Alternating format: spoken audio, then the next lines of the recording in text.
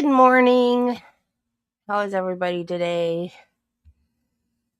I am exhausted as usual. But that's my usual, so. Creighton Waters gained fans worldwide when he led the team that prosecuted Alex Murdaugh. But he's not just a star in the courtroom. Soul Purpose Band features talented musicians, including Creighton Waters on harmony, vocals, and electric guitar. They perform a wide range of genres, including funk, soul, R&B, country, and rock, making them suitable for diverse audiences and occasions. Waters also plays with a group called Lighten Up Francis. Yeah, I saw pictures of him with his band yesterday. It looked pretty cool. I didn't listen to any of it, but you can find videos on YouTube. We have, are you guys ready? Another episode of the James Franco saga.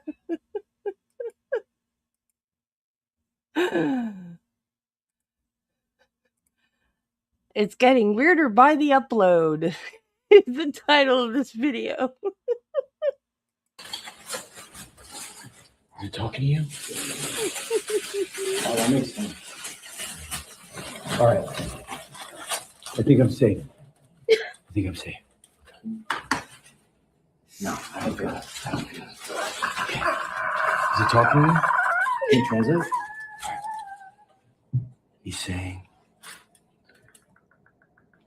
He's saying he wants us to introduce ourselves to him. I'm James Franco. These are my friends. What's up? I'm Shane Davis. I'm Oliver. I'm Blaine. I'm sorry I kicked you. I'm Christian. I'm just filming. That's the videographer. I didn't do any of this. I'm just filming. He says that his name is Alan. Alan. I think that's the Earth translation. Okay, wait, hold on. He says he wants us to apologize to him. I'm sorry. Get down. You guys gotta get down. Get down. I'm sorry, Alan. I'm sorry. It's up again?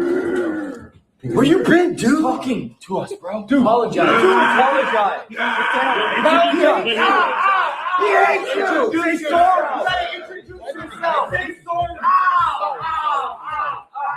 Introduce My yourself. name's Nick. I'm sorry. Get down. You gotta apologize. Val. Tell him you're sorry that you sat on him. I'm sorry that I sat on you. I apologize. He accepts your apology. Are you sure it accepts my apology? Get out of there. Get him away, dude. Get out of there, man. He doesn't like you. He's getting aggressive. What? Can we trust you? He says he comes with no harm, no intent. Okay. What do you guys think? Yeah. Let's do it. He says no one. No harm. He's really nice. Sorry. Sorry about earlier. Sorry about earlier. Blaine, get his feet. Hey, it's okay. Don't hurt it. He's sensitive.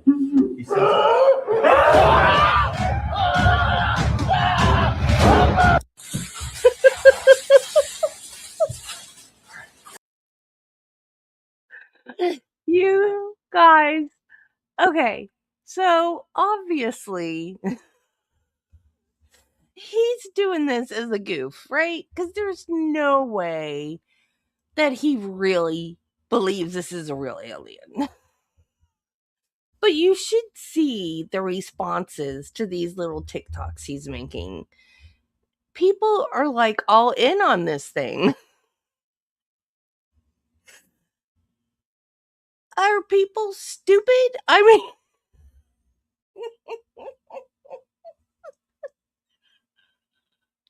I don't know what his end game is, though. I don't think he's promoting a movie or anything. I don't know if he's just doing it for fun. I don't know if he's trying to be relevant again. Like, I have no idea what's happening. But obviously, he does not think that's a real alien. He would be an idiot to think that was a real alien. Obviously, the whole thing is staged. I just want to know what his end game. I'm enjoying it. I just don't understand why he's doing it. I think it's hilarious, though. I love it. So, all these people on the internet that are worried about James Franco, I'm not worried about him. I think he's doing something funny and having fun with it. So, I'm good. I'm not worried about him. Think it's funny. That's the kind of stuff that people did back in like YouTube's infancy, you know? And some people still make videos like that on YouTube. That's what YouTube was made for, to do stuff like that. On the show. That was have you seen any of the James Franco videos that I've shown on here? He started off with there's an alien in my garage.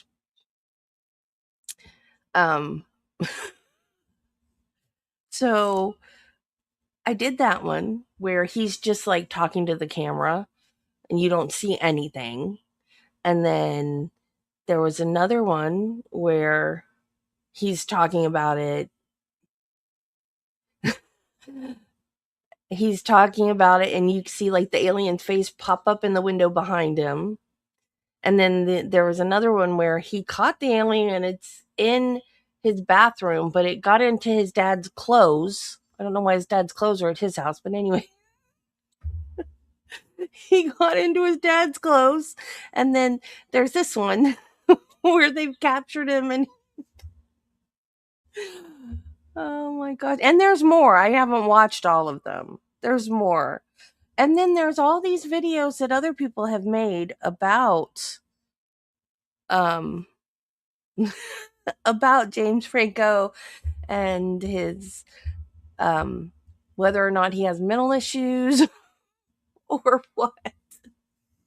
It's hilarious. It's a whole thing. Just go on YouTube and then just put in James Franco alien. You will find a myriad of videos. It's crazy and funny.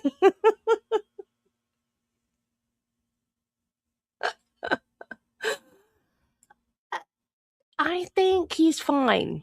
I really, really do. I think he's just having fun.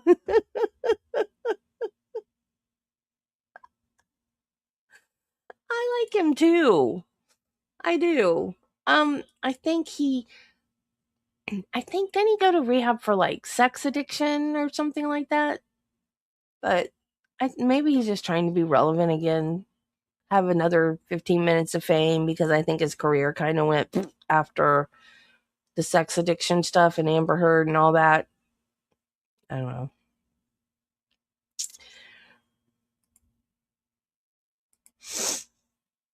I think they're funny.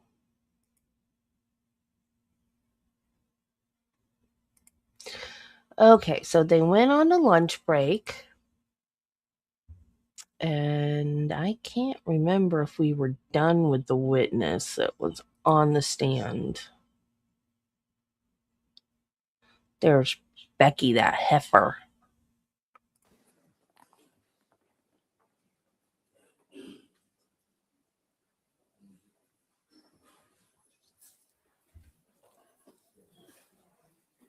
Yes, he did. He was in video in the elevator with her. They showed it during the trial. Jury is present, sir. All right, thank you. Your next witness. So Johnny was jealous. He was right to be State jealous. calls Dr. Kenny She was Kinsey. sneaking him up to their penthouse when he wasn't home. And he was hiding his face from the camera in the elevator. He knew where it was. Do you swear the testimony that you give today will be the truth, the whole truth, and nothing but the truth, so help you God? Thank you. Yep. Another victim of the turd. If you'll have a seat to adjust that microphone for me, if you'll state your name and spell your last name for the record. Kenneth Lee Kinsey, Kinsey. Welcome I back, thought- Dr. Kinsey. That makes sense. I thought this was a guy Feels that like did a the year cell since you were phone. here. You were qualified last week as an expert. Oh, correct? that would be Yes, sir, that is hilarious. correct. What I would like That you to do would right be now is just to hilarious. remind the jury, give them a little bit of background on your education, your work history, your credentials Marty. that made you qualified to be an expert witness. Yes, sir. I've got a degree from Clemson University, a master's degree, that's undergraduate, a master's degree from Troy University, a PhD from Walden University. I have formerly been certified by the International Association for Identification 2 different times for crime scene investigation and reconstruction. I've worked approximately 800 death scenes in my career, and I've handled and processed countless evidence in crime scene and the crime scene related disciplines.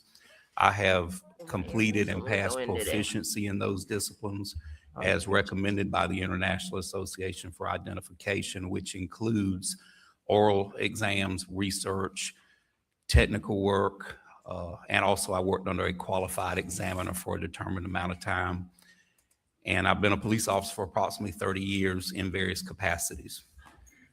And just to remind the jury, you were qualified as a forensic or crime scene forensics expert in this particular case. Yes, sir, I was. And real quick, what other types of qualifications as an expert do you possess? I'm also a firearms instructor for handguns, shotguns. They call them patrol rifles, but that includes subguns, fully automatic and semi-automatic platforms. I have endorsements through the South Carolina Criminal Justice Academy. I'm also a SLED concealed weapons permit instructor, and I'm formerly a law enforcement firearms instructor through the NRA. Now, you've had an opportunity to review the case file for this particular case, correct? Yes, I have. And you have actually been out to the crime scene, correct? I have. Beg the court's indulgence.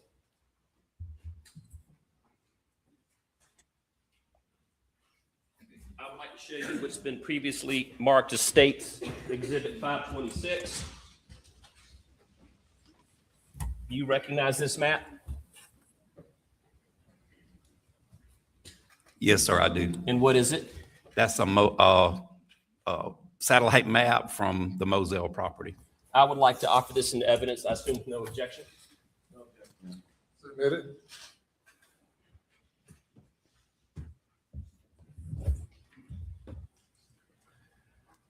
Dr. Kinsey, we're going to keep our testimony today narrowly focused and tailored to a few witnesses that the defense put up this past week. Did you have the opportunity to observe one witness named Michael Sutton, who was a forensic mechanical engineer for the defense? I did. Now, do you recall any of his conclusions or what his main conclusion was regarding the size of the shooter? I do. What was that conclusion? 5'2" to 5'4". I would like now, Doug, if you would, I would like for you to publish or cut on Defense Exhibit 140. Go to page 49.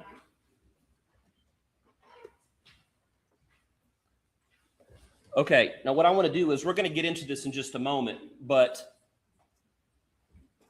they published this into evidence last week. And do you recognize these green lines coming out?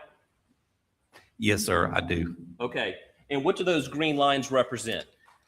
Those green lines represent a predicted static angle or I don't know what you would call it, trajectory for possible shooters.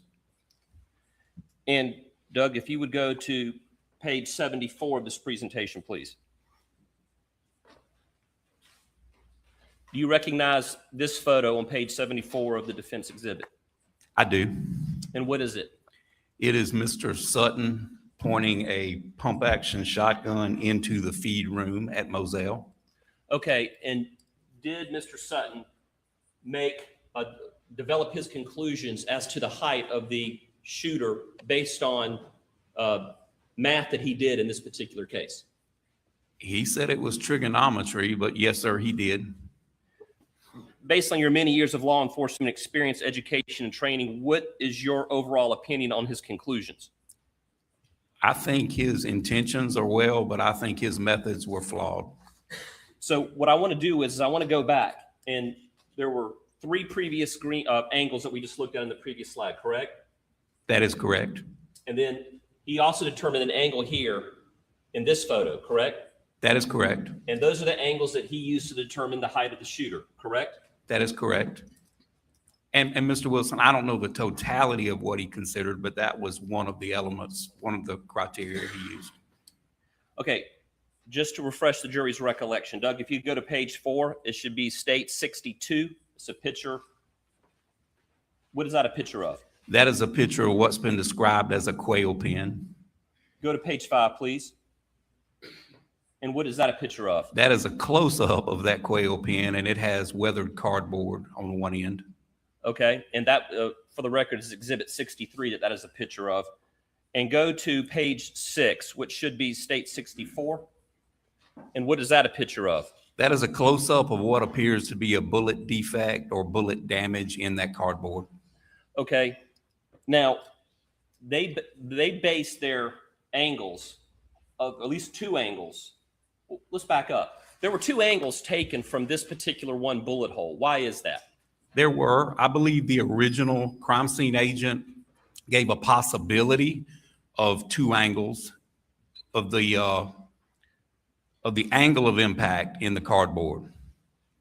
Okay, and what are some things that someone can determine from examining a bullet hole in this cardboard?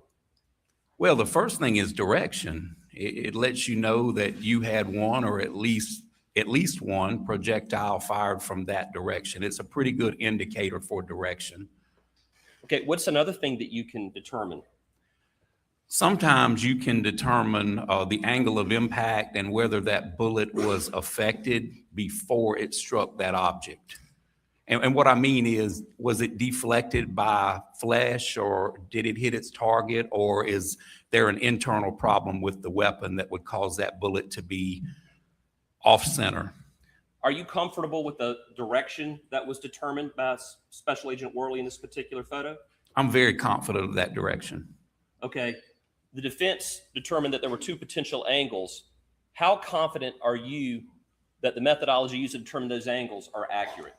I have zero confidence from this piece of evidence as far as establishing angles. So that's interesting. You feel good about the direction of the bullet going into the quail cage, but you have a concern about the angle, correct? That is correct. Do you have a concern about the angle? The angle of impact, yes, sir, that is correct. What are 2 things that could affect the angle of impact on a surface like this cardboard?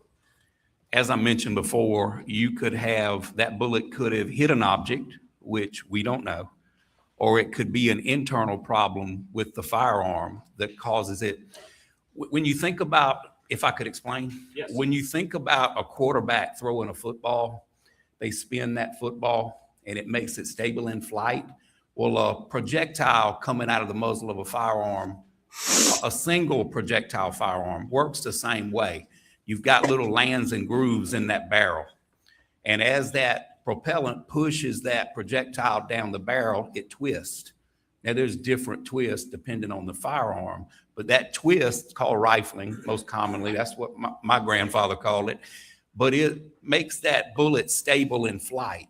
Anything that can throw that projectile off of battery, whether it be striking something or a firearm problem, maybe fouling too much lead in the barrel, those kind of things will make that bullet off center. Now, it still may go the general direction, but the rotation of that projectile could be off just a little bit when it strikes a target. So a good analogy would be a lineman getting his hand on a football and making it go wobbly, but it keeps going, correct? That would work, yes, sir. I'll leave the witness. Doug, could you zoom in on this hole real quick?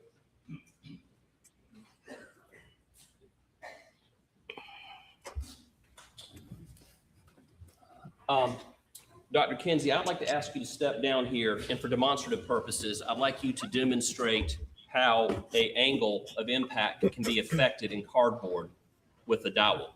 Yes.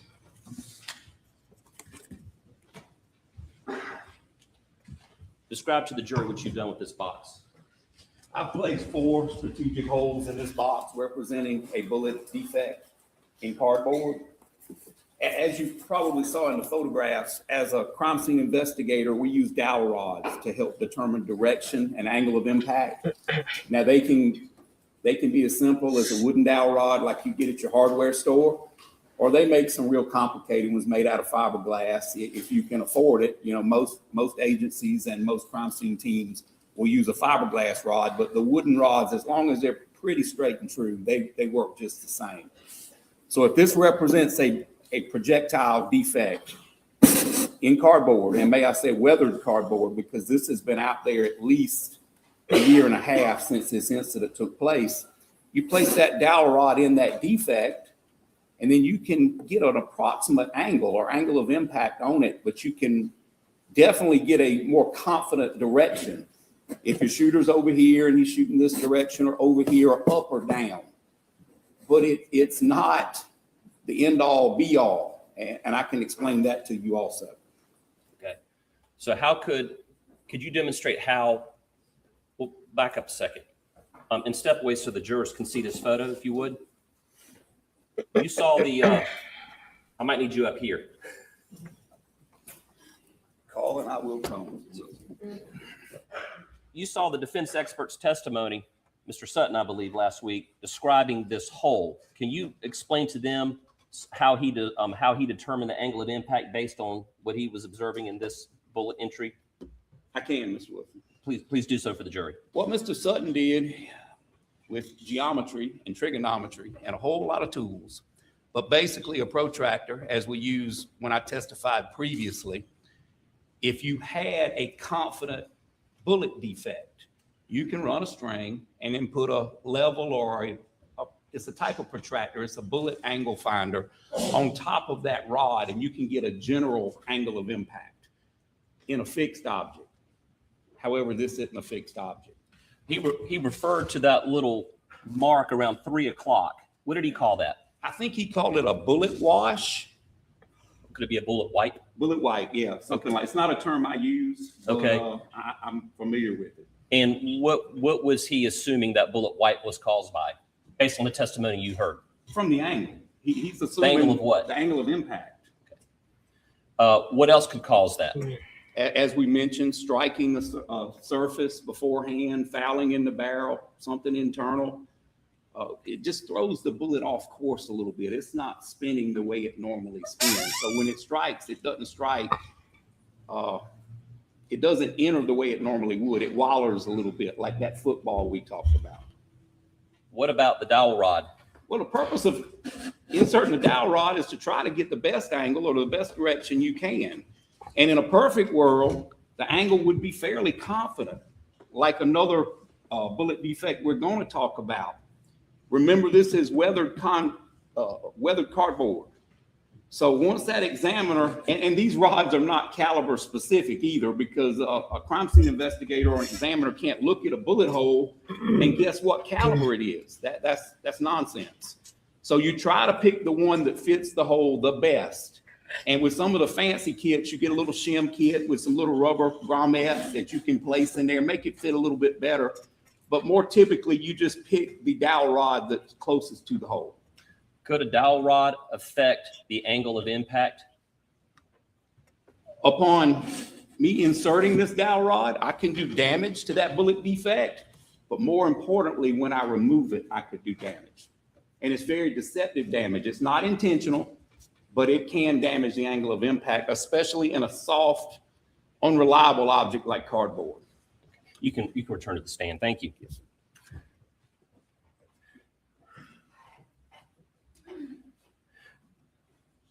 I can demonstrate that, Mr. Wilson. Please go ahead.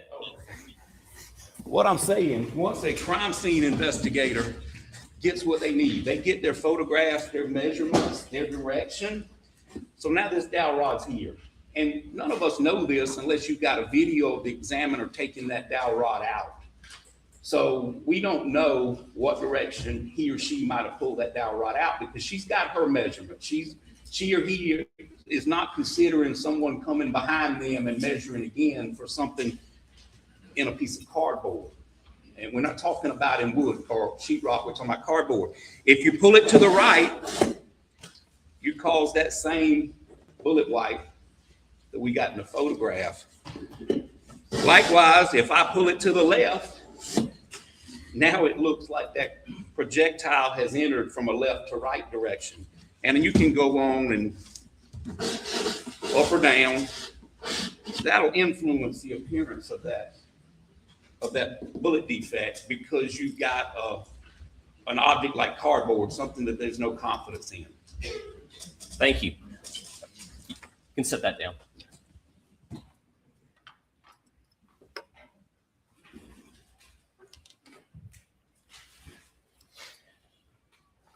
So do you recall what the defense expert testified to the direction and angle of that particular angle of impact?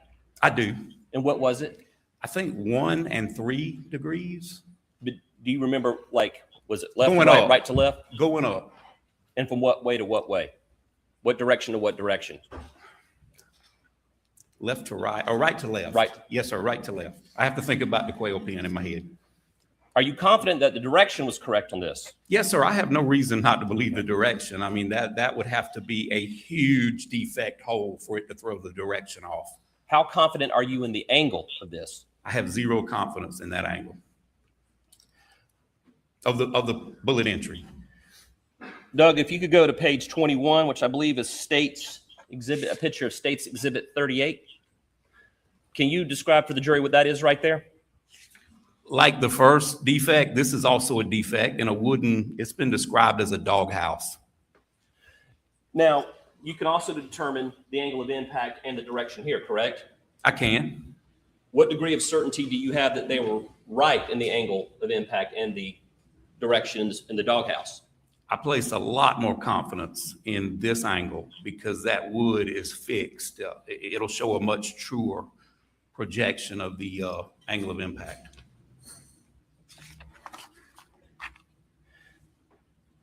Can you, hold on one second. How is this particular, I think you just described it, but real quick, how is the doghouse different from the quail cage in determining the angle of impact? Well, the doghouse, if you look at it, is at least a 1/2 inch to 3/4 thick. So like I said, you've got a stable, dependable bullet defect. The cardboard is 2 pieces of brown paper with corrugated paper in between to cause, for strength purposes. But as I mentioned, not only is the cardboard, in my opinion, not a good substance the to shoot quail pen into, was it's made also out of weathered, so cardboard? that makes it even weaker. Doug, can you go to page 42 on this exhibit?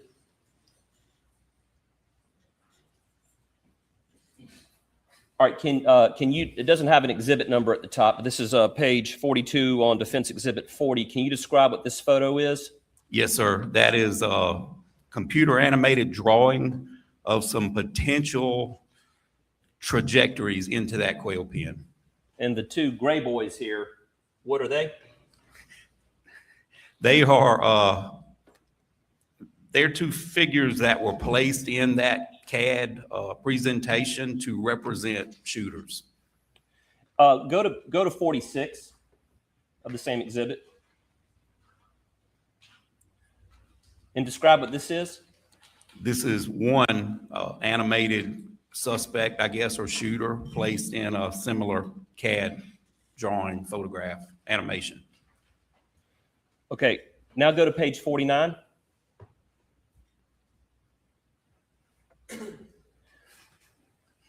And what is, sorry, go back, that's the picture I wanted. So there's 3 angles represented in this picture, correct? There are 3 angles. 2 of them are from the same hole, correct? Yes, sir. One of them is from the doghouse, correct? That is correct.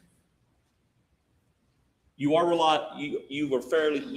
believe that the doghouse angle is fairly reliable. I do.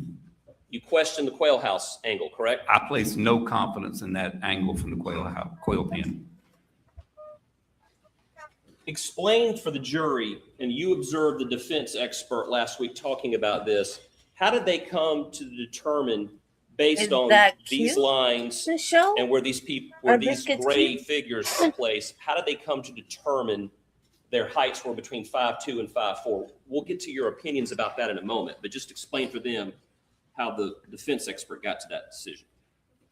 The defense expert said he tried plugging I in like his different accent. heights, and he had to place those animated figures on a plane, that line, that laser line, and he determined that they go back and forth on that plane to achieve the defects that are documented by the original crime scene examiner. Doug, go to page 51 real quick. Let's see if that's the. So there's some yellow placards here on the ground. You see them? I do. And what do those yellow placards represent? Cartridge cases that were found on the ground. They're markers. So, once you find the cartridge cases, you put them there for documentation purposes, photography, and sketching purposes. And why? Explain to the jury what the defense has determined that their angle is based on those static lines, those green lines, correct? That is correct. Back and forth on that one static line for one angle and one static line for the other angle. And they've placed them right there at that particular location. Why? I think the defense expert was taking into consideration the location of the cartridge cases, and he was showing how it would fit those 5'2" animated figures that he placed in that presentation. Is it your understanding, now I'll demonstrate, the gray figures are holding the firearm, and those gray lines represent like a string. They would run up and down, correct? Yes, sir. That was the testimony. You go back and forth on this green line. Okay. And that they would be right here because this is where the shell casings are. The shell casings are ejecting, correct? That is how I understood his. What? Restate the question. I'll restate the question.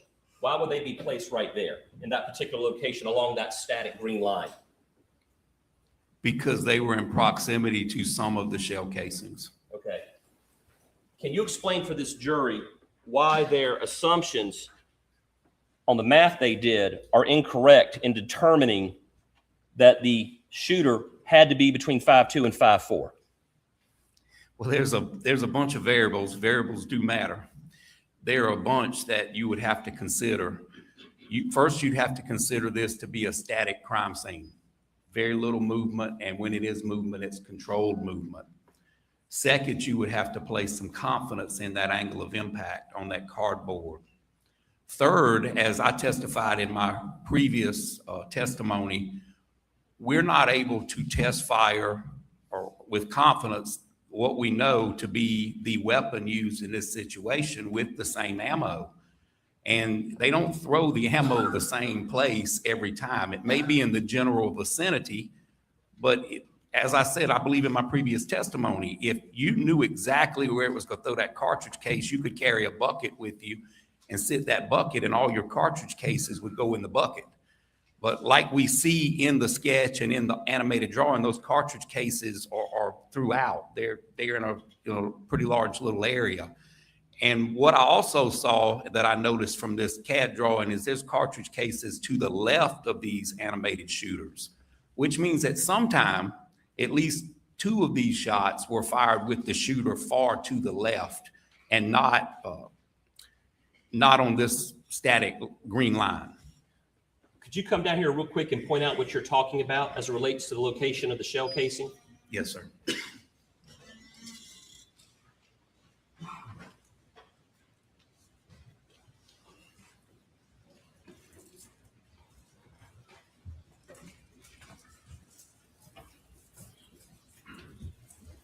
I'm not sure if this is a shell casing here, Mr. Wilson, but right here, that is a shell casing, and it would not eject this direction in any situation depicted here in the presentation. It's not a left-handed, nobody's ever testified it was a left-handed AR-15, and like I said, they're kind of uncommon, and if it is, and that's a left-handed, then we couldn't explain the majority of them being to the right. So That's what makes this static line flawed. Thank you. And in another photograph, you can actually see a larger area of cartridge cases back here. Thank you. Let's assume for a minute that the angles are correct. And they very well could be, correct? They could be. Why is the defense's theory as to the height of the shooter represented in this picture still wrong? What else could affect it? Distance and height. Would you like to take a moment to demonstrate for the jury what you're talking about? Weapon position. Yes, sir. Will you tell me which angle you'd like me to demonstrate first? Well, let me ask you this question before you step down. Can a person be on their knee and get the same angle and be standing and get the same angle? Yes, sir. Can a 6'4" person and a 5'4" person still shoot the same angle, just at different distances? Absolutely. Can you demonstrate for the jury why that is one way that this could have changed their math? I can. Please.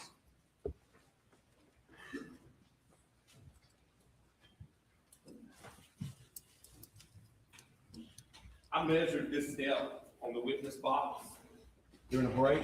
It's 8 inches. I used to be 5'11", but as I get older, I'm about 5'10". But if I'm here, or I could be 5'8", or 5'2", or 5'4". Here I'm 5'10". Here I'm 6'6", and here I'm even over 7 foot, and I've still got the same angle.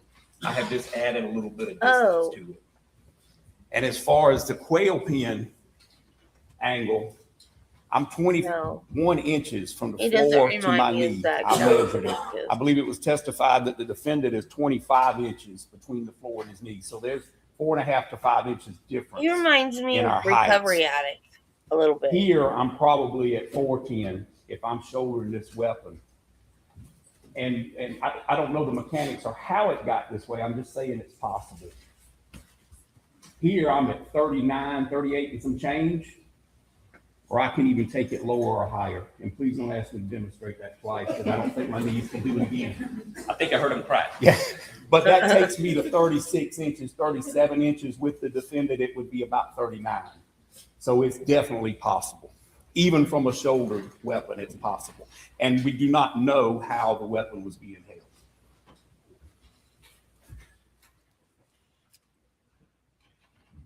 From what you've observed in this crime scene, was Maggie moving at the time she was shot? This was a very dynamic crime scene. I believe everything was moving. The victims and the suspect were moving. And how do you know that? Well, suspect would be the different firearms evidence, the cartridge cases. Like I said, there's no absolute. They're not going to throw them the exact same spot, but they will throw them in a similar direction. We've got cartridge cases in a pretty nice sized perimeter. We've got them at different locations from where Miss Maggie Murdaugh's body, the final resting place, and different angles and different positions in different directions. So that tells you it's very fluid and it's very dynamic. So if I'm holding a gun and I'm moving and shooting, what is happening with those shell cases as I move? They are moving as they're ejected.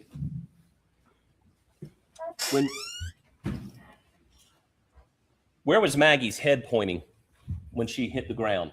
A lot of Irish people settled in the mountains, in the Appalachian Mountains.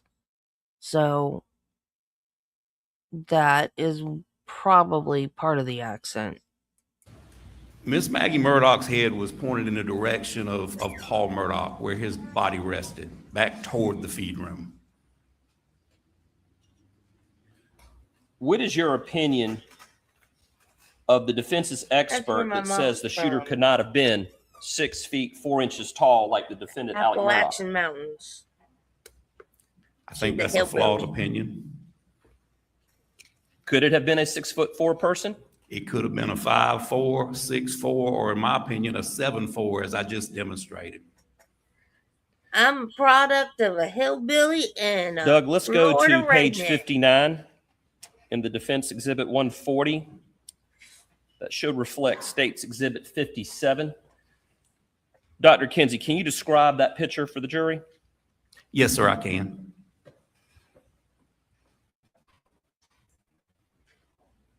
That is a shot from inside the feed room, that back window pane where the buckshot exited Paul's left arm and then continued and exited the feed room. Please go to page 67. Should be States 45, I believe. And what is that right there? That's a pink string from the window to a pine tree. And then go to page 69.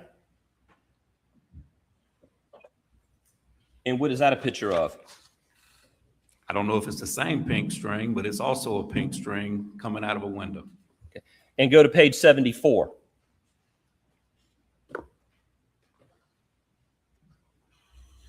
And that is labeled Exhibit 54. And what is that a picture of?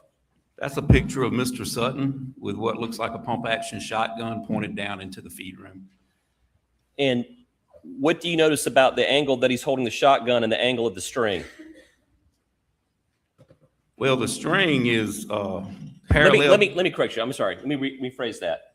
What is the defense's theory right here, represented in this picture? I've heard so many theories, but I really believe Mr. Sutton was trying to show that the angle wouldn't match if it was a taller shooter shooting into the feed room. Okay. Doug, I'm not quite sure what page it is, but I think it's 2 back. Go back one more. There you go. That's it's labeled Exhibit 53. And what is that a picture of? That's a picture of Mr. Sutton holding, I believe, the same shotgun, more parallel to the floor. And what is he trying to demonstrate in this photo? I believe he's trying to follow that pink string to that pine tree or whatever got him to that pine tree. Do you recall from his testimony how he got that angle? I do, sir. I do. Mr. Sutton testified that he got to where he believes Paul was standing, and he got down and he peeped through the hole in the window, the one that he thought would match that corresponding defect in that pine tree, and he ran a string to that defect in that pine tree. Are they trying to determine the angle of the shot is exactly the way the shotgun's being pointed? Well, I believe they were trying to determine trajectory path of that projectile. What is flawed about this?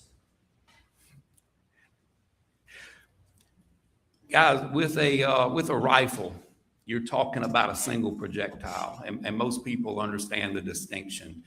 If you can find where it was fired and you can get a perfect impact, sometimes that'll give you an idea of the path of that projectile.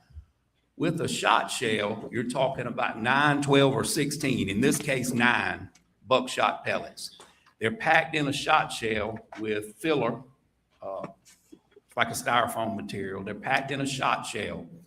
When that cartridge, the primer of that cartridge is ignited and those pellets exit the muzzle of that firearm, they start to spread. We've heard a lot of testimony about that. They start to spread, and they spread in a cone. Okay, you got some at the top, some bottom, some left, and some right. And the more the distance becomes, the greater they spread.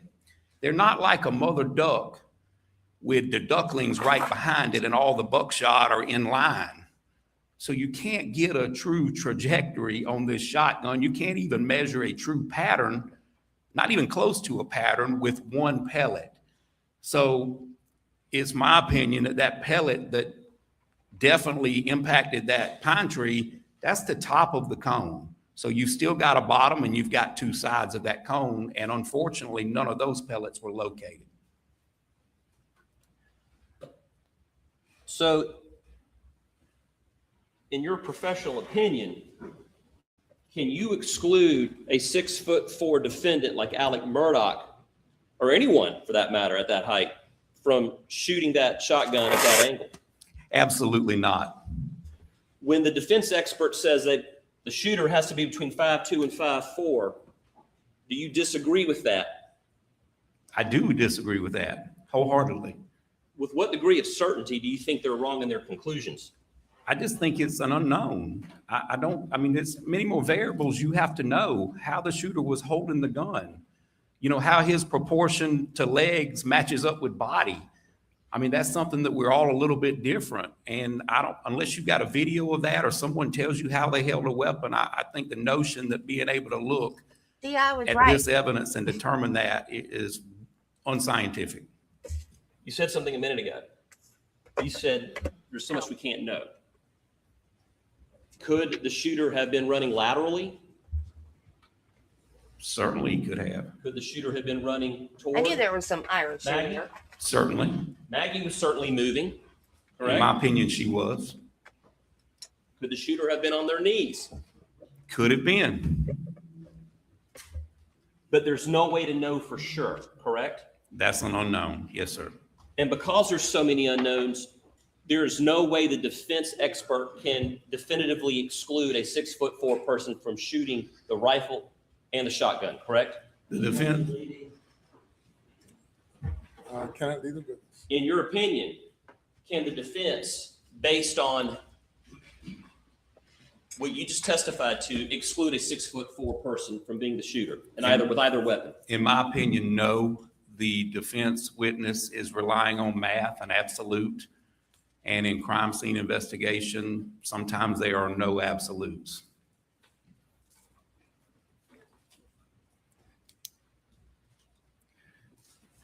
Dr. Kinsey, have you ever observed a contact wound to the head by a shotgun?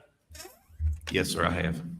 How many times have you observed a contact wound to the head by a shotgun?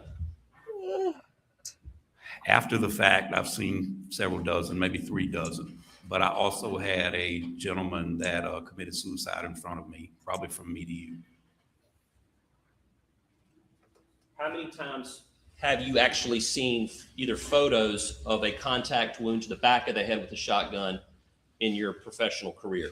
Probably a dozen. Out of that 3 dozen, probably 24 of them were suicides or someone taking their own life, probably a dozen execution killings. Can you describe for the jury what kind of trauma a face, and I know they've heard from a pathologist, but in your experience as an expert in crime scene forensics, can you describe the kind of trauma you have observed in your career with contact wounds to the back of the head or any part of the head? Yes, sir, I have. And specifically to the face. Generally speaking, whether it be a shotgun or a large caliber handgun, the result is similar. You feel as though the forehead and the facial features have went away, and that's a kind way to put it. They're actually there, but they've been shredded, and the pathologist can actually put those features back in place, or the majority of it. But looking at it, it looks like from the teeth up, the person went away. It's just a mess. Dr. Kinsey, I would like to show you what's been marked as State's Exhibit 486. Can you look at that and say if you've seen that picture before?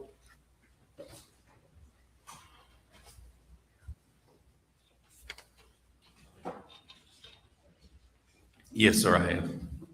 And what is the picture of? It's a picture of Paul Murdaugh at autopsy. And what part of Paul Murdaugh is it a picture of? His face and his forehead.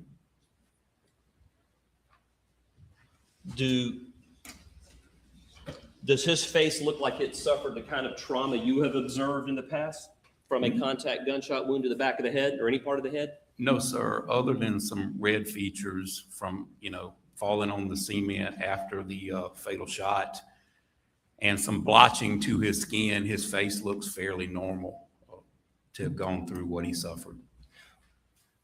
And I'm not going to publish the photo again because I think people are tired of seeing it, but I do need for you to describe what kind of things you've observed with the eyes and the bones with people that you've seen that have been struck or shot in the back of the head at point blank range. Yes, sir. Well, it's not always the back. Now, I've seen some from the side also. From any But angle. yes, sir.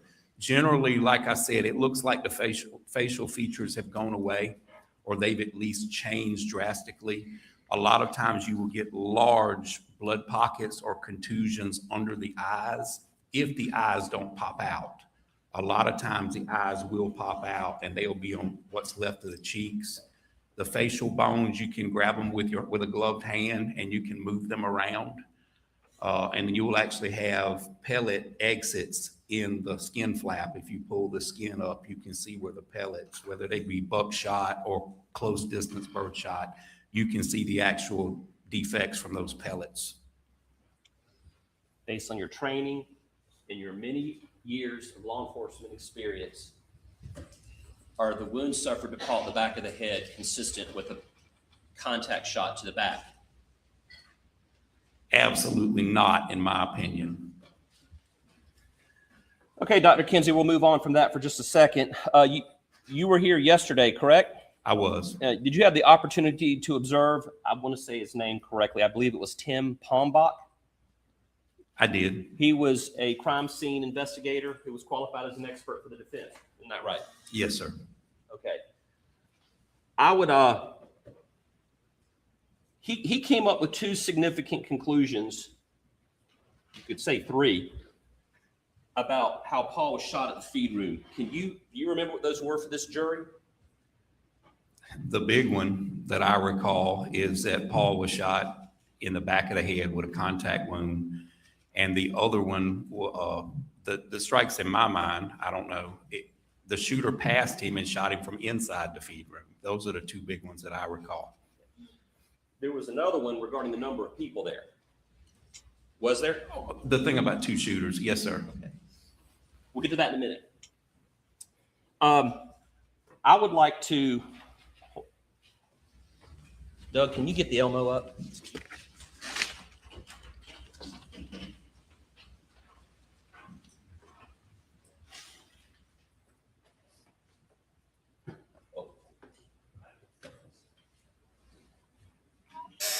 I'm showing you what's been marked as Defense Exhibit 182.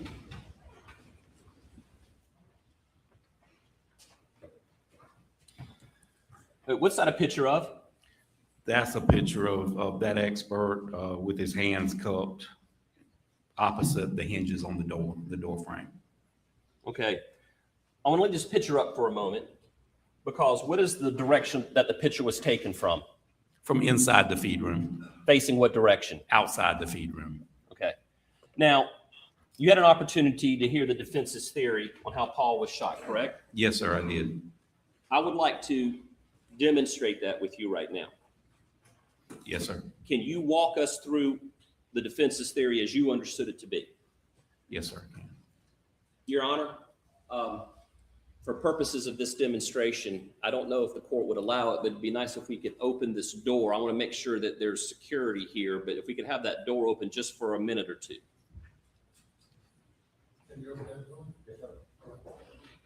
Thank you, Your Honor.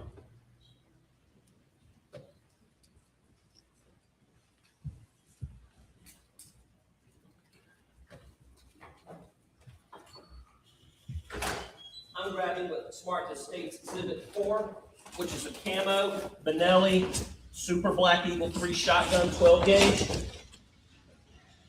We'll use this for the demonstration, so step down.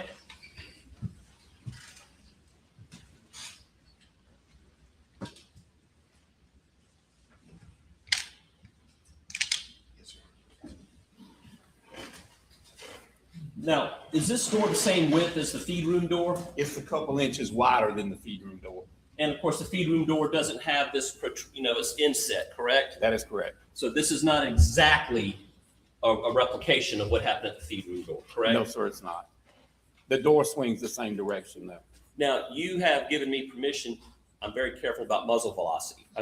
Muzzle awareness, but you have given me permission to point this at you, correct? I have. Okay. You actually asked me to, correct? Yes, sir, I did. All right.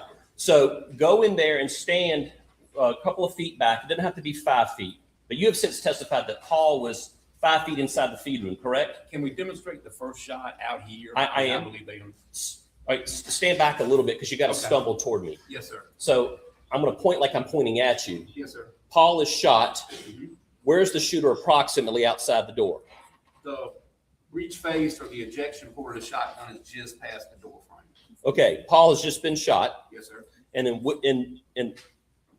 in the defense's theory, You tell me what to do, and you act this out, and I'm gonna do what you tell me to do based on the defense's theory of the case. The defense agreed with the assessment that Paul stood there for a moment, bleeding down his injured left arm, and he slowly walked toward the door.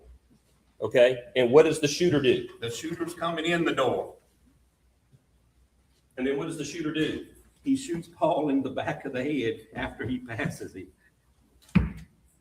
Okay, and then shoots Paul in the back of the head like this, and where does the blood spatter go?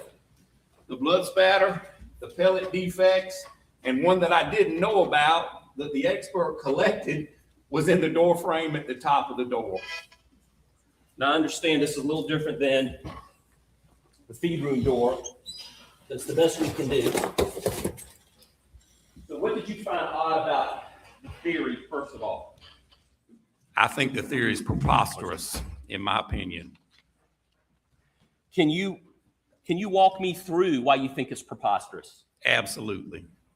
Number one, that dry lock number 2 shot shell fires a projectile at 1,450 feet per second once it leaves the muzzle of that weapon. As was mentioned, that's a millisecond. That's fast. To think that the pressure from flesh and bone will cause that pellet, those steel pellets now, we're not talking about lead. Lead's a little bit more giving. Lead is malleable. It will crush or flatten. We're talking about steel, BB pellets. They will turn around because of the pressure, go back the opposite direction, 180-degree direction at enough velocity to dent a steel exterior door and embed in the door frame. That doesn't happen. That doesn't happen, in my opinion. I don't know if you mentioned this earlier, but can you talk about, make sure I get it right. And can I add? Please do. Also, there's no defects to the OSB or the T111 siding in the bottom of the room. All right, wait a second. You said a lot right there. Yes, sir. TS what? TS111. It's like a exterior paneling that people put on their buildings. That's what's on the building. For all us city boys, we appreciate you describing that. Thank you. Yes, sir. It's a whole weather paneling. There's no defects at the bottom. And if that theory is correct, if this is an entrance and this is an exit, the shot still had to go somewhere. There's no defects down there on anything. The door frame, as I mentioned in my previous testimony, the door frame has a clean void. That would be perfectly in line with those shot from that shot shell. There's no cracks, chips, pellet holes in the cement. There's nothing in the OSB. That's cheap plywood. That's man-made plywood. There's no defects in the plywood. There's no high velocity blood spatter on the floor. What was pointed out to you is medium velocity, and that's from coming out of the wound and gravity bringing it down to the floor. You would see a pattern on the floor, just like what you can see in the photographs at the top of that door.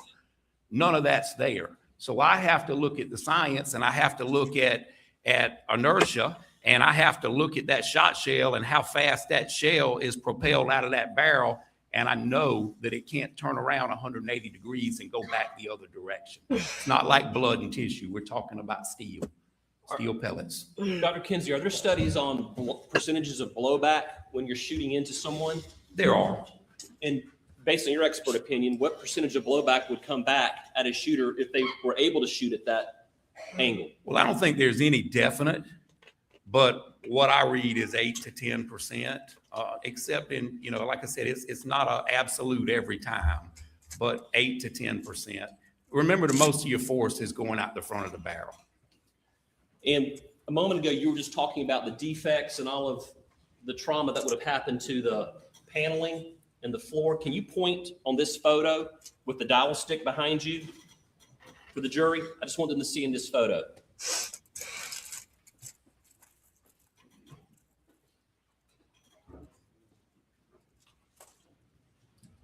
Right here, the void, as I documented in my original testimony, the void was from here down, other than one stray satellite drop of blood. That was fairly clean. From here to at least right here, but there's no defects here.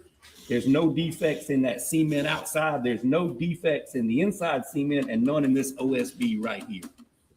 And that was still there when I did the tour. They ripped out all the shelving and some of the insulation, but this was still there.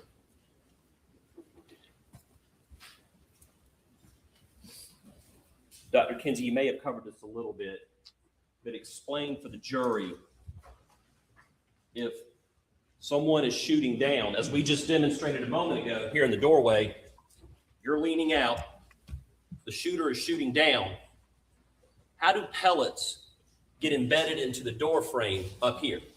How is that possible? I think it's impossible myself.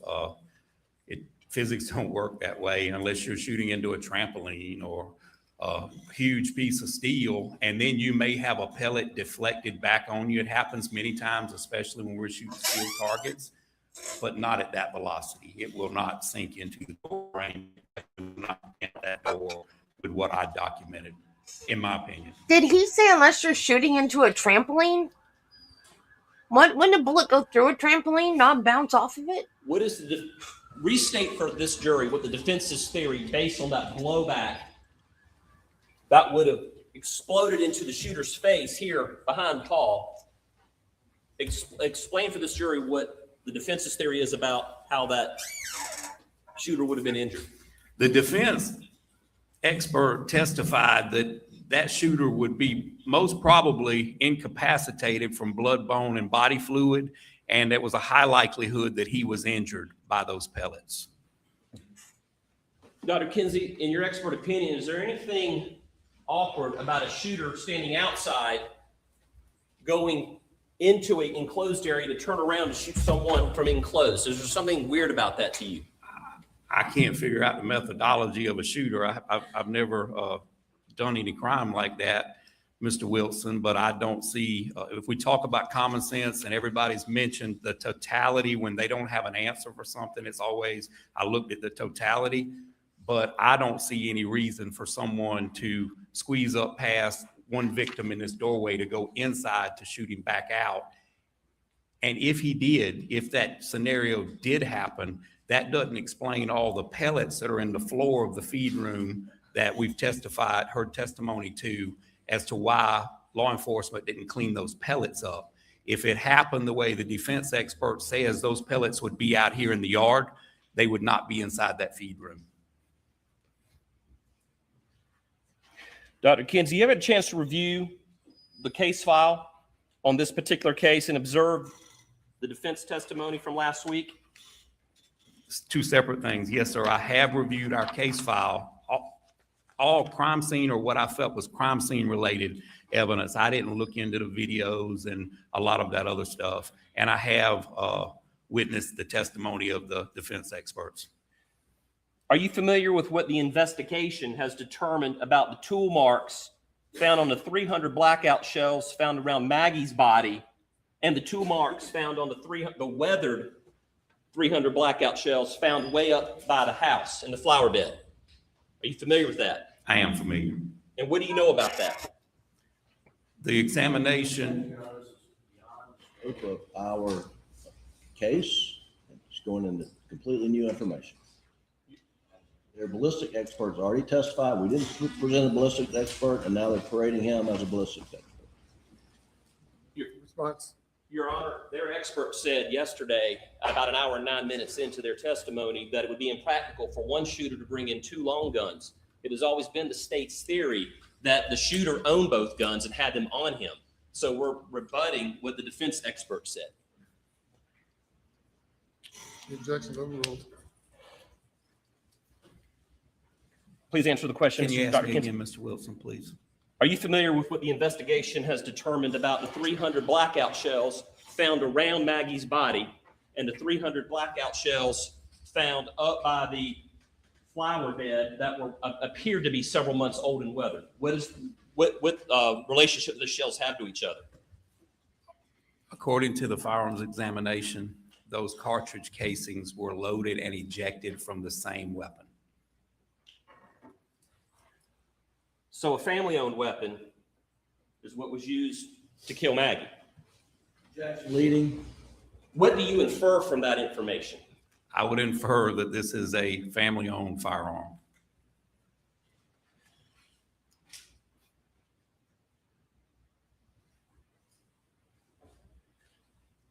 There was some testimony yesterday, Dr. Kinsey, about, well, it was from the defendant's brother, Mr. John Marvin Murdaugh. And it related to the following day, he came upon the crime scene. It had been cleared, and he saw how the crime scene was left. Can you explain, you've been in law enforcement for how many years? 30 years. Well, over 30, but 30 years getting paid. And you're the chief deputy at a sheriff's department? Yes, sir. Orangeburg County Sheriff's Office. Just to clarify some things, can you explain normally or traditionally how crime scenes are cleaned up for this jury? Is it the responsibility of law enforcement, in other words?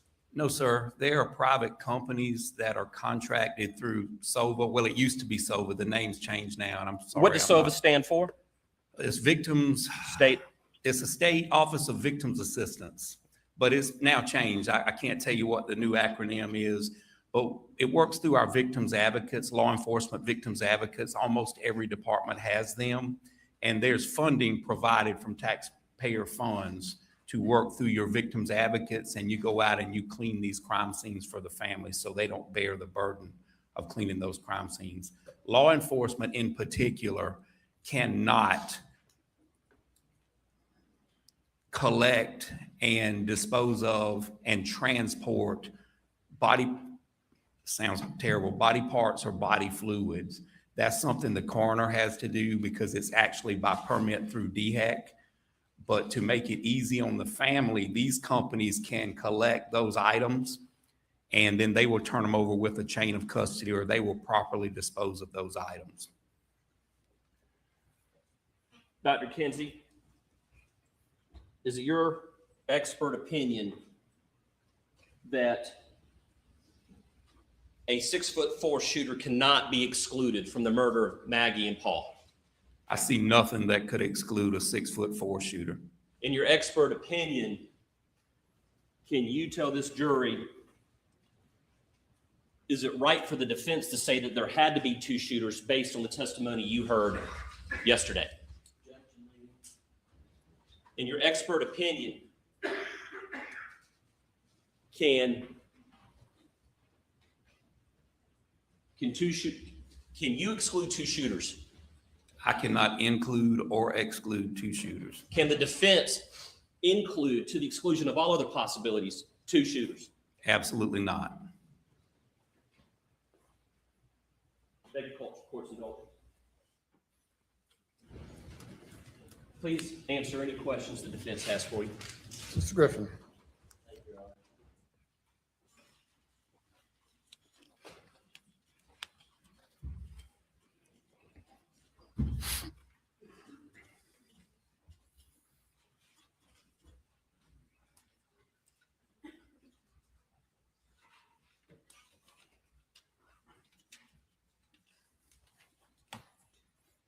Good afternoon, Dr. Kinsey. Hey, Mr. Griffin. And anyone who has a doctorate degree, I want to call doctor. It's all right if I call you doctor? I'll answer anything you call me, Mr. I Griffin. understand. I appreciate that. But now, your degree, though, is in criminal justice. Is that correct? That is correct. Yes, sir. You're not a doctor of pathology, Absolutely not. and you have no medical training? I have training in pathology of gunshot wounds. Yes, sir. I've attended several courses, classes, and seminars. It was also included in the criteria for the certifications I mentioned for the International Association for Identification. I've also conducted extensive research on police officer use of force cases and the injuries that result from therein. Your doctorate is in criminal justice, and I believe your dissertation research is in use of force and perceptions of public attitude held by police trainers? That is correct. What was that? Well, with the current atmosphere or what's been going on the last 5 or 6 years in our country, I was just trying to help. I wanted to figure out something that would assist with, because we've seen some law enforcement officers do some terrible things on video. We've also, we've got a segment of our society, the minority segment of our population. A lot of those citizens are in fear of law enforcement, and I wanted to study if the media perception as held by the three types of law enforcement trainers, if the media perception and the way they portray law enforcement, if that affected the way we train our officers, if we're too hypervigilant, or if we tell them, look, there's death waiting for you around every corner, is that going to make law enforcement more prone to use force or use less force or those kind of criteria? And that's what I was interested in. I was laying the groundwork with a scientific quantitative study to allow someone to come behind me and do some further research just to expand that topic. Right. But you've said you also have done some gunshot wound training as part of some certification? Yes, sir. The IAI, as I mentioned, I was formally certified 2 different times. I think it's a 5-year certification. And I did let it lapse in 2015 because that's when I started my PhD and I couldn't study for both. But that is an extensive process where you do research and you have to do a written test. And then with my proficiencies throughout SLED, and then I still do some with our sheriff's office now where you have to pass proficiency, and that is practical examinations, testing, and that kind of thing. Okay. Now, in this case, that the state did have a pathologist, Dr. Reamer, correct? Yes, sir, they did. And you reviewed her autopsy report as part of your work, correct? Not so much as reviewed her report, but I went and spoke with her in Charleston at her office. Or did you review her report? I have access to her report, Mr. Griffin. I can't tell you I looked through the whole report.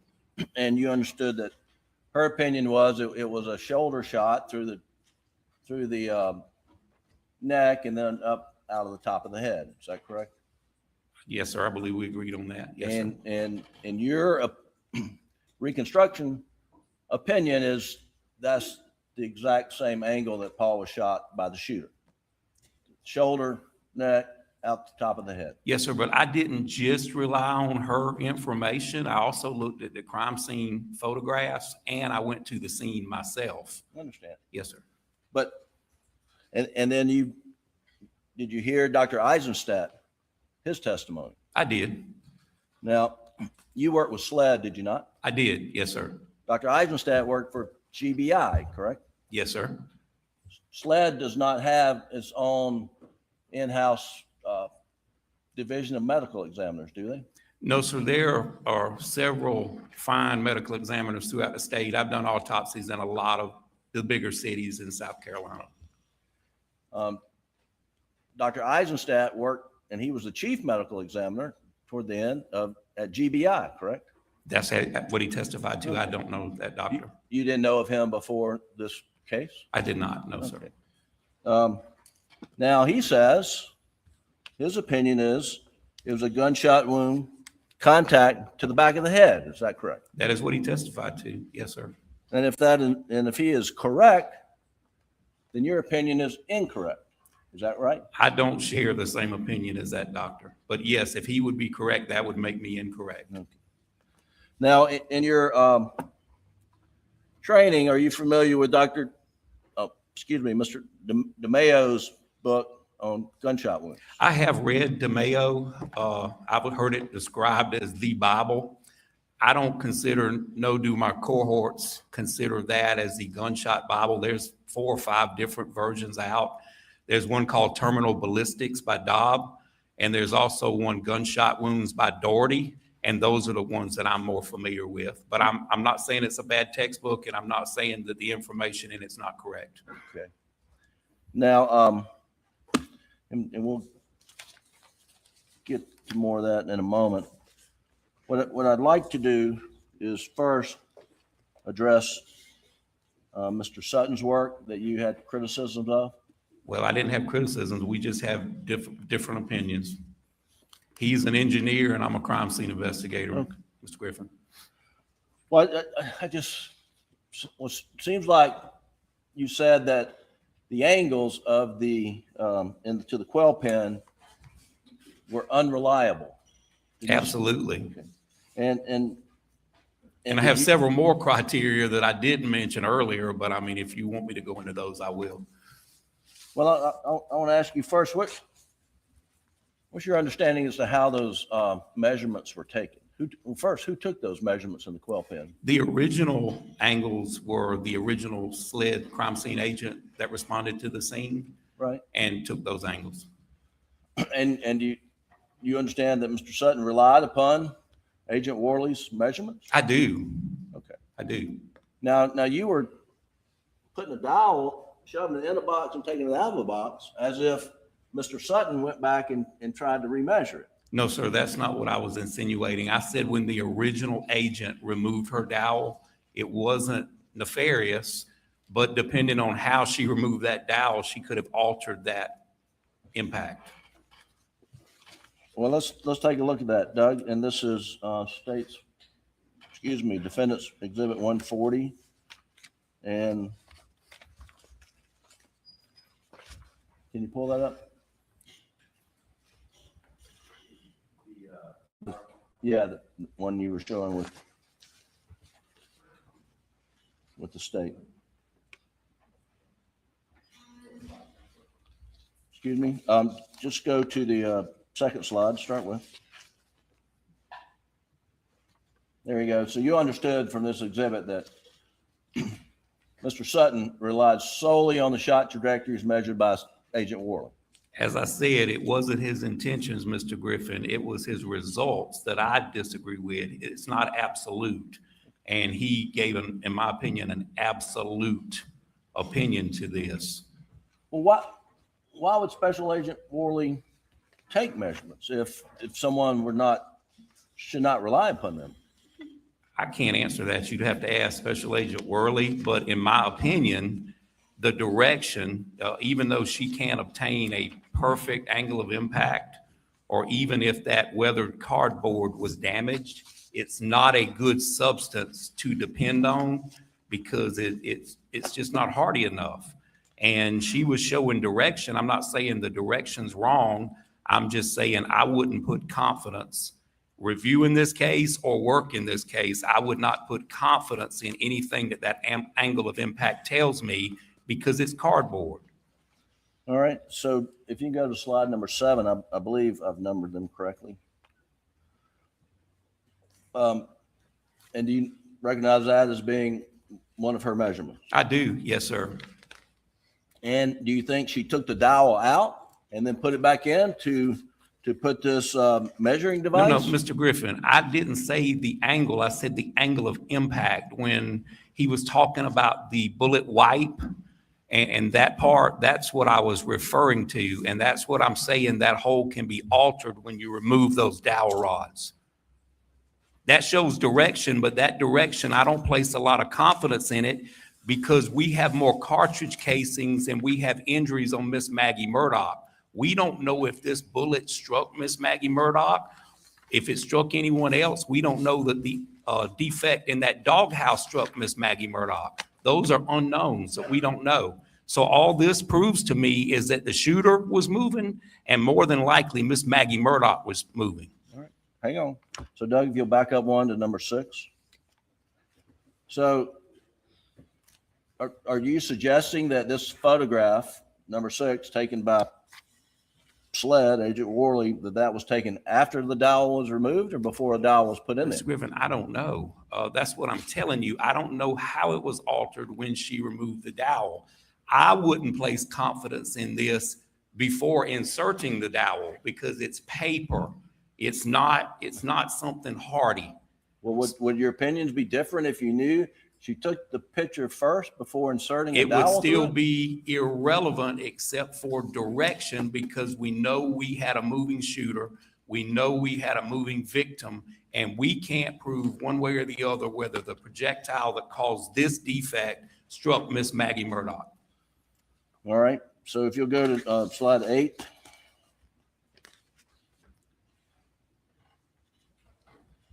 Again, this is Agent Worley's measurements of a dowel in the hole. Is that correct? Same picture. Yes, sir. Well, let's go to number 9. It's a little closer. And is this measuring up and down or left and right? horizontal or vertical? That is up and down. Okay.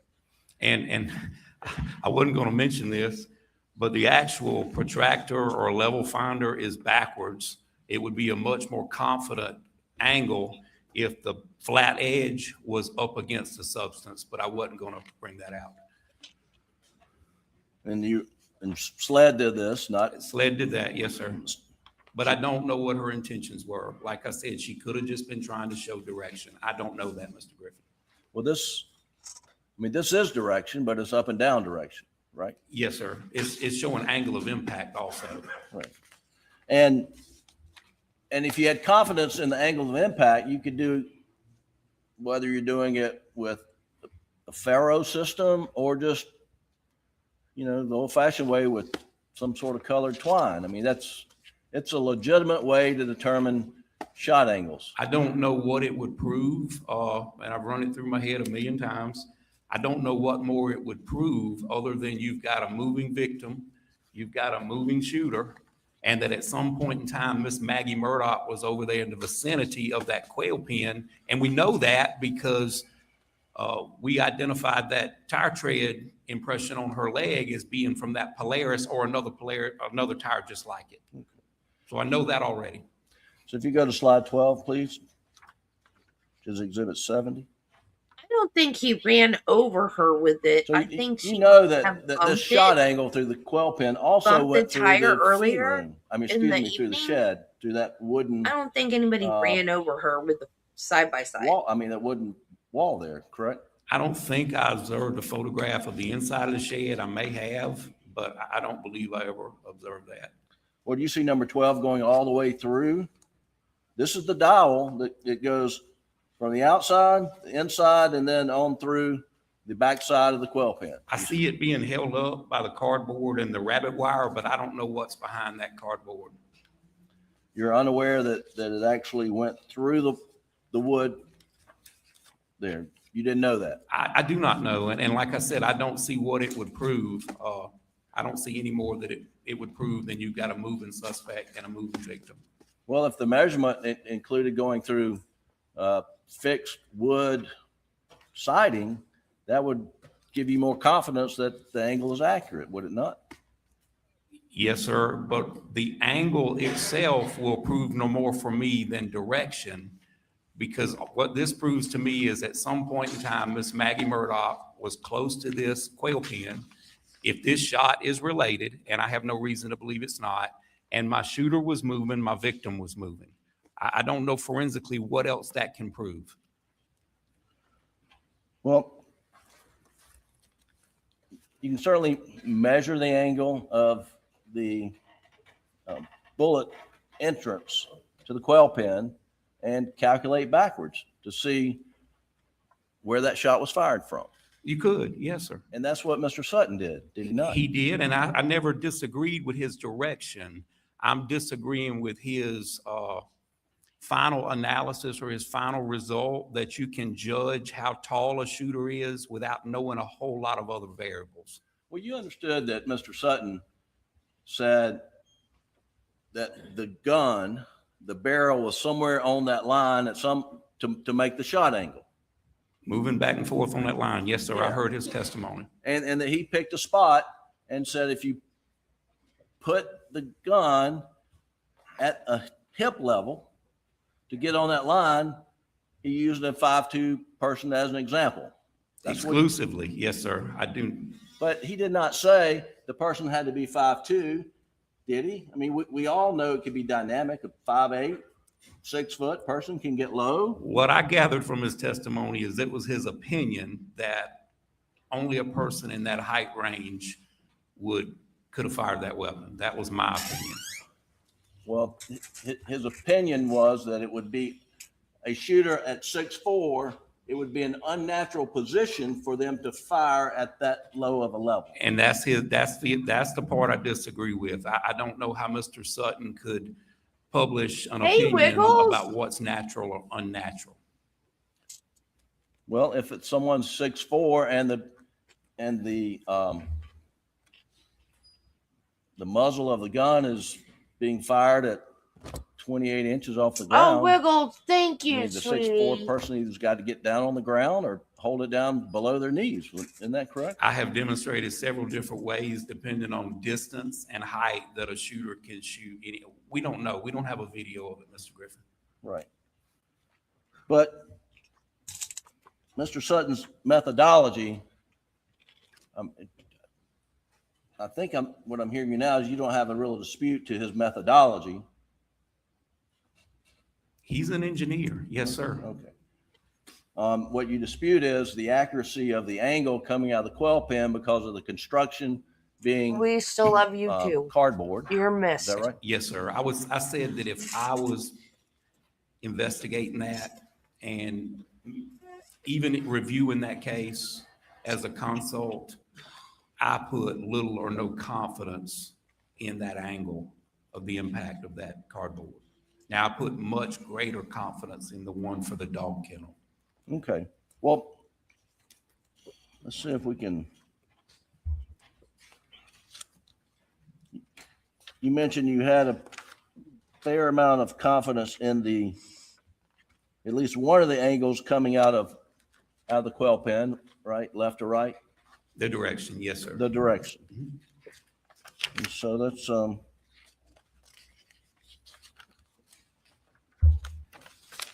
take a look at that right quick.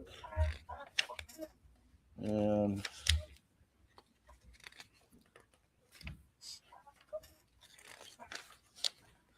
Why can't you use that account anymore? Doug, if you'll go to Time.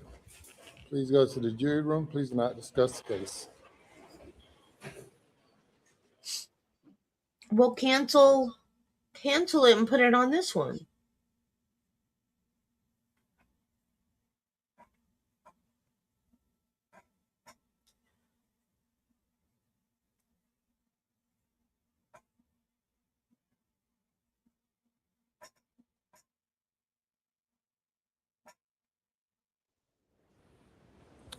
The court reporter needs a break. We'll take 15 minutes.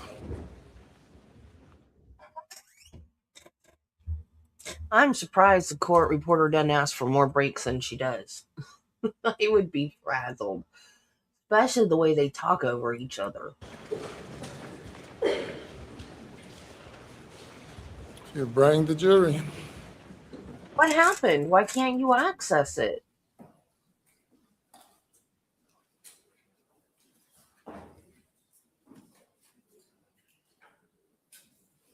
I gotta quit eating these. I'm gonna get more sick.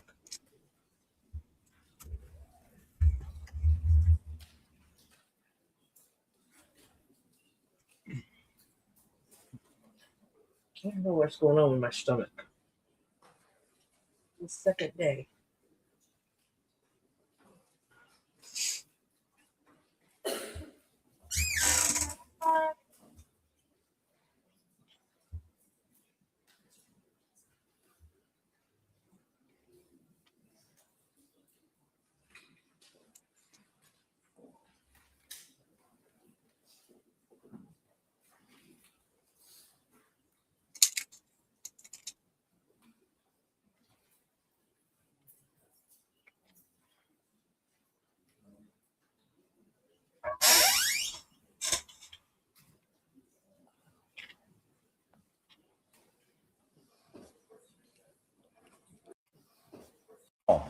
I looked at all of it, but I did not run any angles. okay, and did you ever talk to Agent Worley about her measurements? Oh, I did, yes, sir. I did interview Agent Worley about her work on the scene. yeah. YouTube doesn't like. Back the first or second week of December at the New Sled Laboratory. Okay. I can give you an exact date if I look back through my notes. I don't need that. But are you being compensated for your time? I am, yes, sir. And how much have you been paid thus far? Why and do how they much you do that? Hope to get paid. Everybody before it's all knows said they and get done? paid. Well, I'm a Baptist, so if I didn't charge something, my friends and family would talk bad about me. But my retainer is $2,500, and I have a flat $100 an hour rate. And I love when this added guy. it up, I was up a little over 100 hours, but I ended my retainer myself without anyone asking me to do a little over a week and a half ago. And I'm now working off of a mutual aid agreement that my sheriff's allowing me to do that, Sheriff Leroy Ravenel from Orangeburg. Sure. So I'm not charging anything from a little bit before last week on. So 100 hours, $100, is that? That's roughly, I have expended roughly, not all of it was daytime, but if I take off, I have to use personal leave from work Sure. to do this work. So roughly 75, 80 hours I have used of time from work. Okay. So you've made $7,500, $10,000? Well, I've spent way more than that running up and down the highways, Mr. Griffin. I've probably been to 20 meetings or so, but yes, sir, if you look at it that way. Now, Doug, back to exhibit. But I will be going up next week. Exhibit 140, and if you'll go to slide 31, please. I think it's the right number. Yeah.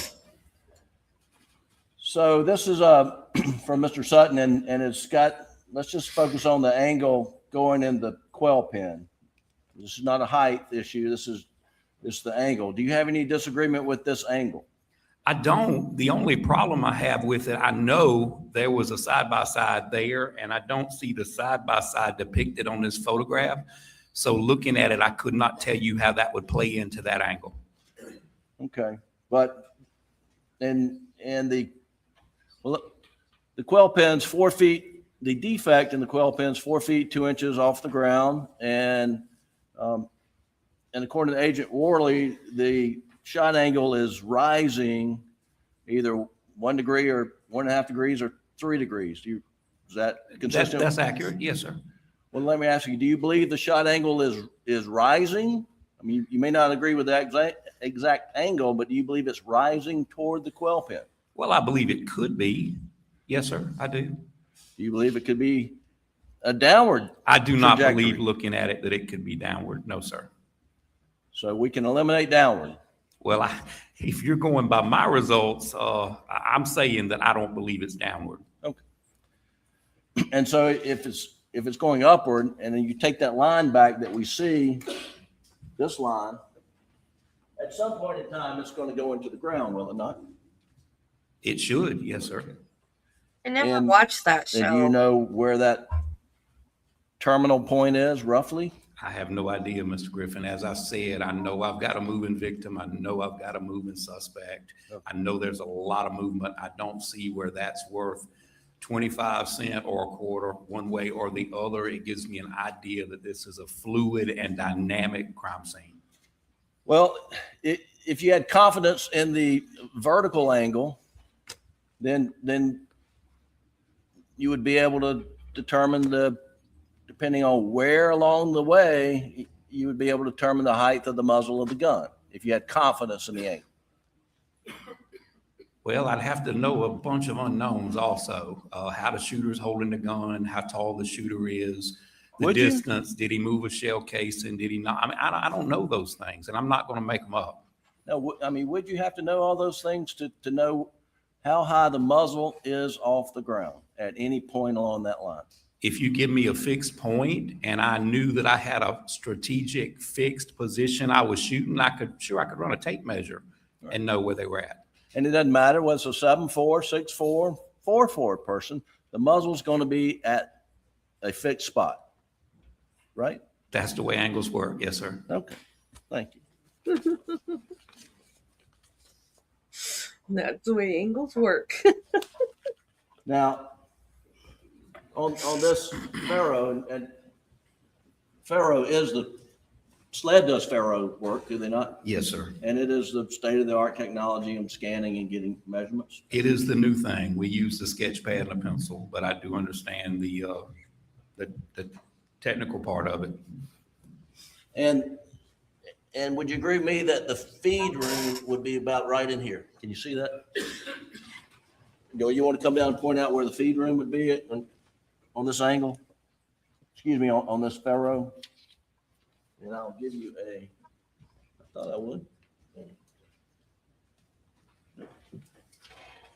I believe it's right here. Right there at the end of the structure. Yes. Okay. All right, thank you. Yes, sir.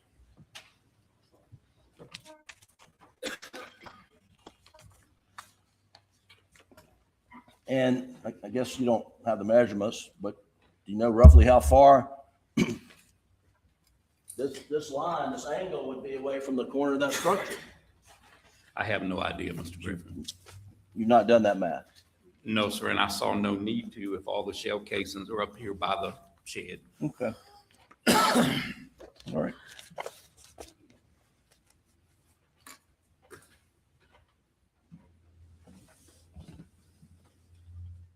Now, I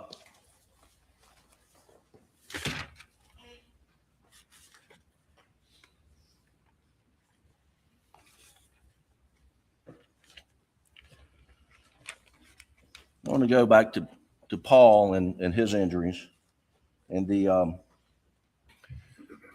and I guess first I want to talk about your analysis. Y'all have been critical of Mr. Palmbach and Dr. Eisenstadt, but under your analysis, the shot of the gun was up to the left shoulder, jaw, and out the top of the head. Correct? Yes, sir, that is my opinion. And you, I'm gonna come up here, and this is the feed room door here. I just want to understand where you have Paul under your analysis. Is Paul on this side? Which shot, Mr. Griffin? The last shot. The fatal shot? Yes, sir. Well, as I mentioned in my report, I would assume he's closer to this wall because I've got a void 6 inches below that light switch. If you look at the outside photograph of that building, there's a silver. How many light times cover does the on judge have wall. to tell them they And can't about stand there? 6 inches below that, I've got one You're stray blocking satellite the drop of jury. blood, and then it's fairly clean. You got some outliers, but it's fairly clean going down. Okay. So you think Paul is closer, and this will be the door and it's swung open. So you think Paul is closer to this side? Well, I think it would have to be Paul because the angle wouldn't match up if the shooter was here and Paul was over there. It wouldn't match up either way, whether it was down in the head or up in the head. It still wouldn't match up either way if Paul was against the hinge side of the door. And Paul is standing roughly how I'm standing? No, sir. As I demonstrated, well, we tried to demonstrate, me and Mr. Harpootlian were kind of dancing up here, but I believe he come out with his head down. He's drooped on the left side, and he come out on this side with his shoulder just outside the room. Yes, sir. About like that. Okay. And then the shooter is off to Paul's left? Yes, sir. From this side. Yes, sir. And the shooter has a shotgun, right? Absolutely. And he is some 2.5 feet away? I mean, Well, the barrel is 2.5 feet away? that's what Dr. Reamer said. Yes, sir. What do you say? I don't believe it was that far away, but I'm not, like I said in my earlier testimony, I'm not going to contradict a pathologist. She knows more about the human body than I do. All right. But you don't mind contradicting Dr. Eisenstadt? Well, because I've been to the scene and I've reviewed all this evidence. Yes, sir, that is correct. Okay, well, that's what we're doing. Mhm. So if you say, let's take 2.5 feet from the end of the muzzle, is that what we're talking Yes, sir, about? that is. And then you've got to back the shooter up to hold the gun. I guess if you got it 45 degrees, right? Well, as mentioned a dozen times so far, I don't know how long this shotgun is. Okay. Okay, but it would be here. And I don't know where he's standing, most probably behind this wall because Paul is stumbling toward him. So here. So the shooter's shooting left-handed, you think? Well, I don't know if he's left or right-handed, Mr. Griffin. Okay, I don't know that part, right. but that angle would match up despite all the, That matches up. yes, sir, that would match up. Now tell me, in that angle, and this dial's the gun, where's that shot shell going if it ejects? If I'm pointed into the room, it could go inside the room. Well, you just raise it up to, I mean, that's under your angle. But I'm behind the gun. I'm behind the gun, so that's going to push the weapon out a little bit. The ejection port's on the right, so the shell could easily end up in that room. if Paul's standing there and the end of the muzzle is 2.5 feet away, Yes, sir. you're saying eject in the room The door is this wide. Yes, sir. Absolutely. at 45 degrees? Yes, sir. Okay. It's doable. Yes, sir. And then under your analysis, Your analysis. your Oh, analysis. my analysis. Your analysis. Yes, sir. We're not there. We're not there. We're still in court. The shot's going up through Paul, chest, jaw, out the top of his head. Yes, sir. Number 2 bird shot. Number 2 steel shot, dry lock, 3-inch. Yes, sir. And you counted, and I think you said 150, 156. I can't remember. Well, the literature says 156. I was like 150, but I kept getting tired of counting, and I think I kept messing up. So I'm going to say the literature is probably correct. Okay. And I think there were some 60 to 70 that were found in his body, at least. I have no reason to doubt that. No, sir. I didn't go 1, 2, 3, 4 and count them on the X-ray, but I believe that. Okay. And Doug,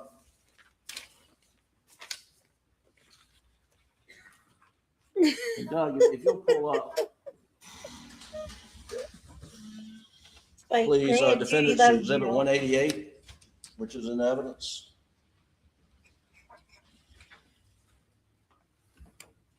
Well, I don't want to do that one. Hang on. Let's do crime scene photos. And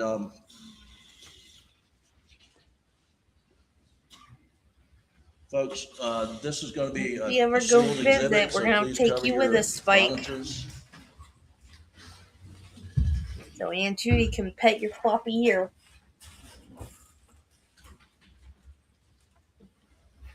Turn on. This is defendant's 193. As soon as we're ready.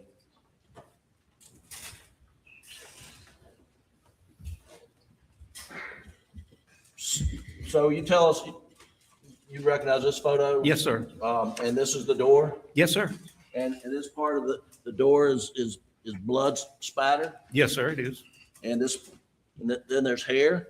There is hair. There's a little bit of bone, and there's some other body tissue. Okay. And there, you think, where is Paul in relation to the door at this He point? would be right where I showed you, off at 135-ish, give or take a few degrees, closer to this side, so you could make that angle. You can look at the directionality in the blood and tell which direction it's going. Okay.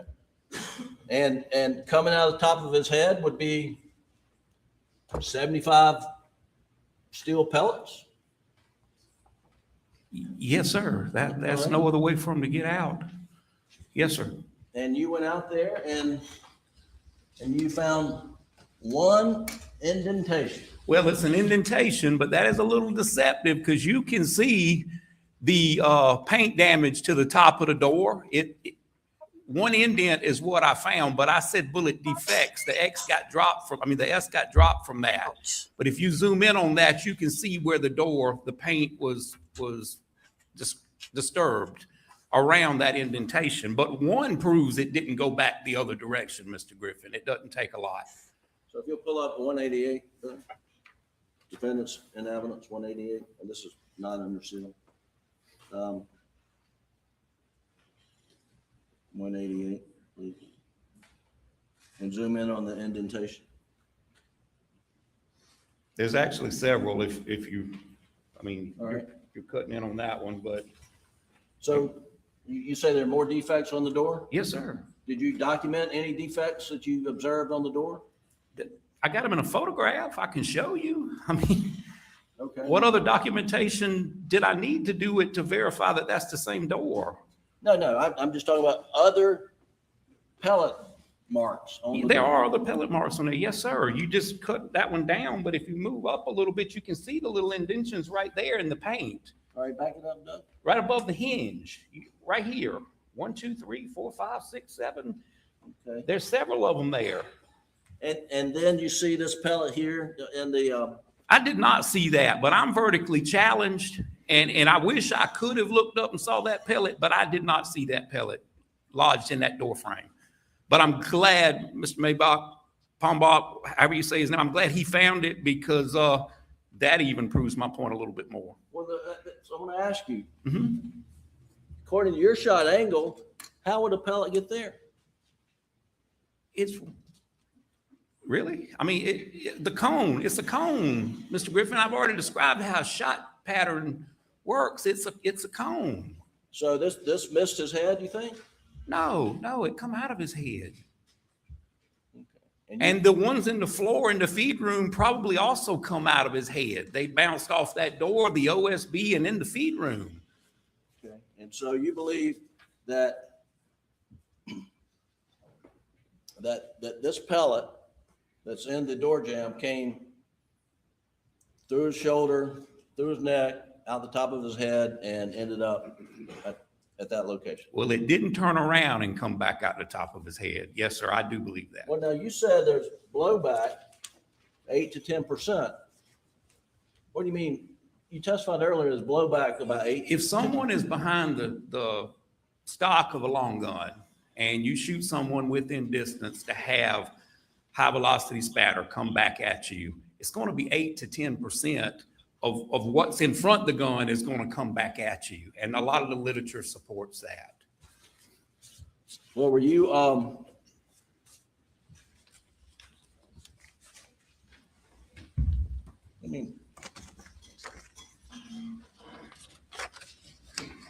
let me show you, and this is under seal. Please cover up, and it's Defendant's Exhibit 192.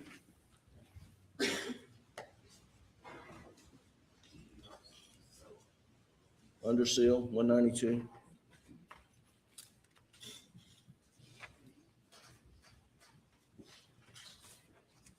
You see that? What? This photo. Yes, sir. Now, this blood spatter down here where you say Paul to be standing, what's your explanation for that? What do you mean, what's my explanation? What is it? That is medium directional blood spatter. From what injury to Paul? Probably his brain hitting the sidewalk would be my best guess, but that's not high velocity. Now, you understand what Mr. Palmbach said was that that's more consistent with Paul being shot from the top of the head, going through his neck, out his shoulder, and producing that stain. I also understand Mr. Palmbach said there's no damage over here from those shot pellets, and you can't have one without the other. I disagree with that result. So you believe this is from Paul's brain landing? Either his Where? brain landing on the sidewalk, bouncing off the door, or either his body falling in body fluids outside. That's low velocity, low to medium velocity. That's not high velocity blood spatter. That's stomping in a puddle of blood or something moving in a puddle of blood. That's not the projected blood like you'd have a millimeter or less in high velocity blood spatter. That's large. It does show some directionality. It's coming from the door frame or either right outside the door frame, but it's large. That's way too large to be associated with the exit hole of a gunshot.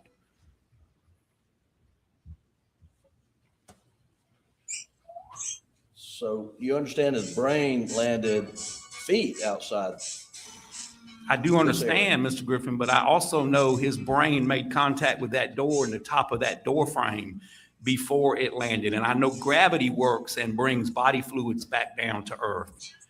You got one or the other, either that or when he fell in existing blood. That is low velocity. Like I said, that's associated with something in a puddle or something large. That's not associated with a gunshot or high-speed machinery.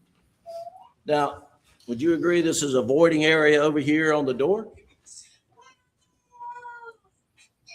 I wouldn't agree it's a void area because I don't see the outline of shoes, or I don't see the outline of a implement or the outline of anything else. I would say there's more concentrated blood droplets over here on the side opposite the hinge, but I would not necessarily agree that's a void area. I see downward spatter on the door right here. For it to be a void, that would have to be absent blood. Well, you see a little bit, I do, yes, sir. but you don't see very much blood on the door. Not do you? compared to the other side. You're correct. Okay. Now, But if there's something there, Mr. Griffin, blocking that spot, you're not going to see a little bit. You're going to see none. If you're standing there and I splash you with blood, there's going to be two perfect bloodless footprints there. So that's why I'm not considering this a void. unless it goes up and comes down. Gravity brings it down. That is right. And if your person had time to move or whatever, I guess that could count for it. But I don't If it went consider. over the person and came down. And that would do what? If body matter went over, brain went over, hit the top of the door, and then bounced out, and blood came down, that would account for a drop here or there, would it not? It could count for a drop here or there, but like I told you, the majority of that force is applied upward. Right. Upward. That's why you got the hair on the ceiling. That's why you've got the demarcation line on the containers. That body fluid was directed upward with force. Okay. And the, you mentioned there's no footprints here. Was any effort made to illuminate footwear impressions through any protein enhancers? I didn't see any of that, Mr. Griffin, if they did. I saw no evidence of that when I went back to the scene. Generally, when you use dye stains and that kind of thing, it's just going to be there forever. Dye stain would have picked up perhaps stained footwear impressions you can't see with the naked eye, wouldn't they? It may have if someone had stepped in blood and left a footwear impression. Right. Well, there's a shooter somewhere, inside or outside the door, correct? Yes, sir, I agree with that. And there's no effort to determine footwear impressions of the shooter. Mr. Griffin, obviously, was there? I don't know. I don't know what the process was. I know they examined some partial footwear impressions, You can take this down, Doug. but I don't know how far they went beyond that. Well, they certainly should have gone further than they did. Would you agree with that? Mr. Griffin, I can only judge what I would do, and sometimes I would, sometimes I wouldn't. If I saw evidence that I had something that I needed some more detail, I would use chemicals, but it just depends on the situation.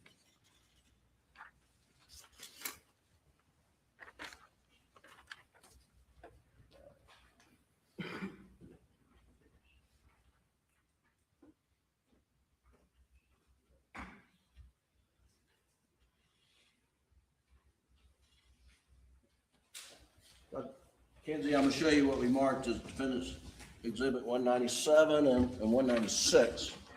And I'll ask you first, 197, do you recognize that as essentially a picture outside the feed room door? Yes, sir, I do. And Your Honor would move 197 into evidence this time without objection, I believe. Are you offering both of them? Yes, sir. Any objection to either? No objection, Your They're Honor. both admitted. All right, 196.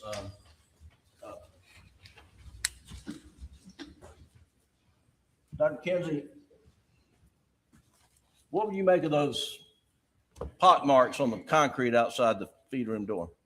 I don't know, Mr. Griffin. I don't know what they are. Could they be pellet? I guess they could be. All right. They could be from a pressure washer also. Oh, you have these? Okay, great. So we're seeing for the jury 197, and then can you zoom in there? Can you, Doug, go to 196, please.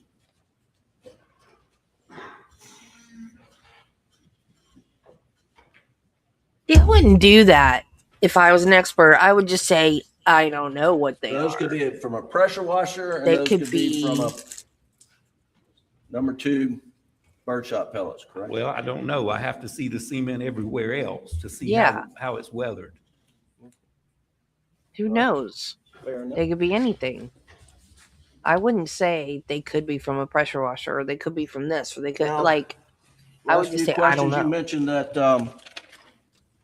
that you had seen some 12 execution style killings with contact wounds to the head. I said I've worked about 36 total. Probably 12 of them were homicides to the head.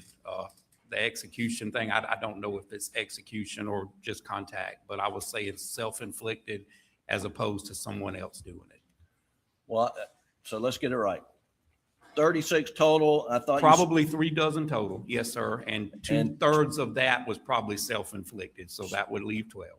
Self-inflicted are usually under the chin and the mouth on the side. Well, the one that I witnessed was to the forehead. To the forehead. Yes, sir. Now, of the 36, how many were shotguns? No, I've worked a lot of self-inflicted gunshot deaths. I was saying shotguns. Oh, About 3 so dozen. 36 shotguns. Yes, sir. Roughly 12. And a couple of them were accidents too, but yes, sir. Okay. And the and how many involved number 2 birdshot? I don't recall. I had some with birdshot. I don't recall if it was number 2, 4, 8, 9. I don't know.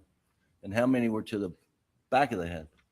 A dozen, probably a dozen were to the head, contact either the back or the sides, or the one I told you about in the front. Okay.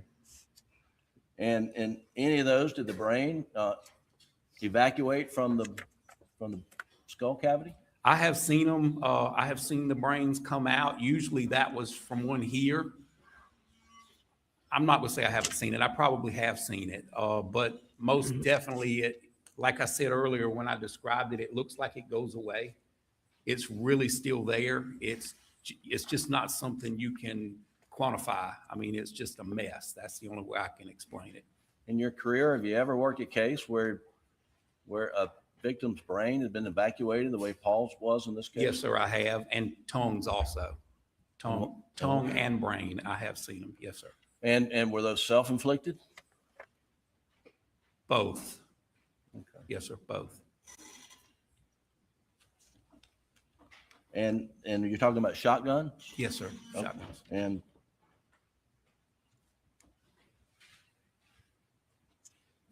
I think you described those as execution style killings. Yes, sir. I would, if you put it on somebody's head from the side or the top, that's how I would describe it. Well, let me ask you, would you describe Paul's murder here as an execution style killing? In the context that someone executed him, yes, sir, but it wasn't in the top of the head. I understand. Yes, sir. And that, and there was no signs of struggle. You agree with that? I saw none. No, sir. And would you agree with Mr. Palmbach that it appeared that Paul got caught by surprise? I've said that from the start. That would account for his arms being down. Yes, sir. And Or someone he was real comfortable with. And even under your analysis, the shooter would have blood, blowback blood on them. Is that correct? I believe they would. Yes, sir. It's just a matter of the quantity between you and Mr. Palmbach as to how much blood would.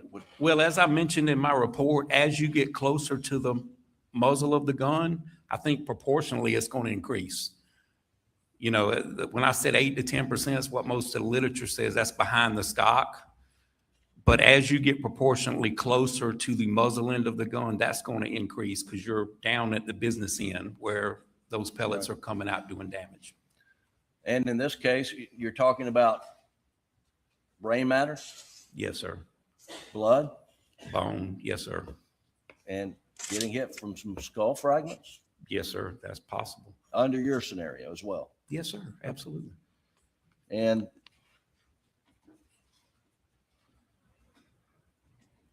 lastly,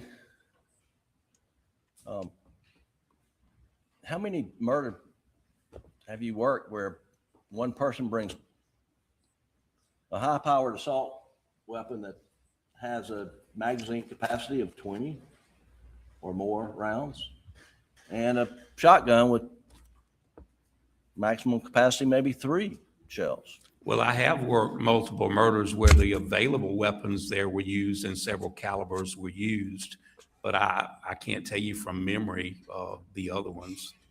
Logically, it would make sense that if you're going to go kill 2 people and you have a high-powered weapon with a high capacity magazine, that was all you need to do the job, right? Well, if the weapon's available, Mr. Griffin, if it's there and it's available and maybe it wasn't something that I put a lot of thought in, I'm probably going to use whatever's available. Well, here we know there were 2 weapons available. There was a 12-gauge shotgun and a AR-15 style 300 blackout, Yes, sir. and both were used. Yes, sir.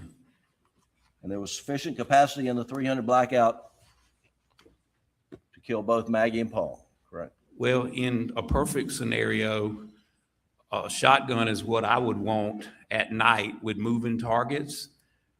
But in a perfect scenario, a young man doesn't take a double-aught buckshot to the middle of the chest and walk away from it. So I don't know. I don't think like that. I don't know. But in the dark, I'd rather have a shotgun than that rifle.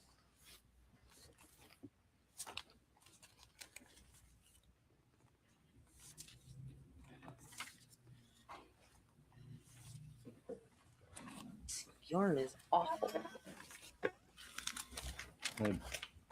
Courts and builder. Just a second.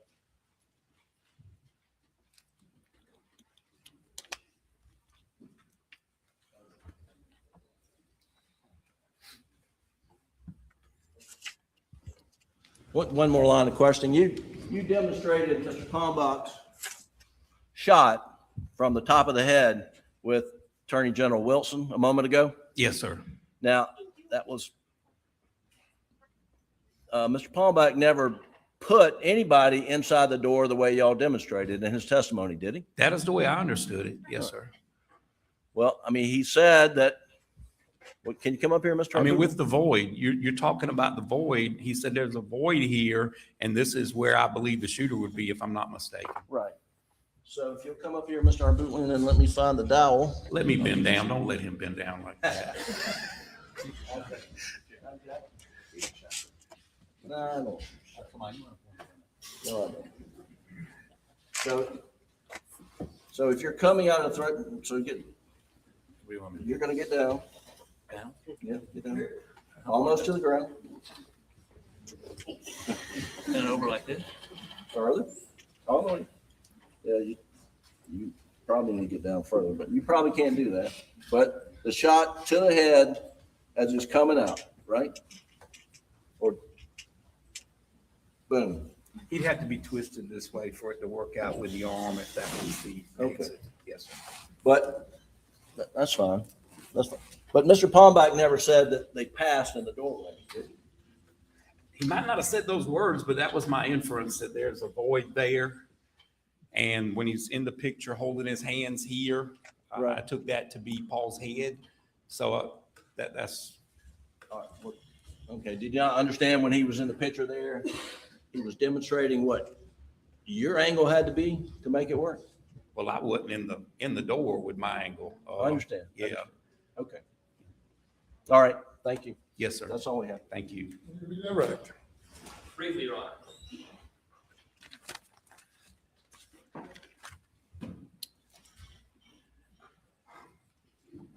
All right. Dr. Kinsey, you've had an opportunity to speak with with Dr. Reimer, the pathologist that actually examined Maggie and Paul, correct? Yes, sir, I have. And you had an opportunity to observe and listen to the testimony of Dr. I think it's Eisenstadt, who was the pathologist that did not examine Maggie and Paul, correct? Yes, sir, I have. You've also had an opportunity to go to the crime scene and observe the feed room, observe the areas where both Maggie and Paul were murdered, correct? That is correct. You've had an opportunity to observe all the brain matter and tissue and the defects in the doors and the wood and everything and get a complete context for what happened that night, correct? Yes, sir, that is correct. Is Dr. Reimer or Dr. Eisenstadt's conclusions about the trauma to the bodies, which one of them is more consistent with what happened at the crime scene as you observed with your expert background? Well, I'll start by saying I don't know either one of them from a can of paint. This was my first time ever meeting Dr. Reimer, but my opinions are consistent with hers. I vary a little bit on the distance, but like I said, I'm not going to argue with a pathologist. I'm not that kind of doctor. Real quick, you differ with her a little bit on the distance of what? Of the fatal shot to Paul's shoulder, I believe it was a little bit closer, and I can't account for that lack of stippling. But other than that, her opinions and my opinions are fairly consistent. But that would not change, that difference of opinion would not change your conclusions either way. No, sir, they would not. For the sake of this redirect, let's assume for a moment that the angle of impact and the direction that the defense posed were accurate. Are there other variables that the defense expert didn't account for that could change the height of the shooter? Well, as I demonstrated, positioning, distance, height, the way you're holding the weapon that could place those cartridge cases there. It's nothing uniform about it. As I said, it's static and dynamic. So the shooter is running around and the victim is moving, correct? Yes, sir. It's chaotic. Yes, sir. It's crazy. Yes, sir. I would imagine it was. There's no way to know, unless you were there, how the gun was being shouldered, where it was being held, the angle. There's no way to know that. I have no way of knowing that.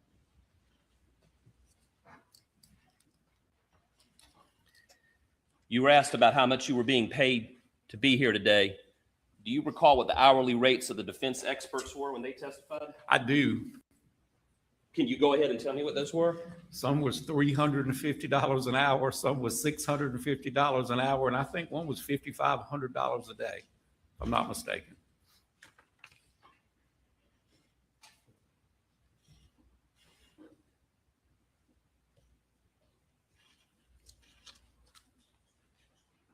Oh.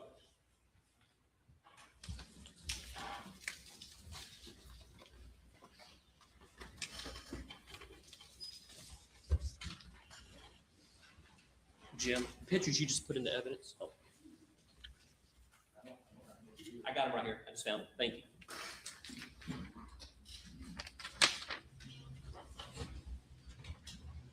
Okay, I'm showing you what's marked as State's Exhibit 197.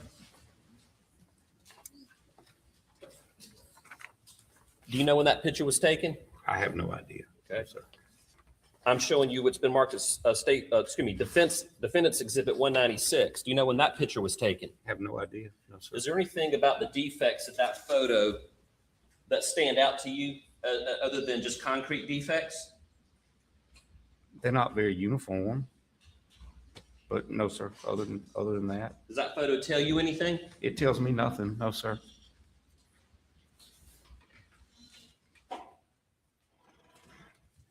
That's all I have. Thank you. You're quite welcome. Anything further? Thank you. You may step down.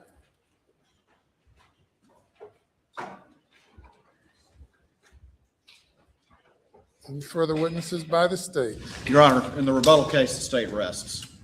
Ladies and gentlemen, the state is rested. I'm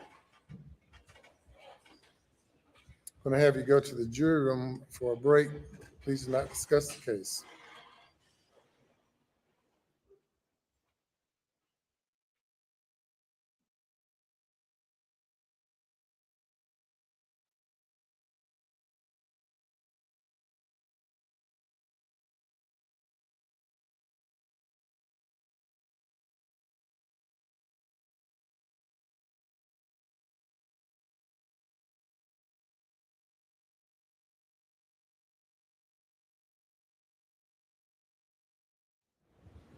Everyone be seated.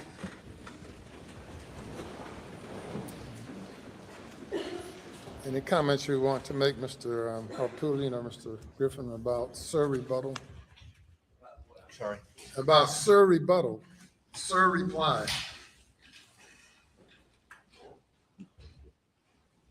No, thank you. All right. So we run out of time today as far as the jury view. We're going to take a recess for me to confer with counsel.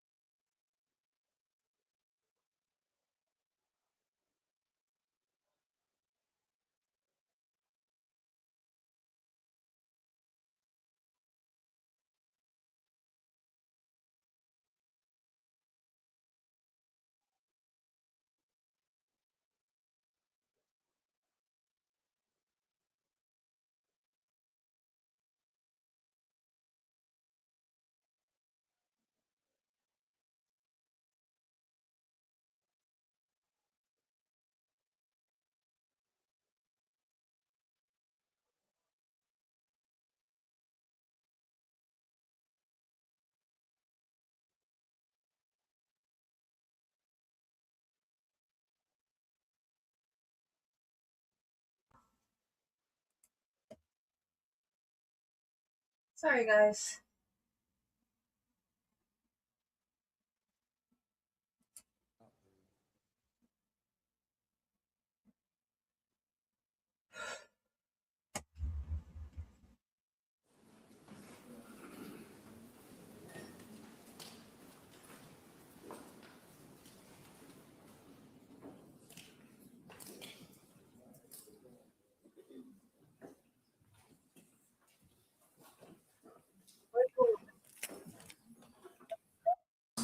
You can only ask me.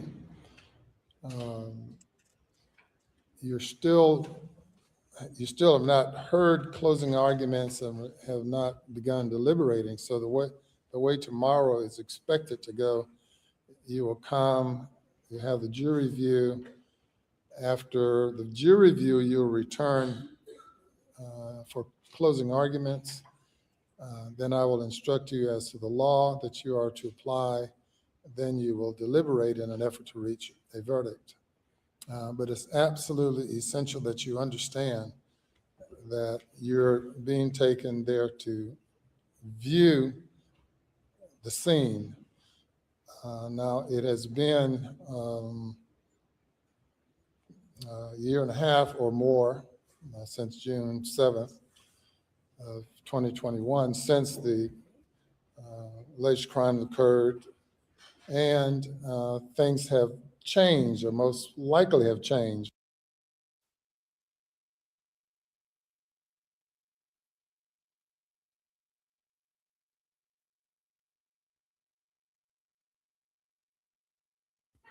Judge Newman presiding.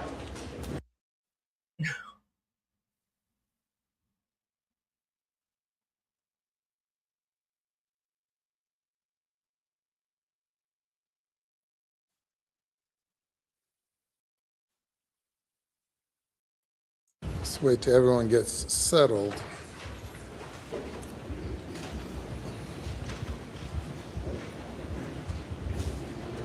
All right, welcome again, once again. Day number 27. And you have heard all of the testimony, received all of the evidence. You've visited the scene of the alleged crimes. And now it's time for closing arguments. First, by the state, Mr. Waters. Thank you, Your Honor. May it please the court.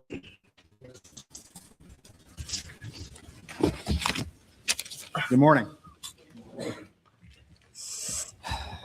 Thank you, Marty. It's been a long trial, hasn't it? On June 7th, 2021, at the Moselle property in Colleton County, Maggie Murdaugh and Paul Murdaugh were brutally and maliciously murdered at the kennels by Alex Murdaugh. Paul, as you know, suffered 2 shotgun blasts. Maggie suffered 5 blackout rifle wounds. And after an exhaustive investigation, there is only one person who had the motive, who had the means, who had the opportunity to commit these crimes, and also whose guilty conduct after these crimes betrays him. The defendant was the one person who was living a lie. The defendant is the person on which a storm was descending, and the defendant is a person where his own storm would actually mean consequences for Maggie and Paul, and consequences for those who trusted him. And that person is the defendant, Richard Alexander Murdaugh. I know this has been a long trial because it's a complicated case. And I'm not going to talk forever, I promise. But I am going to try to distill this down for you. And the first thing I want to do is set the stage. And to set the stage, we have to understand a little bit about Alex Murdaugh and who he was and who he is. He was a person of singular prominence and respect in this community.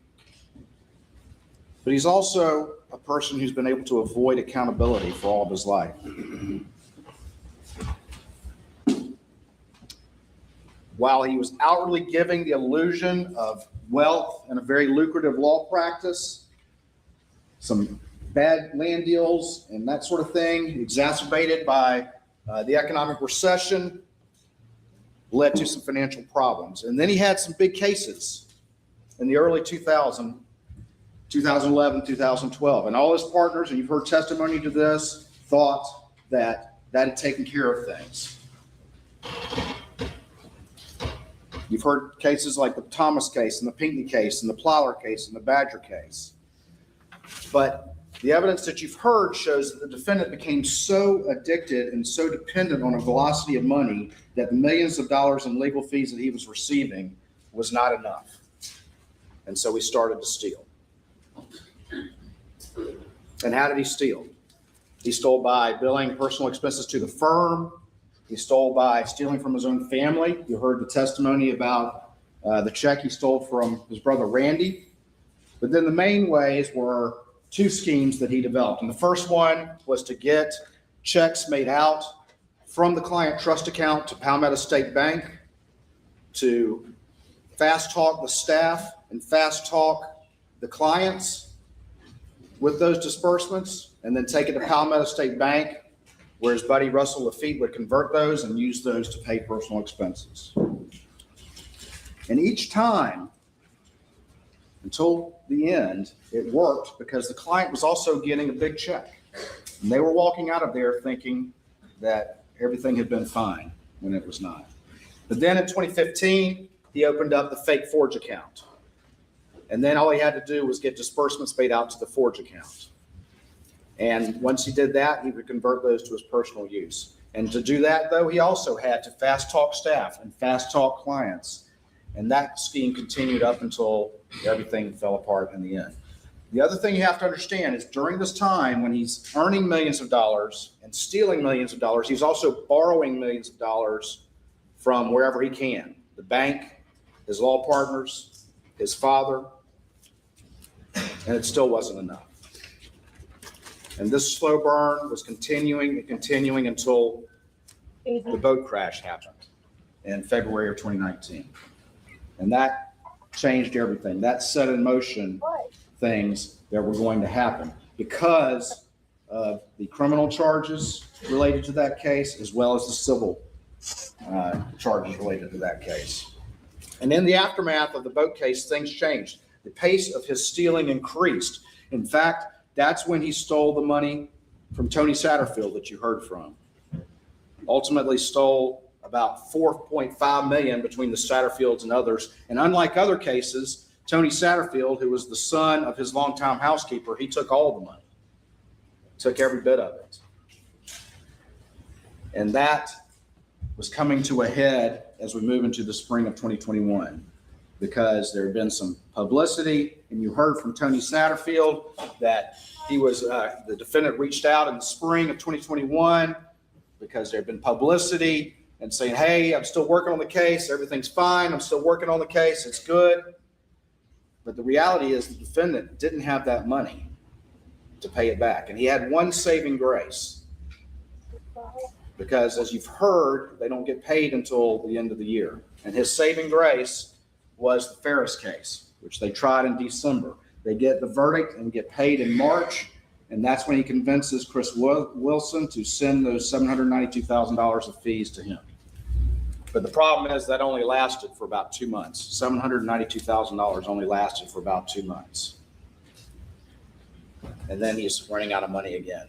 Meanwhile, you've heard in the boat case that Mark Tinsley was seeking to get a large personal recovery from Alex Murdaugh of $10 million because he thought, as many people did, that he was wealthy and had a lot of money. And when they said he didn't, he filed a motion to compel. And you've heard testimony about whether or not that had been granted, but it doesn't change the fact that that's what Mark Tinsley was seeking to do. And that boat case hearing had been scheduled for June 10th. In May of 2021, as we move into June, that's when Alex's own paralegal got the expense check for the Ferris case, but not the fee check, and tried to raise that to Alec and couldn't get a straight answer, tried to raise it to Chris Wilson and couldn't get a straight answer, to his office. And so goes to Jeannie Seconder, and Jeannie Seconder goes to the partners, and they can't get an answer about that either. And they want an answer to that because they're worried, because Alec has been talking about structuring fees, and they're worried he may be trying to hide assets because of the boat case. And I they don't want to hate be a you, part of Jill.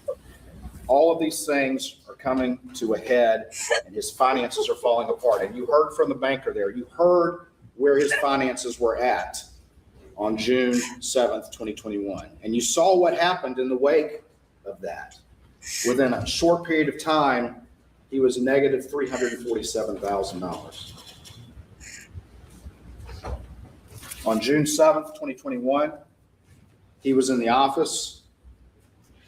He was working on the boat case, working on those financial disclosures, when Jeannie Seconder came in and confronted him about those fees that he no longer had and couldn't pay back. I do love you. And on June 7th, 2021, and he tells this to Jeannie Seconder, his father, Randolph, is having a very difficult time. And while they might have said it was some positive news, the reality is that he was very, very sick. And he had always been someone that the defendant could go to, that he could borrow money from. And so that pressure is happening as well. And on June 7th, 2021, as all these pressures were mounting, the defendant killed Maggie and Paul. And how do we know that? We're going to talk in detail about that. But the timeline puts him there. The forensic timeline puts him there. Hey, Robbie. The use of his family weapons corroborates that. Just in And time his for closing lies, argument. guilty actions afterwards confirms it. And we'll go over each of those in great detail. Before we get to that, though, I want to finish out, because in the wake of this, everything changes. All those things that were coming to a head immediately go away. It's a different world now. They're not asking about the Ferris fees anymore. And you heard testimony to that.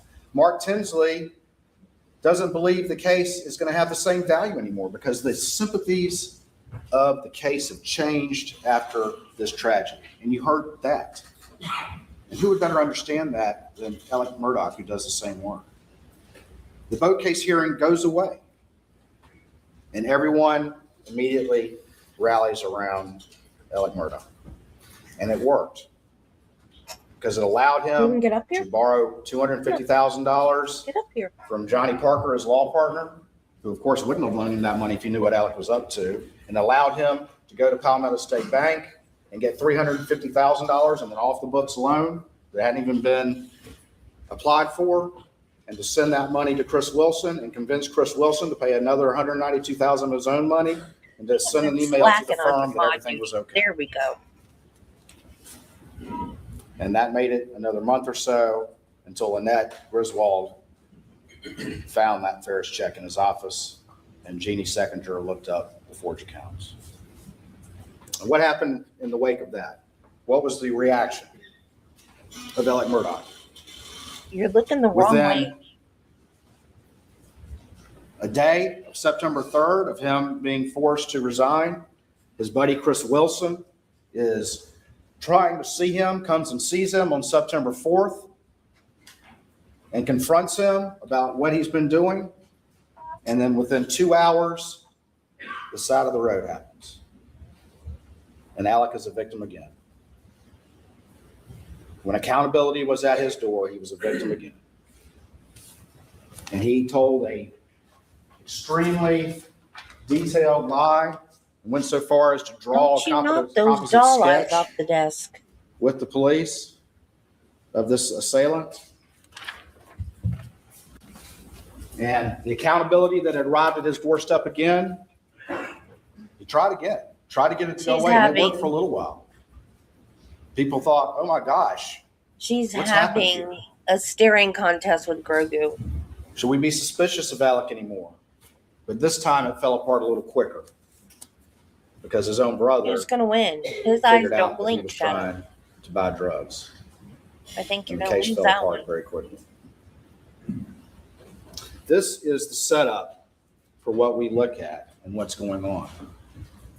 His And eyes it are seems blinking. like a story that's far Bordered on. removed from most people's experience because it don't blink. is. It is a different story like has never been seen before. But the reason is that he is a different man than the kind of stories that we've seen before. This is a different set of circumstances than we've seen before. And it's certainly easy to understand when you have a middle-aged man who's outwardly successful,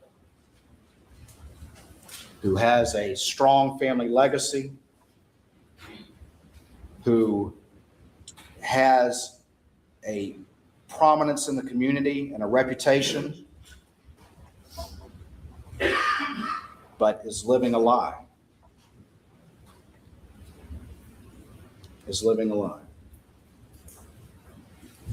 And that leads to and can lead to those pressures being overwhelming and actions like this happening. Husbands have been killing wives, unfortunately, for years, and husbands killing sons goes back as far as King Herod, probably further. When those pressures mount and someone becomes a family annihilator.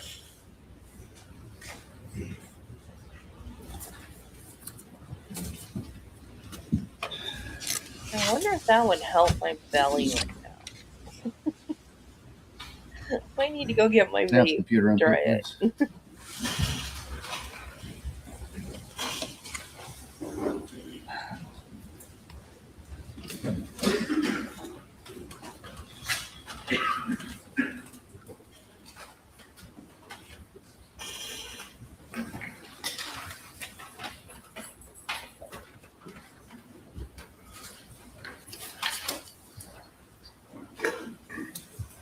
All right. We got to do a little law school.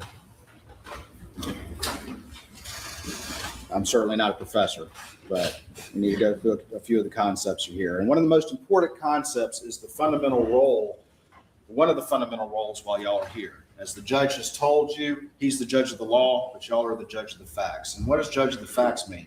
Well, a big part of that is that you determine credibility. You determine believability. You determine which witnesses you want to rely on or not rely on. You can rely on a part of a witness's testimony, all the witnesses' testimony, one against many, many against one. It's up to each one of you individually to make that determinations and decisions, and then to collectively discuss those into a group decision. But credibility is important. Is it believable? Is what somebody's telling you believable? Medical's legal here. And there's many things you can consider in credibility, but a few of those are the demeanor of the witness on the witness stand, whether the witness has a reason to be biased, I don't know if it'll help. whether the testimony of the witness was contradicted on one hand or supported or The corroborated on another, spasms in my belly or not. whether the witness has been dishonest in the past. And again, you can believe witnesses all against one, one against others, and you can believe portions of a witness's testimony as you see fit. Same thing goes for experts. Expert is a legal determination that allows them to give an opinion.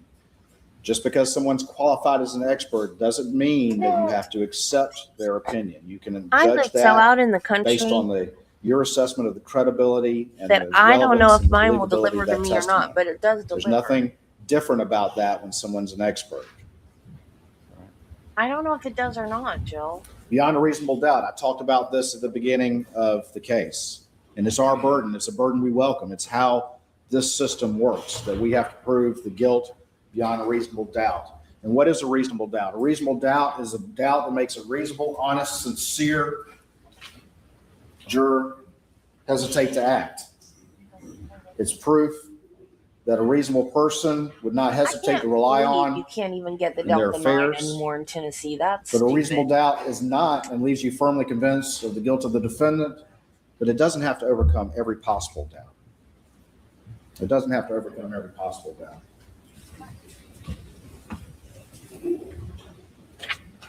I used to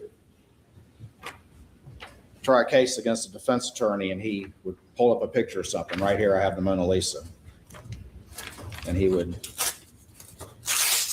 tear off a piece like that and say, ladies and gentlemen, that's reasonable doubt. And my response to that is, you still know what this is, right? You still know what it is. And that's reasonable doubt, okay? If you still know what it is and you're firmly convinced, then it's your duty under the oath that you've taken as the law, as the judge will give you the law to convict the defendant. Direct and circumstantial. Directly proves the existence of the fact, and circumstantial evidence is proof of a chain of facts and circumstances indicating the existence of that fact. And we talked a little bit about that at the beginning. Sometimes people in common discussions will say, oh, the case is just circumstantial. But the law says that doesn't matter. The circumstantial evidence can be just as good as direct evidence. It is just as good. It makes no distinction between that, and the judge will charge you on that. There's no greater degree of certainty required of circumstantial evidence than of direct evidence. The circumstances must be consistent with each other and when taken together point conclusively to the guilt of the defendant. And I gave you all an illustration at the beginning. I'm not going to redo the whole thing, but about being Pharmacies inside. deliver drugs all the time to And you nursing go homes outside and it starts hospitals raining, and then stuff, you know though. it's raining, okay? Because you got direct evidence, you're getting wet. But if you go inside and you're in a closed room and all of a sudden it gets dark and you hear thunder and you hear the wind rustling and you hear the rain coming down on top of the roof, and then after an hour or so you go outside and the sun's shining. Next there's year limbs all down sometime. in the yard, and it's wet as far as the eye can see, and there are puddles in the yard and puddles in the driveway. Is there any reasonable doubt what happened, that it rained? Next year, because apparently there's new Again, evidence. I'll say it again. Supposedly, I guess somebody could have sprayed the whole I neighborhood think with a hose prosecution's ready to and go. blown a fan to blow the wind down, Who? blow the limbs down. When, Judy, like fall winds, of next but That's not a year? reasonable doubt, ladies and gentlemen. Circumstantial evidence can be just as strong as direct evidence. It is just as strong. The law makes no distinction just because it's circumstantial. All right, let's talk about murder. Murder is the willful killing of someone with malice aforethought. It's the unlawful and willful killing of any person by one with malice aforethought. The crime of murder is really, as far as the elements go, fairly simple. The operative terms here, the most important terms are malice, which is the mental state that the person must have, and aforethought. But let's talk about those. What exactly do they mean? Malice, and it can be any of these. It can be the hatred, ill will, or hostility towards another, but it also can be the intentional doing of a wrongful act with an intent to inflict an injury under the Creighton, circumstances that the hatred, law ill would will, infer or an evil hostility intent. towards another is not the legal It could be definition a of general malice. malignant recklessness of the That's lives and safety of others. It could be a wicked or depraved That's spirit the intent on doing lay wrong. definition. It could be using firearms, shotgun in a blackout to blow somebody away. That can be malice, ladies and gentlemen, if that's what you decide. A forethought. April. Sounds like it has to be planned, and certainly Oh, planning would account thank for you, a Judy. forethought, but it can may be conceived at the very moment, a split second, or in conjunction with the act. So a forethought doesn't require planning for that malice to occur. All it has to do is exist in the moment, just a split second, or in the moment Harpootlian wanted that it in the the act fall. occurs. So when that trigger's pulled, as long as there's that intentional doing of a wrongful act, intent to inflict an injury, that would be an evil intent, a malignant recklessness, which you can infer from the circumstances of the case, then that's all you need. And how do you do that? I said infer, because people don't always Yeah, we've not yell gotten very out far. what their intentions are. You have to infer it from the circumstances of the case itself.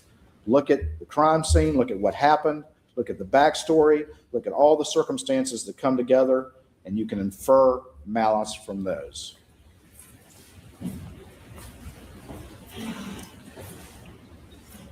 Last little bit of law school. Malice and drugs. Voluntary intoxication does not impair a person's ability to act with malice aforethought. That's a legal principle. If you voluntarily get intoxicated, it is not a defense to a crime, and it does not negate the malicious nature of that crime. If one voluntarily intoxicates themselves, they are just as responsible for their actions as when they are not intoxicated. And the judge, again, take what the law comes from the judge, but this is a legal principle that you will hear. Voluntary intoxication is not a defense to a crime. And why does the law say that? Well, you can't take whatever it is and deny responsibility for what you've done under the law. All right? Squirrel. But, Marty, you're going to love this. They just passed a law in Florida that if you get pulled over for speeding or, taillight out or whatever, and a cop smells marijuana in your car, they cannot search your car for marijuana anymore.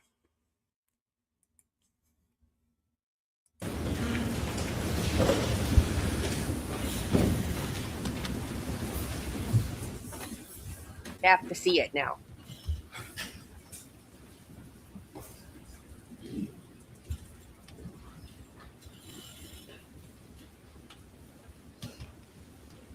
I'm going to move through this quickly because we've already talked about it. And just for scheduling, I'm going to have to stop my argument so that we can all eat. But I'll give you all a chance to get away from this for a little bit. But I'm going to go ahead and go through some of this that we just talked about, but very quickly. You Gathering do, Jill. storm in Alex's life. I've got We an talked extra about room. the family legacy. You heard how important that was to him and how important that was to this family and how it was in danger because of the boat case. The criminal charges as well as the civil charges. That legacy was in danger. And it was threatening also Where to you expose live. him for who he really was. Where I live. Which would totally destroy his part of that legacy. Lose his career, lose his bar license, face consequences like he's never seen. Well, let me just say.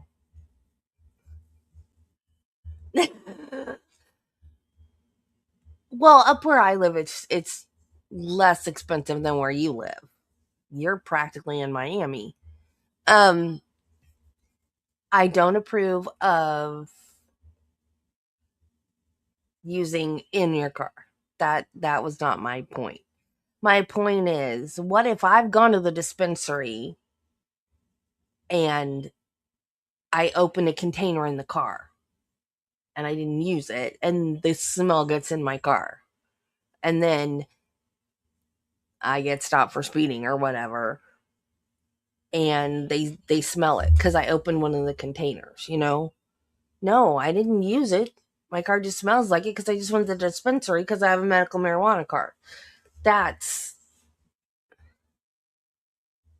is why I didn't like that. I always hated that because I always thought, what if my car or I opened it and spilled it? And, because I'm a klutz. Who knows? I was always like, what if they smell it in my car? Although most of the containers are made to where you can't smell it. They're like airtight, but still, I always thought, what if that happened to me and they smelled it? So I've always, when they changed that, I thought, oh, thank goodness, because I don't have to worry about that now.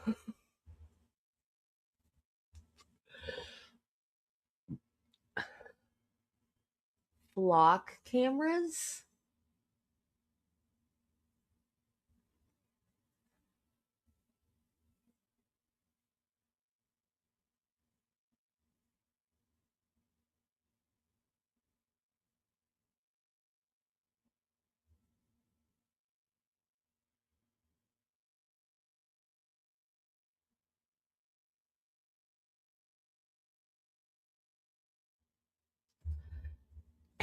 I don't mind those cameras.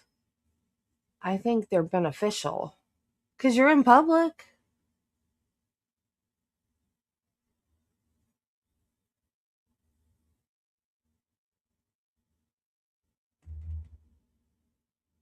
What do you mean they use AI? They don't just take a picture of your car?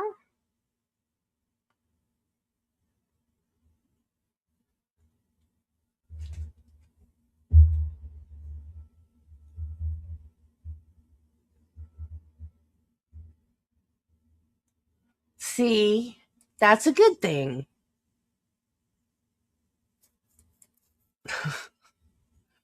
I think they're beneficial. Also, before I got my Easy Pass on my car to pay for my tolls, those cameras took a picture of my plate, and then they just sent me a bill. And I loved that. I hated the old system where you had to keep stopping and throwing quarters in this stupid thing. Yeah, like out here where we live, we don't have them either.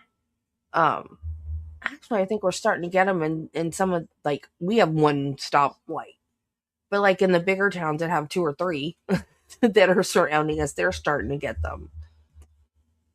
But yeah, I think they're, especially in like big cities, because then if there's crimes, no,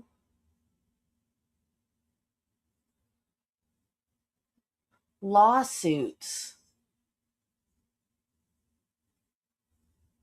because they found out that they used them because of the cameras. They found out that they were stalking the women, right?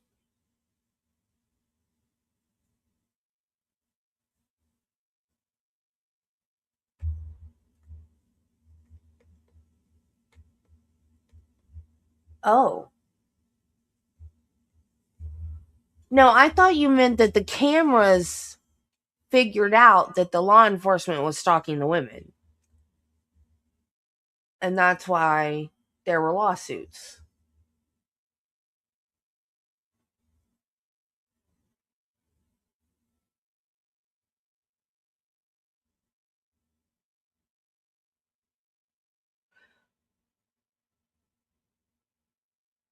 Okay, so it goes both ways then, I guess.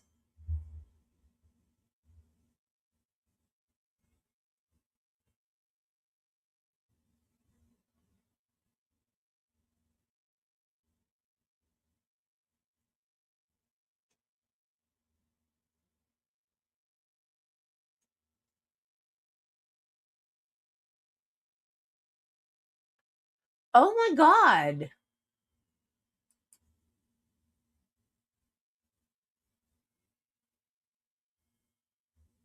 That's awful.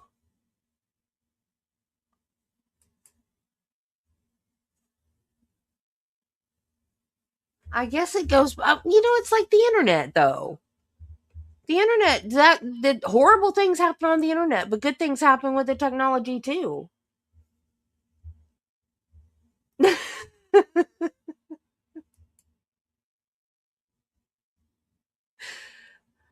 But that's true of most anything. There's pros and cons of anything.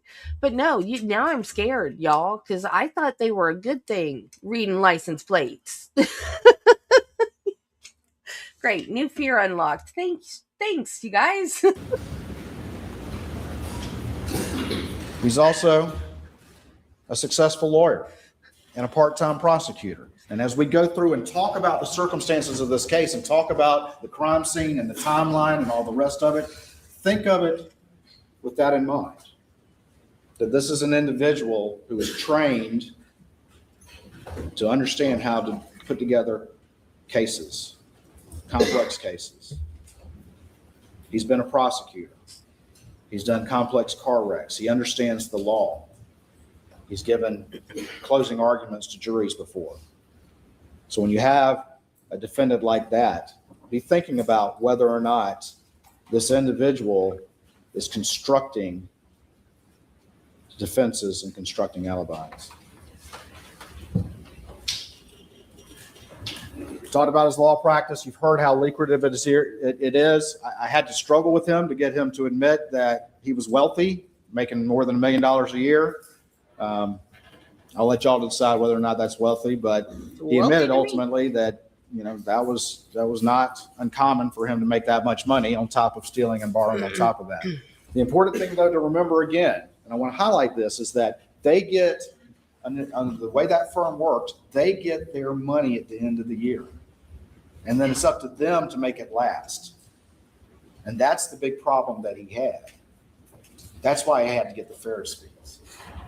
He can't, if he's out of money in May, he's not going to, unless he can borrow it or steal it, he's out of luck. And the hounds were at the gate.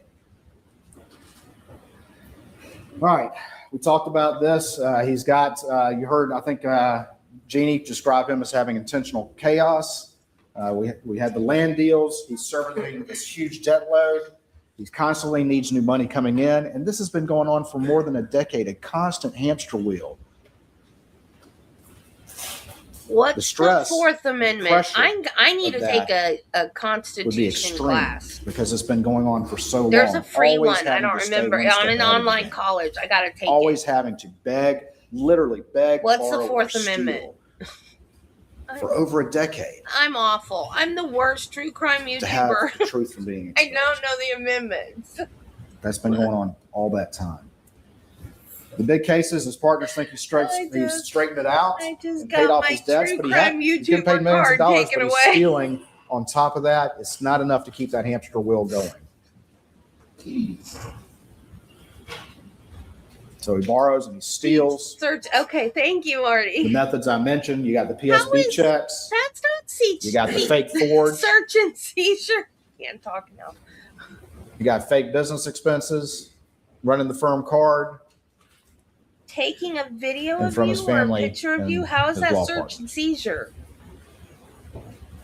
Each one of these depends on him being able to sit down and look someone in the eye and convince them that what they're doing is right, when in reality that wasn't happening. And all those clients trusted him based on those. Well, Michelle, you're supposed to And come we to a sat there and complete went stop. through that, and it may have been exhausting, and I apologize for that, but he couldn't tell you about one conversation that he had that stuck with him. That's how easily it came to him. Is that relevant to your consideration of what he had to say to you? That's for y'all to decide. Couldn't name one conversation. Just had that same answer that he had rehearsed. And didn't want to talk about any of those individuals who trusted him, as he looked you in the eye and asked you to do the same. Down to the bottom. It's not just the clients too, it's his okay. staff. They're doing the paperwork. They're filling all that out. He had to fast talk them as well.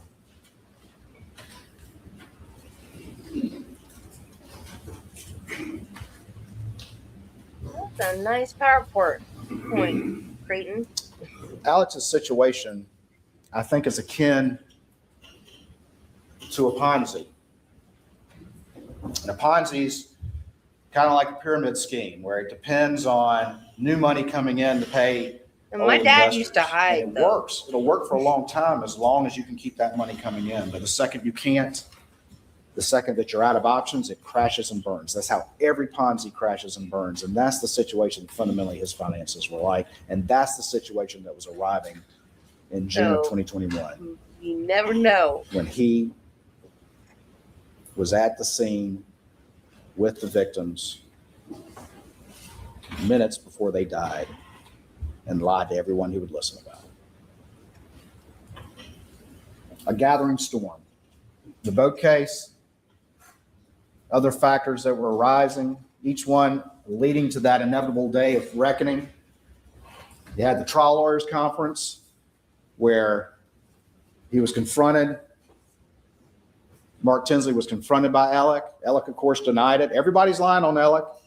Alec's telling you the truth, even though everyone who knew him had no idea who he was. Everyone. My friend No calls one it knew a who he slow really and go. was. The people who came in here and said we thought this about him, not a single person knew who he really was. That's how convincing he is. But he denies this confrontation. When Mark Tinsley was like, he bows up on Mark Tinsley. He's like, what you doing, man, about the boat case? And Mark says, you're going to have to pay money to the Beach family. Millions of dollars. Alec doesn't have that. He's barely one step ahead of the game at this point. He doesn't have insurance coverage anymore, or at least not a big umbrella policy. And why? Because his insurance company dropped him after the Satterfield case. Insurance company thinks the money went to the Satterfield boys, but it didn't. They don't know that he's stolen it all, but they don't want to insure him anymore. So he doesn't have that to help him pay the Beach case. And so what's the one hope he has? And that's the Ferris case. And it's tried, and you get a verdict in February of 2021, $792,000. And eventually, he tells Chris Wilson, I'm going to structure those, which is a lie, and gets the fees sent to him in March. And is spent in 2 months. But the boat case isn't going away. Mark says, show us your books if you're telling me you're broke. I think his testimony was, they said that he could probably cobble together $1 million, which I guess that's broke for him, but it wasn't enough. And so they refuse, and that's what leads to the motion to compel. And there's been a lot of argument about, oh, is that going to be granted or not? Or the judge have granted it? What we do know is that Mark Tinsley said that's what he was seeking to do. And he was seeking to do it because he had been told by the defense that he didn't have money. So he's like, prove it. None of us believe that, knowing what we know about you in this community. Prove it. Well, Alec can't have anybody subpoenaing his financial records because it's all going to be apparent. That Ford account is going to open right up. He can't have that happen. It will all end. He'll lose his career. He will lose his livelihood. He will face investigations and consequences like he's been able to avoid his entire life. But if he can just stay one step ahead, just 1 month longer, 1 day longer, then he's never going to have to face that accountability that he has to face.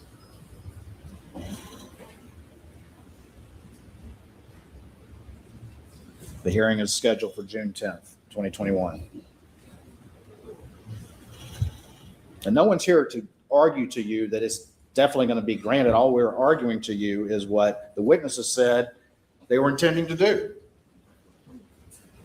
And as you've seen in court over the past 6 weeks, things happen and a process starts. And once that process starts, there's a conclusion to it. There's a conclusion to that.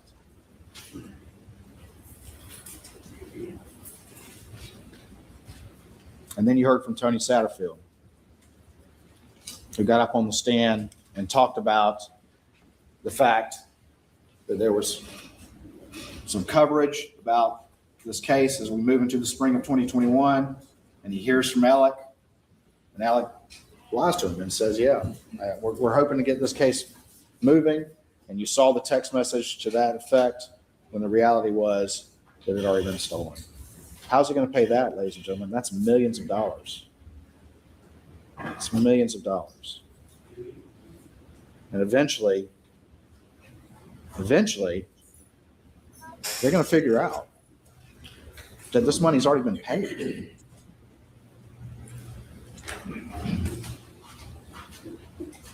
The insurance company thinks it's gone in the right place.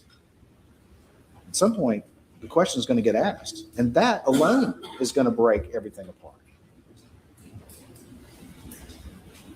Ferris case, this is when his paralegal finds the expense check and not the fee check. And I've already told you this part of the story, and y'all have heard the testimony, but it sets off that inquiry from the second juror. So now we have this on top of everything else that we're mentioning. This is like nothing he's ever experienced. He's always been able to stay one step ahead of the game. But after the boat case, his appetite's increased greatly. He started stealing millions of dollars, and now he's running out of options, and all these factors are converging. They're converging. And they're converging on 1 week One day. When that arrives, his father's in the hospital. There's a confrontation with Jeannie. Alec tells her, manages to ward off the conversation by saying Mr. Randolph is terminal. He, of course, denies that, so I guess Jeannie's lying on him too. But that's what she says happened. He's working on the boat case. And then the tragedy happens. And it worked. It's not the only reason, but it's part of the reason. The pressures on this man were unbearable, and they were all reaching a crescendo the day his wife and son were murdered by him. All on that day. And in the wake of this, everything changes. People stop asking about these things. The community has changed like you would expect. People are concerned, they're scared, they're worried. And everything's changed. The backlash from the boat case has gone away, and all of that has changed. And that's why Mark Tinsley thought his case was over.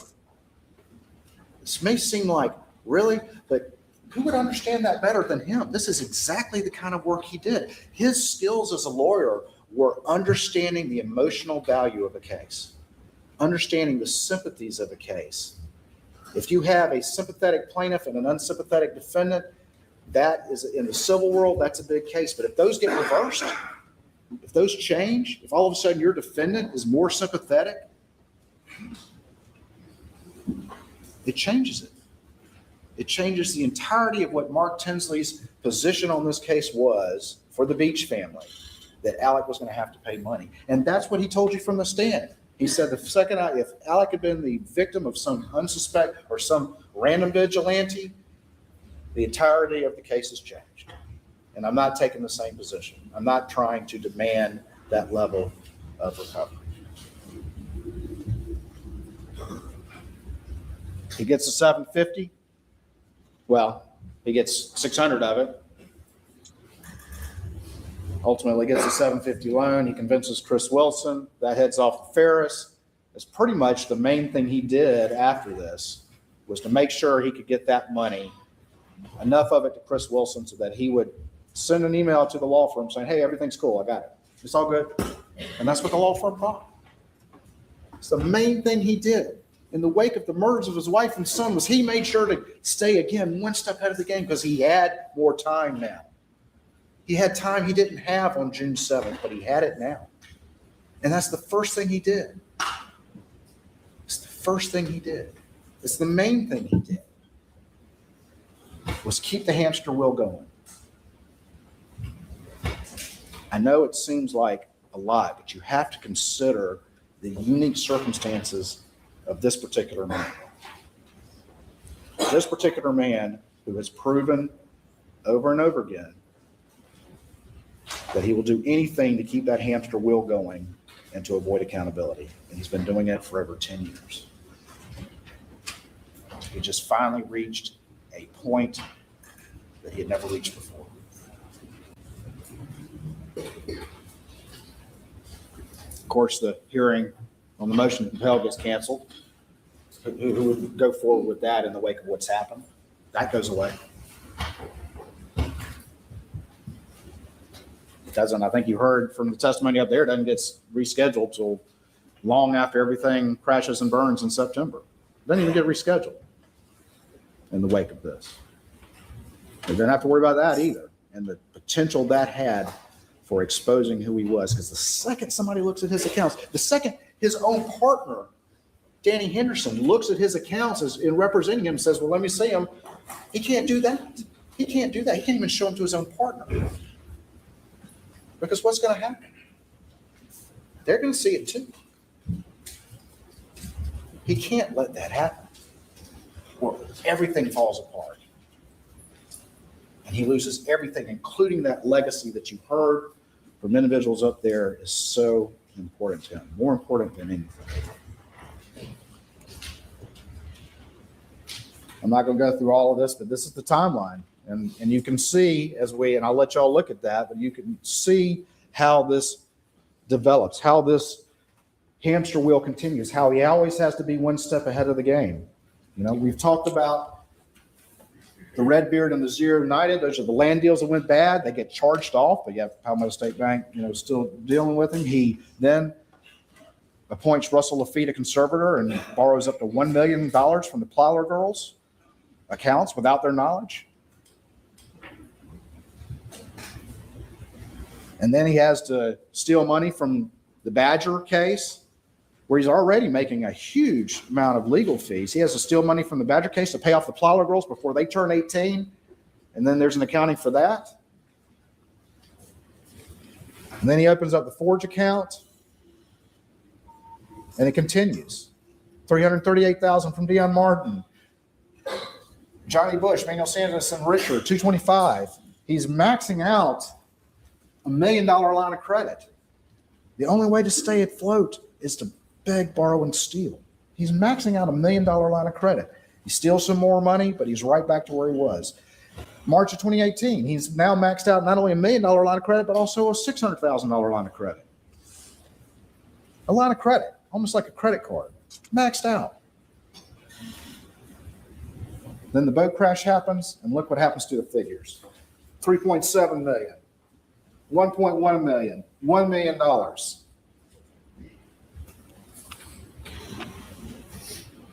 And then you have the double homicide.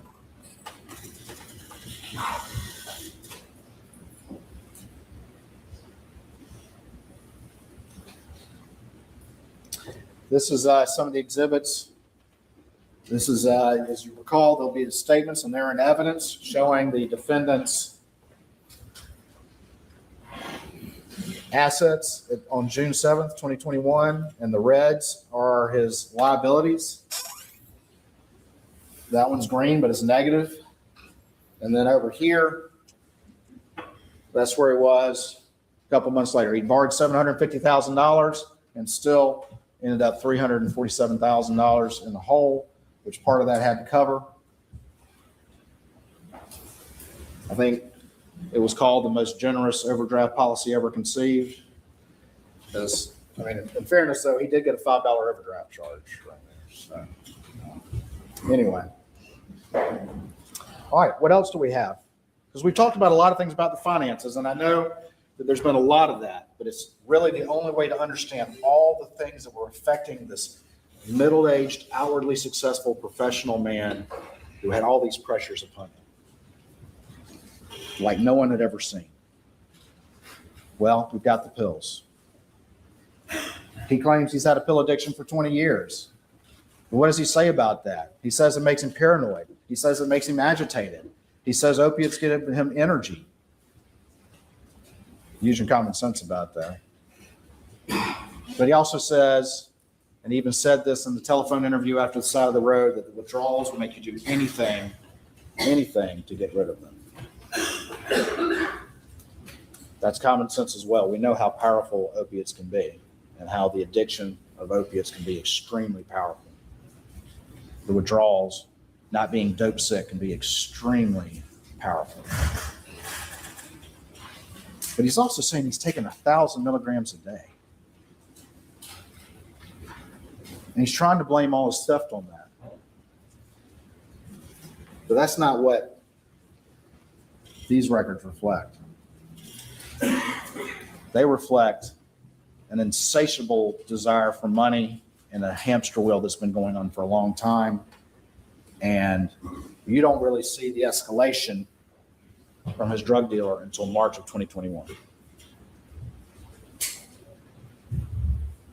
I would ask you also, one of the tenets of juries is Florida was going to get rid of common those sense. stickers That's what on you're here for, the is for an individual and tags, a and then collective change common their mind. sense. Common sense, 1,000 milligrams a day. Does that sound survivable?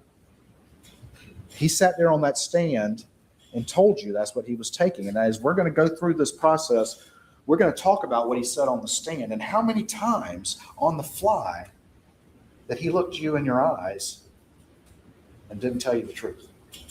He's very good at it. His own partner said that. He's very, very good at it. He is obsessed with Alex looking people in the eye. Leave it to you to decide whether 1,000 milligrams a day is survivable with opiates. And if it was, that you could still engage in work, have a successful practice, and then on top of that, engage in these complex conspiracies to I wish steal I could do that. and I fool guess I could if everyone I asked. and live a life and have people outwardly think that you're, who you profess to be in public.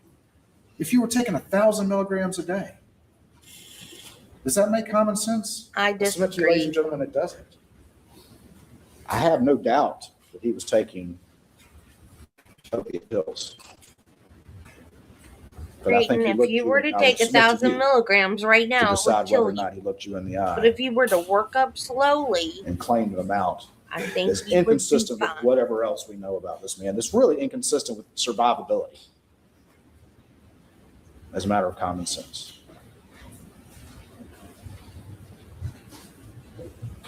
He can never I function at the level Don't he's know been that functioning. for a fact. Keeping up with these but- pressures, staying one step ahead for over a decade. If he was taking Logically, that much dope. knowing how opioids work, I would it submit to makes you. sense. Just one other lie that I would submit to you as a lie that he's trying to get you to believe, to feel sympathetic for him, as if the dope was the cause of the money and the cause of his issues, when the reality is it wasn't. This had been going on for a long time, and the finances proved differently.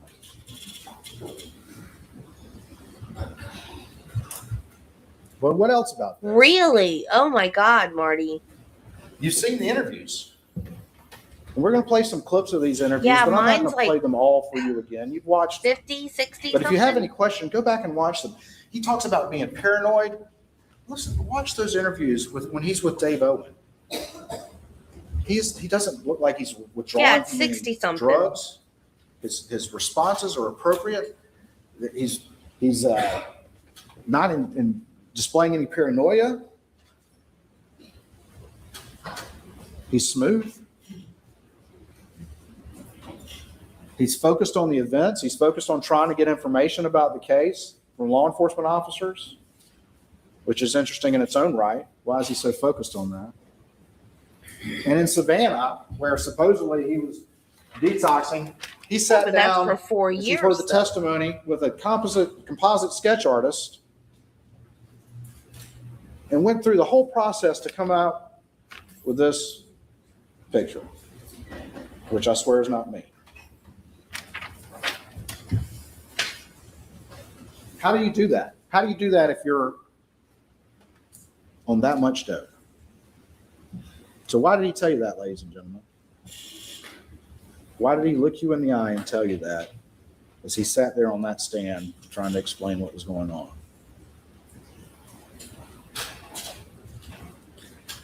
It's interesting also that in one of the interviews with law enforcement, there were 3 interviews, June 8th, June 10th, and August 11th, before we get to the side of the road, that he mentions that Paul was a little detective. That's very interesting for him to mention that, because you heard from Marion Proctor, Maggie's sister, that Maggie called Paul that, the little detective, specifically in reference to Paul paying attention and trying to keep Alec from taking pills. Why would he bring that up? That's an interesting thing to bring up, because that was what that was in reference to. And what do we know? We know that in May, if we talk about all the pressures that are coming upon him, all these financial things that we've talked about, this exhausting hamster wheel that's been going on forever, the need to beg, borrow, and steal, stay one step ahead, and he's running out of options there. On top of that, we know in May that Paul sends a text to him saying, "Mom found some pills. We need to Hey, talk." Aurora. Mom found some pills and we need to talk.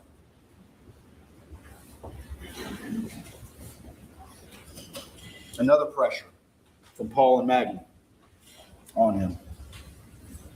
And if you look at the texts, the weekend of the ball game on June the 7th, and those are in evidence,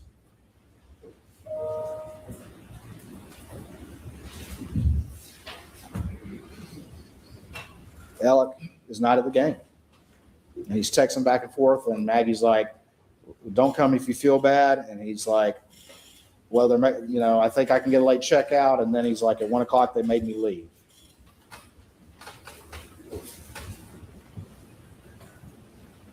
I submit to you, it's a reasonable inference they were on him at this time. They were watching him like a hawk.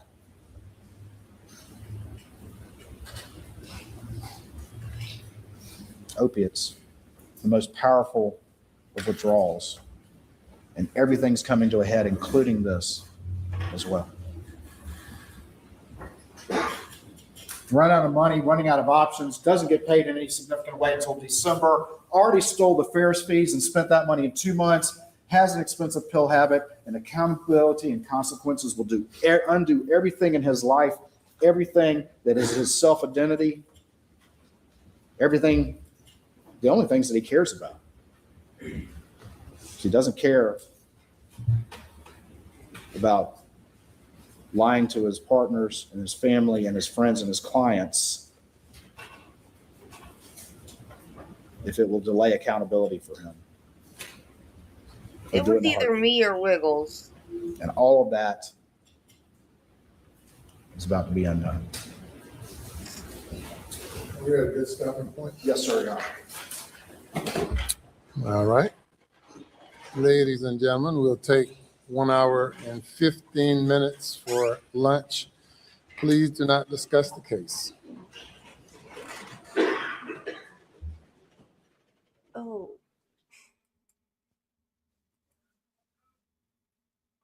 We broke it up into 2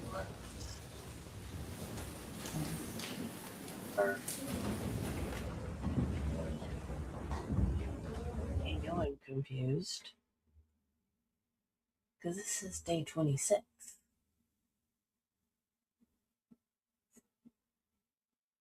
Okay, well, that looks like Jim. So that can't be right. Hang on, you all.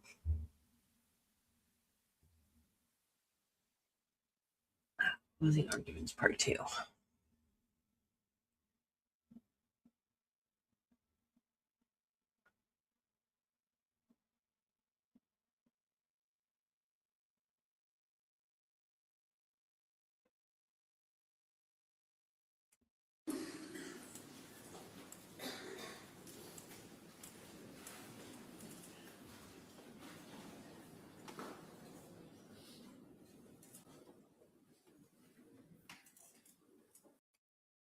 Guilty acts.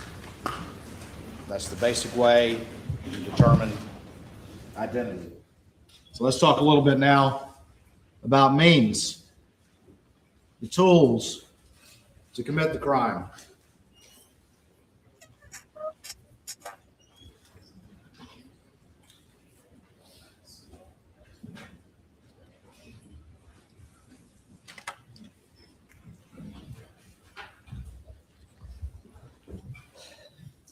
Family weapons were used to commit this crime. And this is forensic evidence that was presented to you. First of all, we'll talk about the blackout. And you've heard testimony that there were 2 blackouts purchased in December of 16. And that one went missing around Halloween of 17, years prior to these murders, and that a replacement without a thermal scope was bought in April of 2018. 3 blackouts that the defendant purchased can only account for 1 of them. And it's this 3rd blackout, which is the one that's at issue. You heard from Paul's friend, Will Loving. And first of all, let me say this. You heard the defendant in his various statements, and he's very concerned about saying that they didn't have a blackout. There was no blackout along with them, even though he slipped up once and said, yeah, we were out looking for hogs. And you heard from his law partners that do the same thing, saying, yeah, you can look for hogs in the daytime. Very, very concerned early on in the statements and saying they didn't have a blackout. They just had a .22 pistol. And he also said, eventually, He's like, well, I think I replaced it. Well, I guess I replaced it. I'm certain I replaced it. If you listen to his various statements, very vague and fuzzy about this third blackout, until the friends, Paul's friends, both of whom testified, but Will Loving in particular. And what did Will Loving say? The defendant said the gun went missing around Christmas time of 2020, but Will Loving said, no, I was with Paul. I was with Paul in turkey season, which is in the spring. I was with Paul in turkey season, and we sat out at the steps right outside the house that y'all went to today. Thank you, Right on Marty. that side entrance that goes into the gun room. And if you look down, you can see how they were digging a pond and how you could fire down in that area. And they set up some targets to sight it in. And we were shooting that other gun. We were shooting that other gun, that replacement gun. And it had a red dot sight on it. Not a thermal scope, but a red dot. A red dot, which is not good at shooting at night. But they were shooting it and sighting it in with the red dot, the tan gun. He was with Paul while they were shooting that gun right there. And what did Jeff Croft, who testified before you, find right there? Weathered cases or casings. Weathered cases right where Will said he and Paul were shooting that gun just a couple months prior to the murders.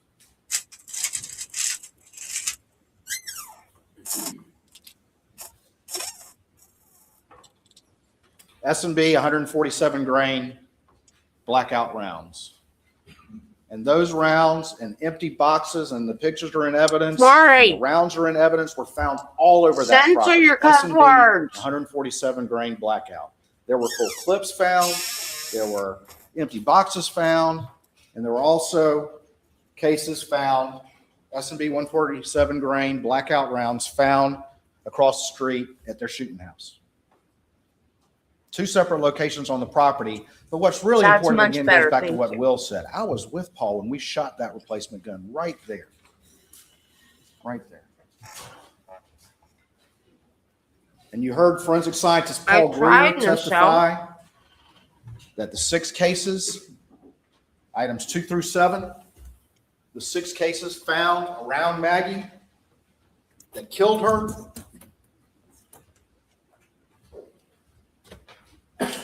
were loaded into, extracted, and ejected through the same firearm that fired those weathered cases right outside the door where y'all went to today and at the shooting range across the street. A family blackout killed Maggie. It was present just a couple months prior to the murders, and it's gone now. It's gone now.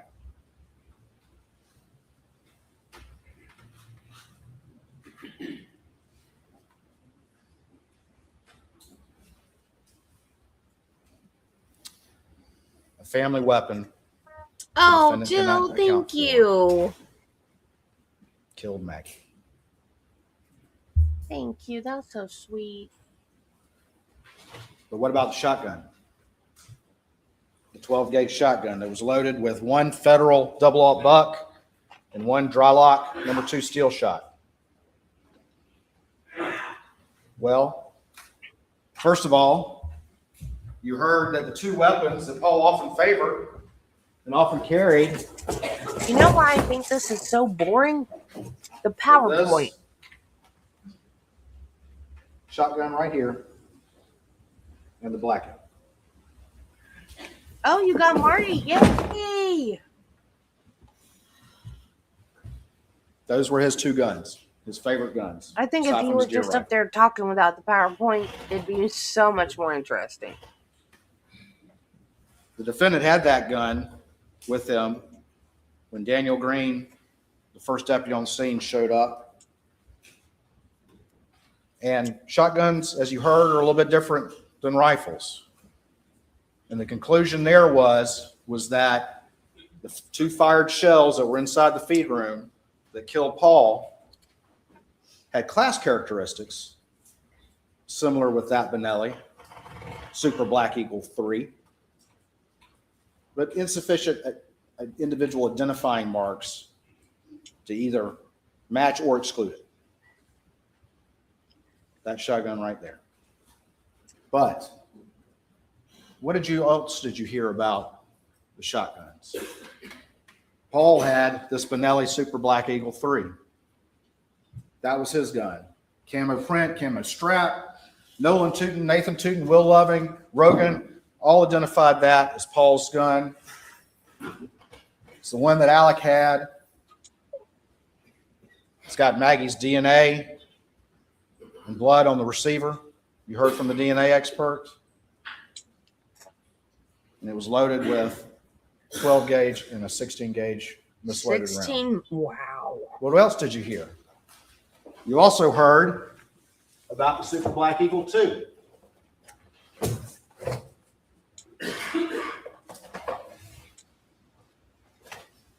And you heard from Nolan and Nathan that this was Buster's gun. This is the Super Black Eagle 2 that had the Mojo sticker on it.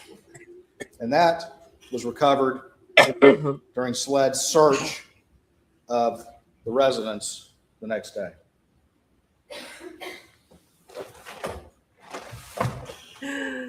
What else did you hear? You heard from Nathan and Nolan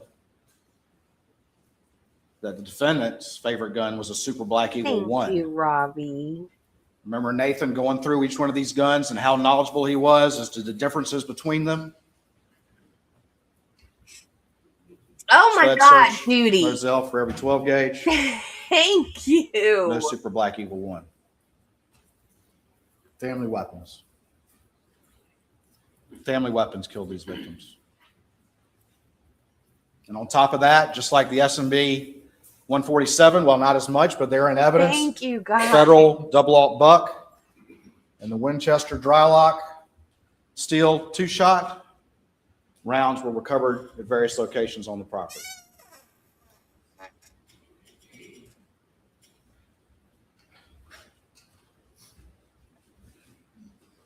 What does that mean? We talked about motive, means. The defendant had the means to commit these crimes.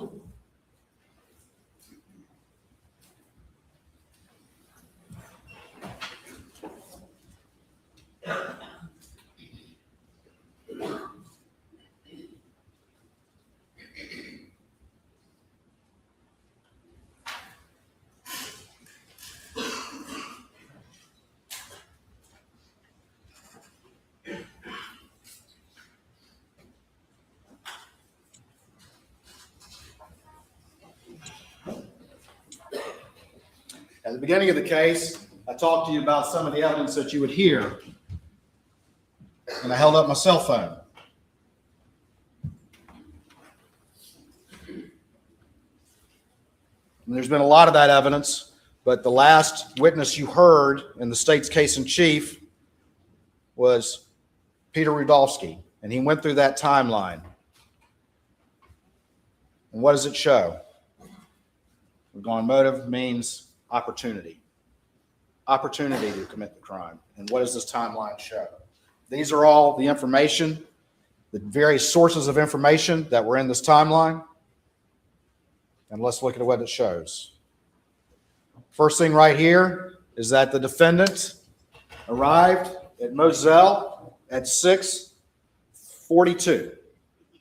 Now I'll say one thing. You've heard a lot of testimony about what he said about times. What time he got home, what time he went to the office, how long he was at Alameda. Certainly, people can have some variability in assessing that.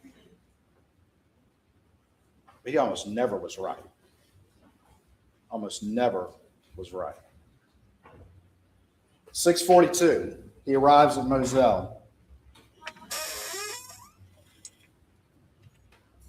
Paul, according to his extraction, gets there about 7:04.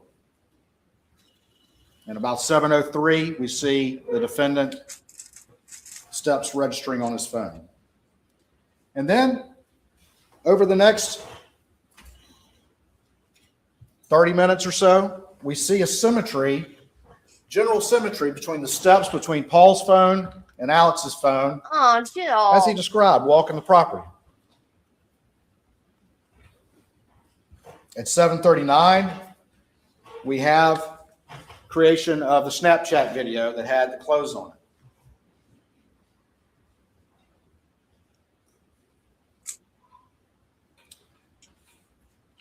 When that ultimately was recovered and you saw the interview, it was shown to the defendant, who had provided his clothes that night.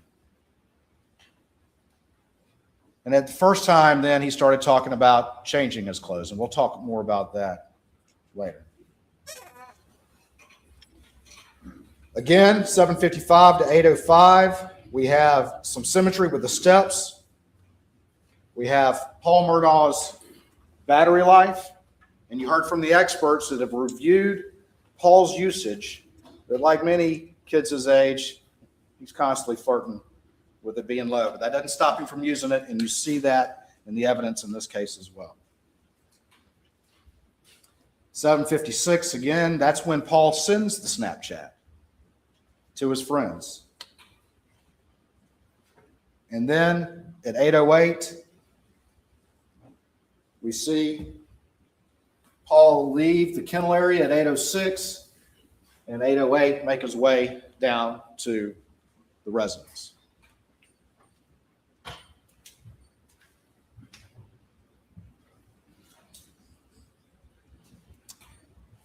(8:05 to 8:09). Around that time that Paul is getting there at 8:08, that's the last step activity on Alex's phone. And it's the last step activity until 9:02, which we'll talk about in a minute. Alex's phone pretty much goes with no activity for that time period. And also, he has no cell activity from 6:52 to 9:04, which is right in that time period we'll talk about in a little bit. So, eating dinner. You heard the defendant talk about eating dinner. Paul is at that residence, if you look right here, from 8:14 down to 8:35. And again, that timeline exhibit, there's a big one and then there's a condensed one. And all of this is in there in evidence for y'all to look at.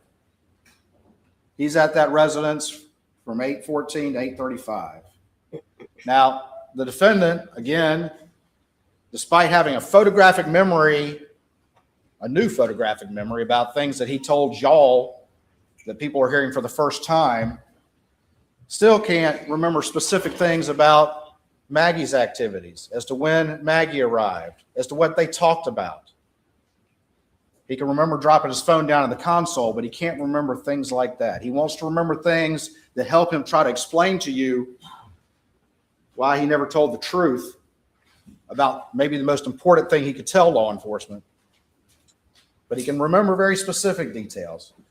He still gets this wrong. But she arrives at 8:17, and Moselle, they're already there. How do we know that? Because her cell phone disconnects from her Mercedes at 8:17, and that's when she starts showing steps. Then Paul, what's he doing? He's still using his phone like always. We see the battery life, but he's still sending snaps. He's receiving snaps, bless you. He's sending to his friends, all these friends right here. He's receiving these snaps all during that time from 8:17 to 8:30, continuing to communicate with his friends, using his phone like always. And then what happens? About 8:30, Maggie's phone registers some steps. And consistent with that, consistent with her and Paul going down to the kennels, riding down to the kennels, we see Paul's Murdaugh's phone start showing steps. And then down here at 8:38, he's in that kennel area where those dots are. And if you look at that particular slide from 8:38 to 8:44, that's going to be the last GPS reading on Paul's phone, 8:44. You heard from Rogan. And you heard from Rogan as it references this timeline. And Rogan tells you and told you from that witness stand that he was having a conversation with Paul about cash and the dog's tail. They were having an active conversation about that. Paul calls Rogan at 8:40 and they're talking about it. And Rogan says, send me a FaceTime, but if it doesn't work, send me a video. At 8:44, 4 minutes and 14 seconds, we have right here the FaceTime, but it only lasts 11 seconds. And then at 8:44:55, that's when the kennel video was recorded that lasts 50 seconds. At the beginning of this investigation, as you'll recall the testimony, they didn't have Paul's password and couldn't get in. And you heard in the defendant's August 11th statement that when he was asked about Rogan saying he may have heard Alec on the phone during this time, he said, well, I'd be surprised if that were the case. Because law enforcement didn't have this kennel video. They didn't have this kennel video until April of 2022, when Paul's phone was finally unlocked. And that changed everything. Why did it change everything? Opportunity. Being at the scene of the crime when the murders occurred. Opportunity. And more importantly, exposing the defendant's lies about the most important thing he could have told law enforcement. When was the last time I saw my wife and child alive? Why in the world would an innocent, reasonable father and husband lie about that? And lie about it so early? He didn't know that was there. And he could always say, well, Rogan must be mistaken. I'm surprised. Not if my times are right, was what he said. Rogan told you, I was expecting that video right there. That was supposed to be the next thing that happened. Send me the video because we were worried about Cash the dog's tail. He talked about how his girlfriend was going to call a veterinarian, or she had some association with one. There was an active conversation going on right then and right there. And what's going on still? Paul's still also texting his friends. You might recall that in opening statement, the defense counsel said, oh, he was texting after that video for 10 minutes. It's not for 10 minutes. It's for barely a minute.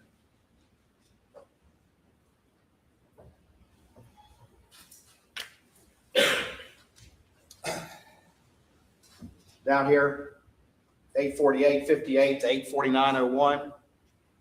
That's the last time that Paul's phone was unlocked. And what do we know?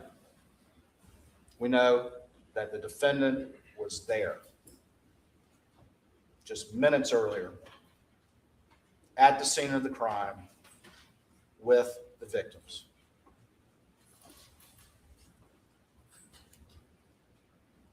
At 8:49:01, Paul's phone locks.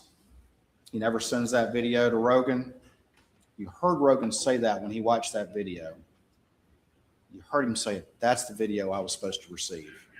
That is the video that my friend was supposed to send to me. And he never did.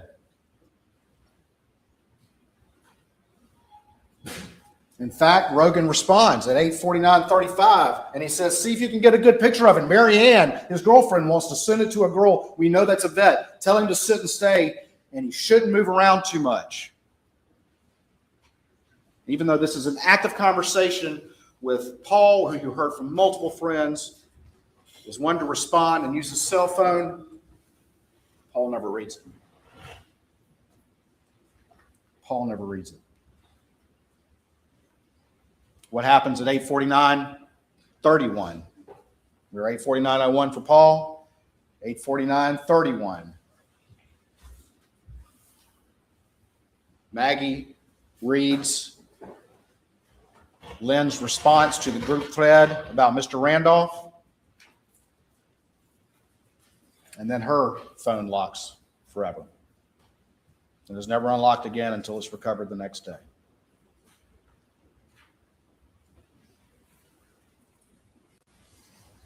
Down here, 6'8" at 110.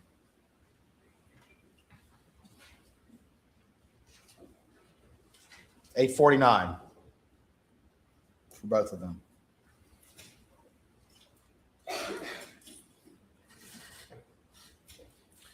The defendant, after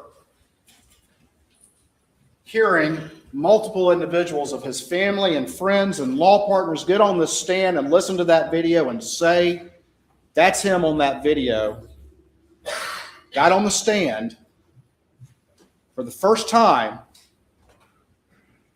and said, okay, I was there. He was forced into doing what he does all the time, and that's coming up with a new lie when he's confronted with evidence he can no longer deny. And the only reason he did that is because all those witnesses at that witness stand said, yeah, that's him. He's there. Why would he lie about that, ladies and gentlemen?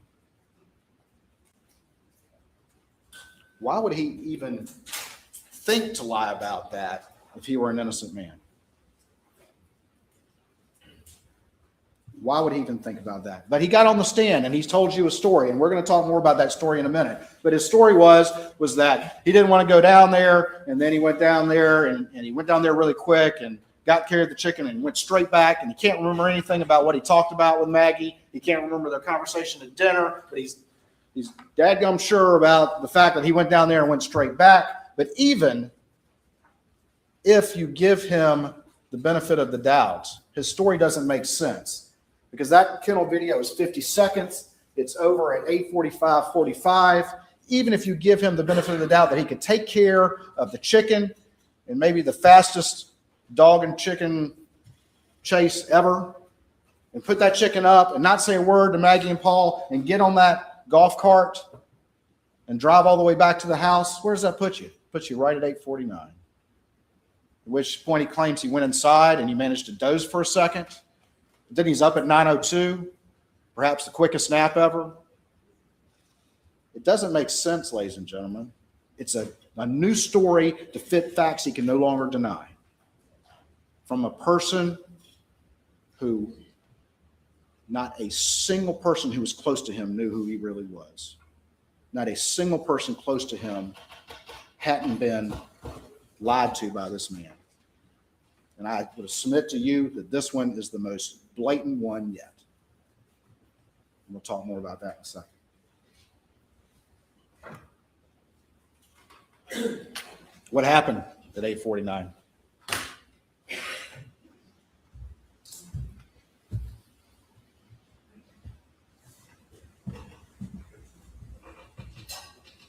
Y'all been saying that feed room door is probably a bit tighter than this. But you saw the evidence from Kenny Kinsey and all the rest of them that clearly Paul was in the middle of that feed room. It's a kill zone. Nobody in there with him. He's in that room.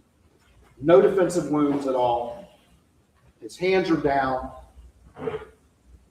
And he takes that shot, buckshot to the chest. And any person who did that would probably think that took care of business because this buckshot, but for some reason he was canted this way and it went through.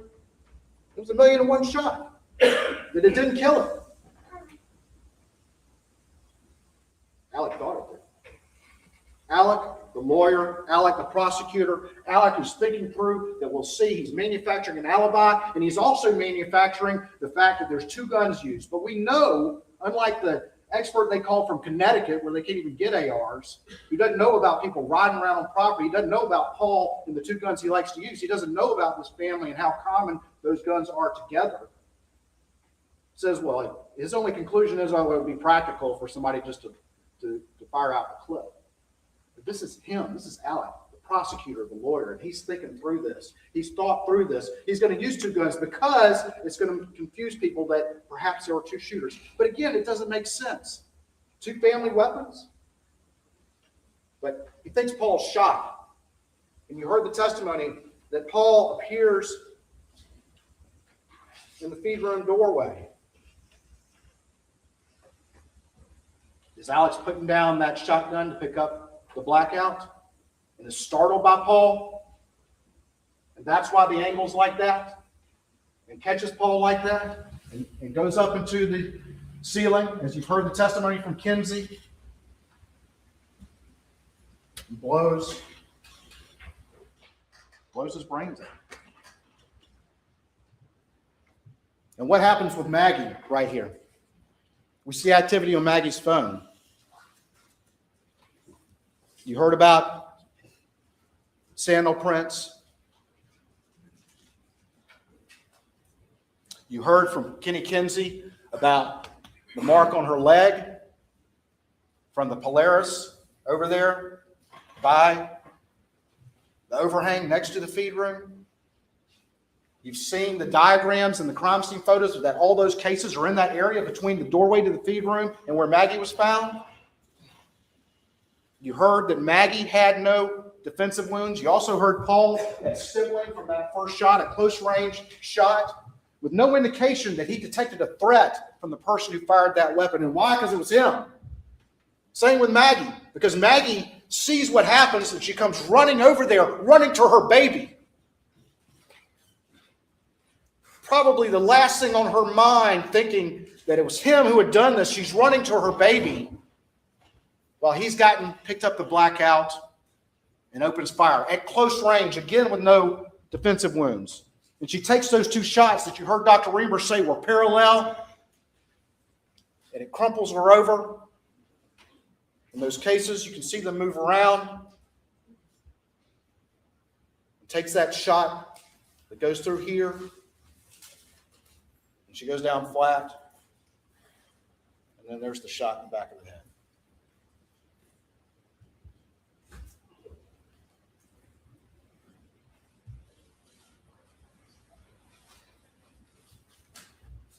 Malice? Is that malice, ladies and gentlemen? Is that malice to do that? Hey, Michael, what's up? Is that intentional harm to another? And then he's got to with a rebut bad intent, with an after evil this. intent I mean, after to Poot do those gets done. things? No, I think it's Jim. I don't think Poot does it. I think it's Jim. I submit to you. But well, they're like the Clearly, same person. it's malicious. Clearly, it's malicious.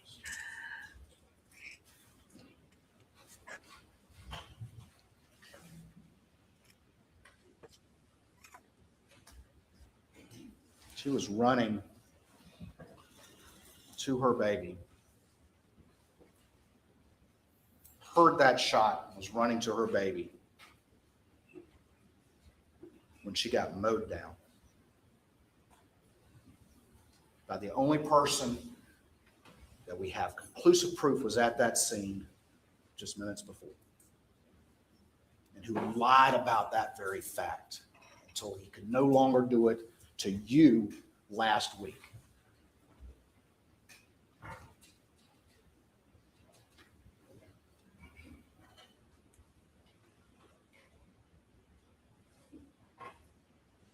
Alec told you he went down there in the golf cart. We'll talk about this a little bit, but they had their expert come up here with the 5-2 people and all the rest of it. be sitting in a golf cart. But he comes up in the golf cart. But what we don't see, as I said before, is any activity on his phone until 9:02. That the crime occurred around 8:49 to 8:53. Down there at the feed room, State's Exhibit 516.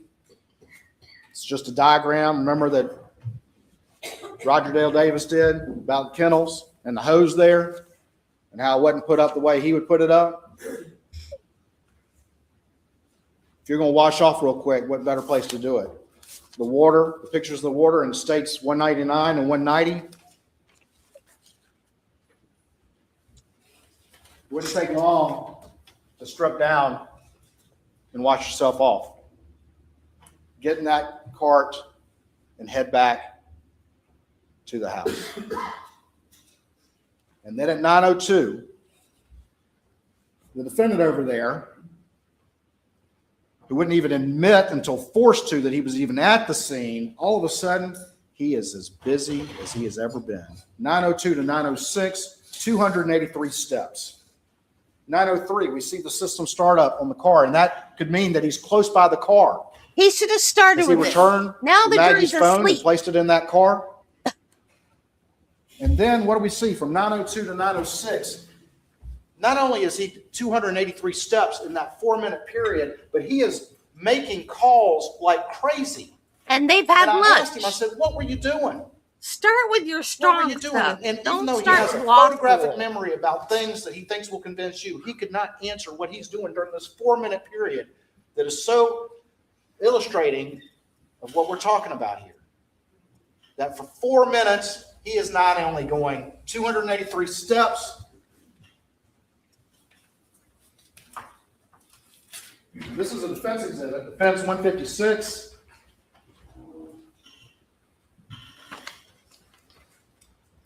"283 steps, and they put in the distance. We heard the distance isn't as accurate, but it illustrates the point. That's 208 meters. Meter, roughly is a yard, a little bit more, a little bit less. I don't remember. But let's say it's 600 feet. It's a lot. And he couldn't remember what he was doing. I asked him, you been on a treadmill? Were you doing jumping jacks? What were you doing at the same time you're calling all these phones? Why is he calling multiple times? We can see right here. He calls Maggie. He calls Randolph. He calls Maggie again. All in that 4-minute period where he's moving around. But he couldn't remember what he was doing. Just getting ready. Is the prosecutor, the lawyer, manufacturing his alibi? Because he knows he's got to get to Alameda quick. He's got to compress those timelines, and that's exactly why he knew to lie about being at the kennels to start with. That's He's why got I to think compress he those hired timelines somebody to do it. That's so what that I it would think. convince whoever down the road that he couldn't have done it. He's got to compress them. And that's why he's doing all that right then and there. I think he was in a hurry to get gone. System startup, 9:05:56 in the Suburban. And then this is interesting. Maggie's phone has that orientation change to portrait 2 seconds before Alex's second call goes in to her phone. If it's some random vigilante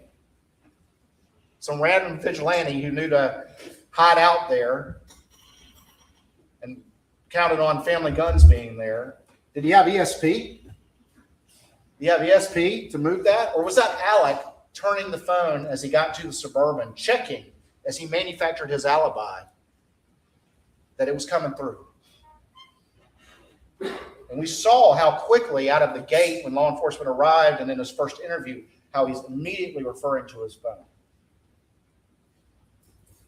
And besides that, you've heard about Alec. You heard from witnesses That he went down to the That's a kennels, good but he didn't point, take his Ken. phone. Is that also the lawyer and the I prosecutor hadn't making thought sure about his that. phone That's a good point. was not with him when he went down there? You heard testimony. It would be unusual for him not to take that phone down to the kennels. You just changed my mind. And then he gets underway. You're right. With this call right here too. All those calls, all those steps, when his phone finally goes active, just minutes after he was at the scene with the victims, and he lied about it, and he's so busy. But let's take him at his word again. Why in the world, if he's calling her so much, if he's so busy and so concerned to call her as many times as that in a 4-minute period, why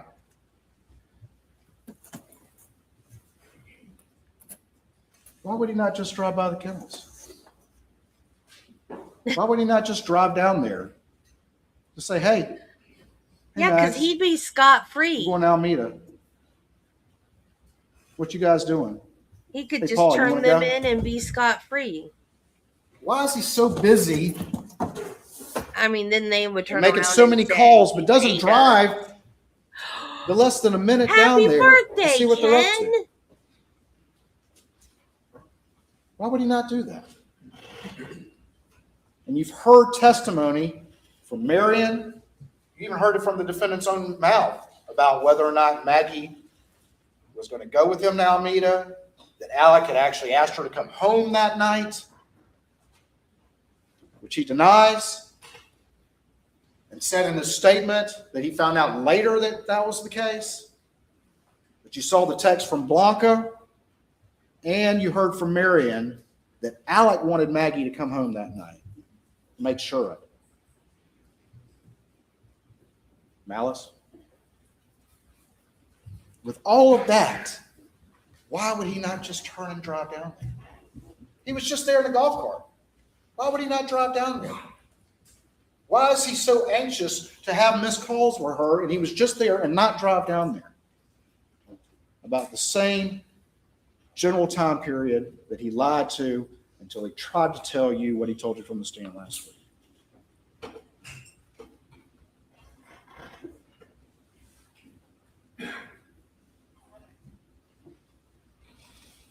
Right here,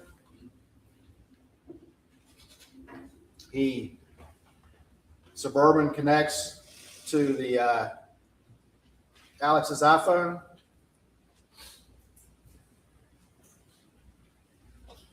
He calls Maggie at 9:06:52, and he's getting in the Suburban right at that time. Maggie's backlight goes off from 9:07 to 9:31, and you've heard the testimony from the various experts about the backlight. And then he leaves Moselle Road at 9:07:06. All of this is fitting together. He's on the move. At 9:08:36, he's right here doing 42 miles an hour, and there's Maggie's phone location. And at 9:08:42, he's just past it.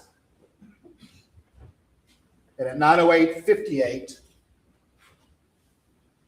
just 20 seconds after he's almost at that location, he texts Maggie's phone and says, going to check on him, be right back. That text was unread. Now,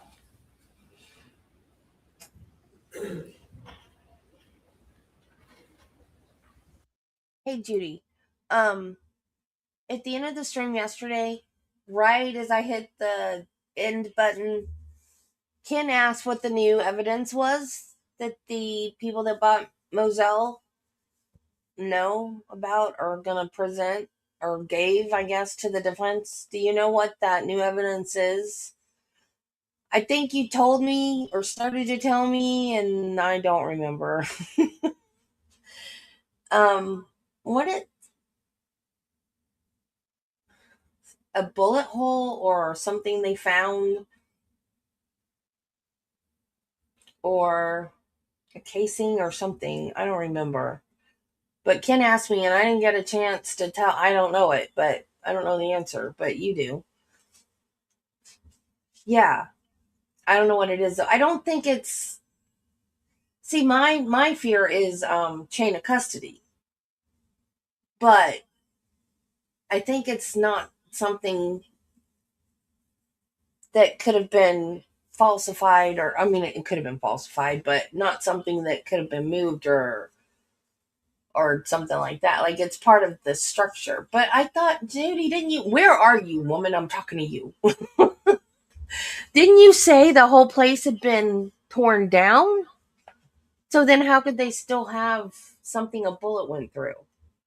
She'll get back to me. Back to the trial. There's been a lot of discussion from all the experts about the backlight issue. And every single one of them said that there's a lot of variables about that light coming on. Every single one of them said it's not going to record an orientation change unless that light is on. And you heard from each one of the experts about those variables and about the fact that there's no guarantee that it's going to come on or not come on. Okay. You heard from Paul McManigal about that issue. And they cross-examined him about that and all the rest of it, but it's just a common sense determination about how iPhones work, about how they work. That raised awake feature is set for actual somebody lifting it up in the normal course. It is not set to respond necessarily to violent motion like flipping it. And every single expert testified to that. Every single one of them did. And then besides that, you'd have to accept the fact that Alec is driving by just moments prior to that time. All of these circumstances would have to go the other way of the reasonable inferences in this case.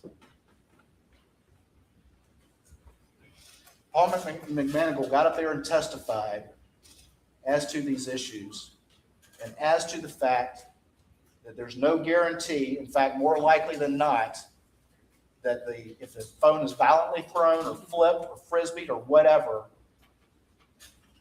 it's not going to light up. And that's consistent with what every other expert said.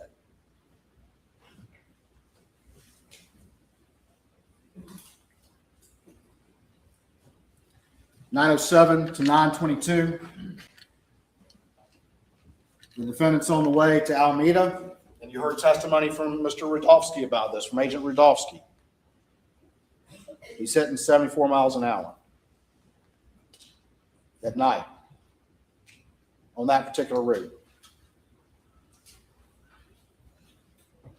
What's he in a hurry about? That's faster than he drove to work. Why is he in a hurry? Because he knows he has to compress that timeline. And then along the way, he's manufacturing the alibi by making these short calls, 60 seconds. He calls Chris Wilson. He calls John Marvin. Chris Wilson calls him back. He's on the phone the entire way.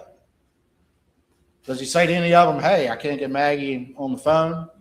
Say anything like that? They're very short. He doesn't talk about much. And then we get down here at 9:20. There's a 131-second call, which means that call is over at 9:22:45. And that's also when we see the vehicle go into park.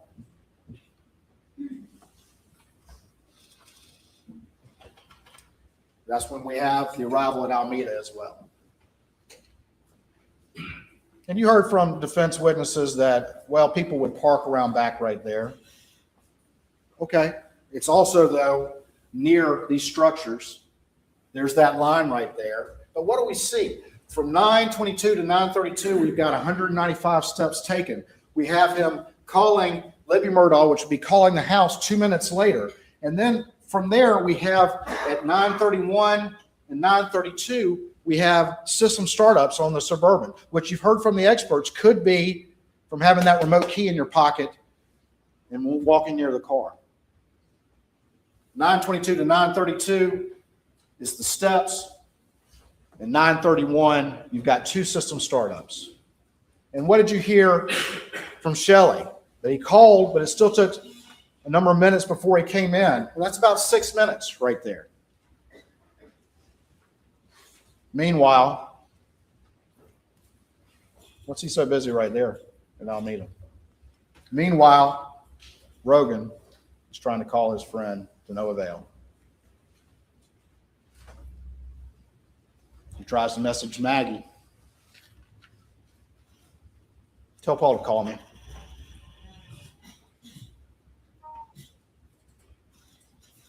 Neither one of them can respond.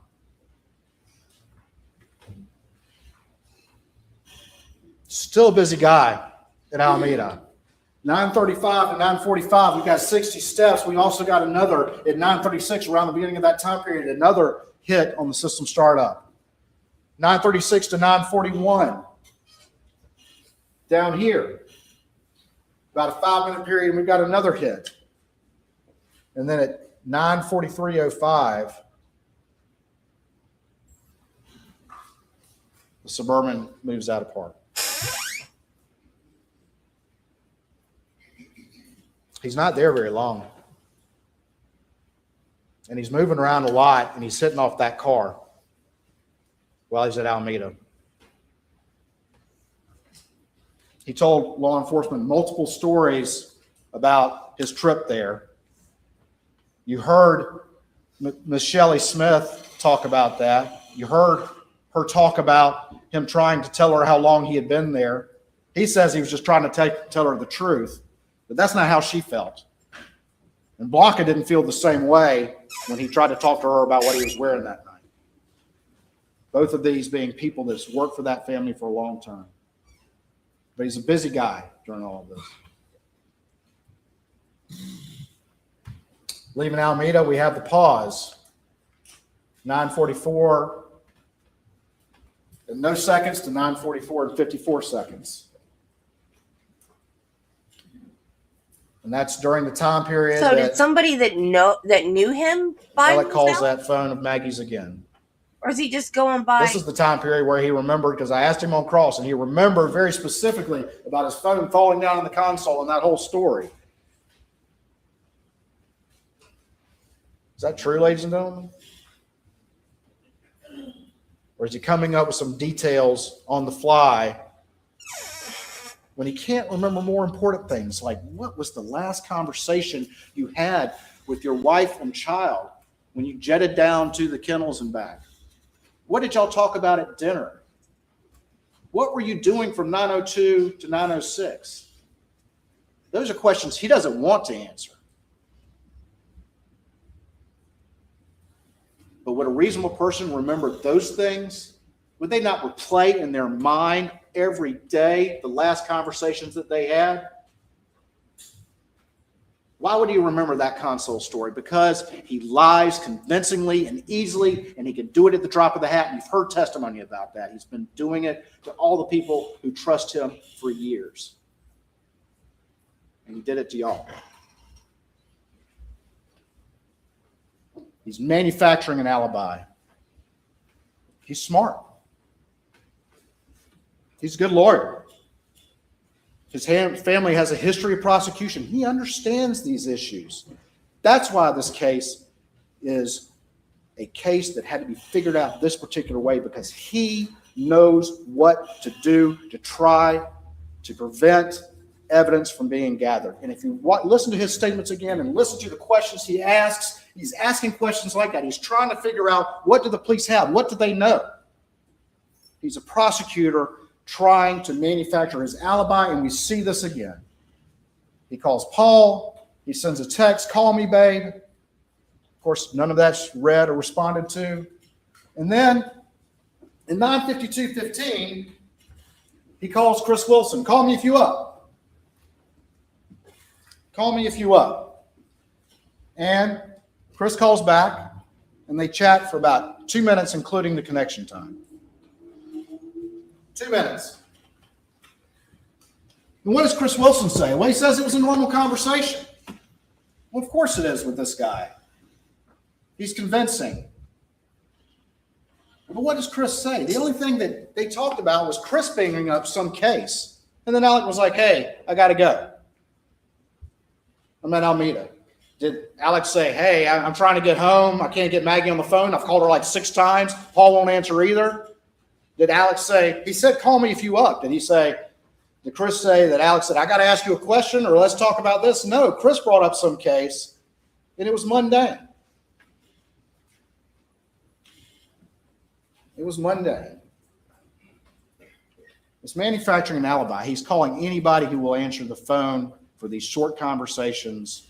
And it's one of the first things out of his mouth in the first interview. Look at my phone. I called this person. I called this person. I called this person. I called this person. He's manufacturing this alibi. Also, throughout all of this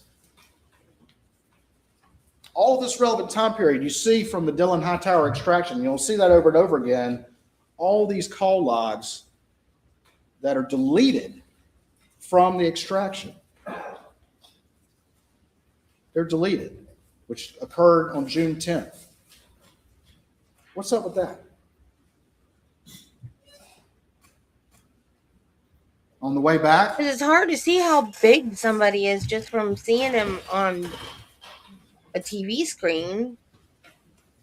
These are defense exhibits 141 I mean, the and way 142. he said that made me think he might have known him personally. You know, Alex is a big man. Rolling pretty heavy at 75 to get there. And I'm sure the defense will point out that 80 miles an hour was a peak. Still running pretty good there. What's he in a hurry about in the dark? Doing 80 miles an hour. At 9:51:42, rolling 80 when he texts Chris, call me if you're up. His peak speed when he's texting me. 10:01, he arrives at Alameda, and this is going to be important. Rogan, of course, is trying to call Paul, and he texts Paul, yo, which is unread, but hits Paul's phone. And then he gets to, says Alameda. Sorry about that. That's obviously back at Moselle. He gets there. He's shifting in and out of park from 2200, which is 10 o'clock, to 10:01:43. He's calling Maggie at 10:03:58. And then at 10:05:06, he leaves for the kennels. At 10:05:57, he arrives at the kennels about a minute later. Make it a minute in a Suburban. How long is it going to take in a golf cart?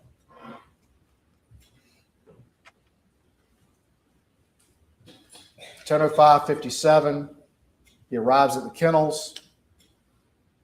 And 10:06:14 is the 911 call.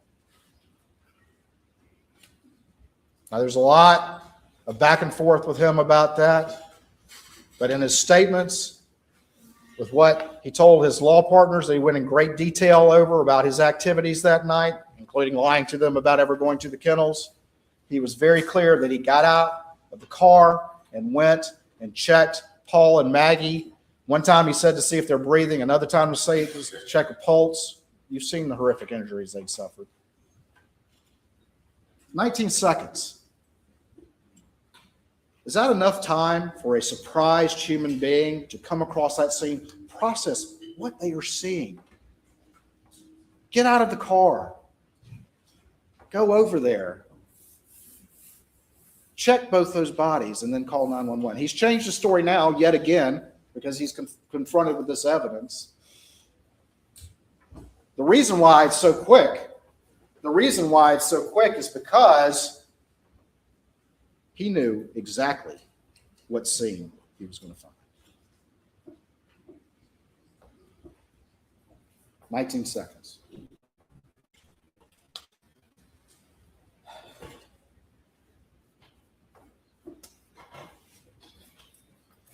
During that 911 call, and you can hear it on the 911 call, he leaves for the residence from 10:11 to 10:14, and you can see the map points on there.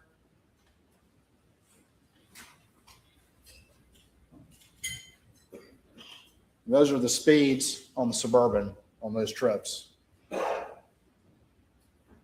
Took just under a minute, doing 35 and 30 miles an hour. So think about that when you go back to his story about a casual trip down to the kennels in the golf cart, and you look at his times that he's trying to convince you of.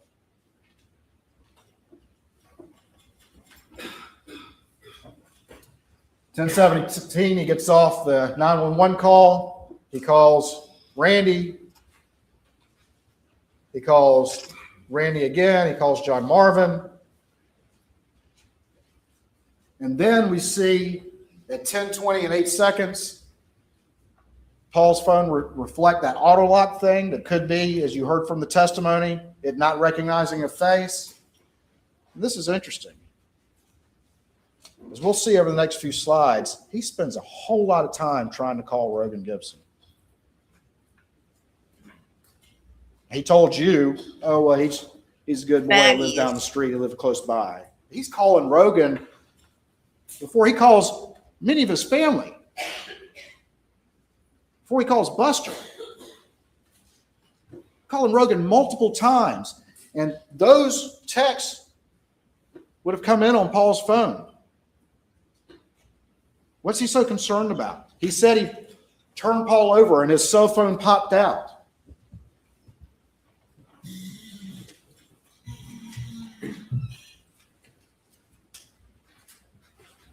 This is a sealed exhibit. I'm not going to name it.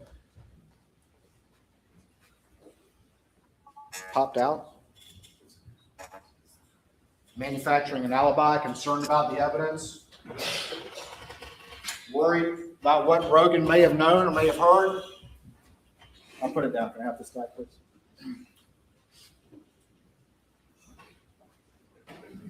I'm sorry, Mr. Thank you, Mr.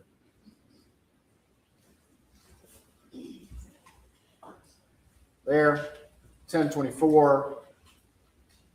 iMessages, call me, 10:25. 10:29. 10:25, the first deputy's on scene. 10:29, calling Randy. 10:30, Rogan again. And then finally at 10:34 is when Paul's phone powers off.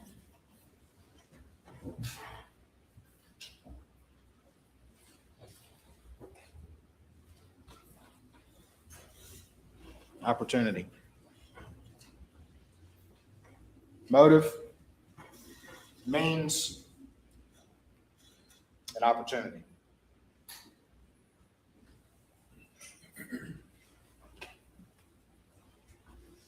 Guilty conscience.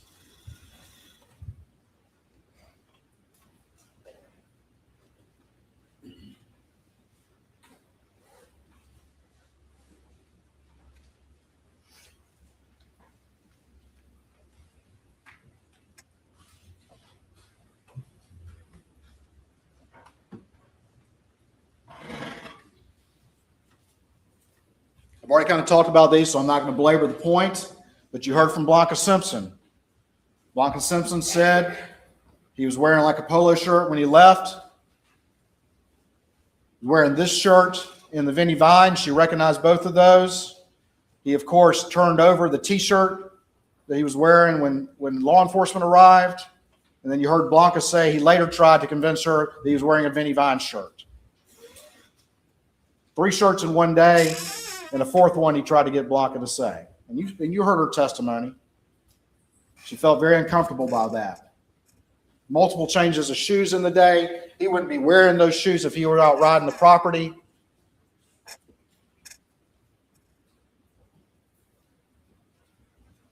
I've already mentioned the text from Maggie that Alec wants me to come home, but he can't even be clear about that point because that doesn't fit with his narrative. Marion Proctor says the same thing, but he can't admit that because that doesn't fit with his narrative.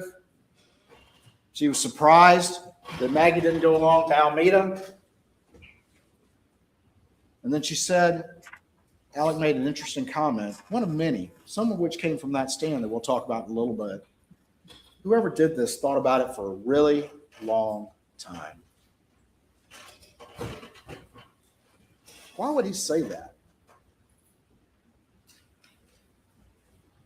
Because he told you that it was just random vigilantes from the boat case, of which there is no evidence whatsoever that you've seen in this record. Trials depend on evidence. There has to be evidence to make a decision. And his claims trying to manufacture something about the Babe case, there's been no evidence whatsoever of any specific other individual. There has to be evidence to consider, not just mere allegations that have no basis in any sort of evidence. Whoever did this thought about it for a really long time. I think if you think about the defendant's statements and some of the things he says, a lot of times he says things in one context, but he means them in another. When he says things like, I hurt the ones I love the most.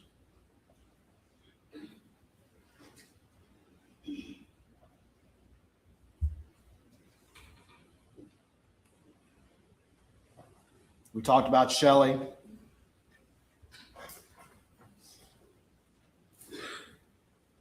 After Randolph's funeral, he shows up early. She might have said Wednesday, but there was other information that Randolph's funeral was on Monday. But anyway, shows up with something blue, shows up early, wants to come in, goes and moves some vehicles. And then there's that raincoat, huge raincoat. She calls it a tarp, but it's a huge raincoat. And it's got a ton of GSR on the inside. And it's found in a closet upstairs.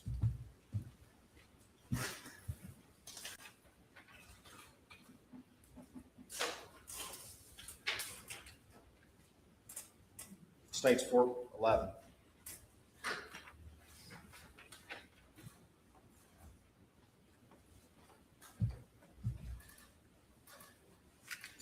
He was a busy guy in Alameda, as we just saw. Was moving around, kept hitting off of his Suburban. And then, of course, as you heard, he was with family for the next few days. After the funeral, he's back. And it was weird enough and interesting enough that Shelley said something about it. I'm also saying that in her experience, it was unusual for him to come that way.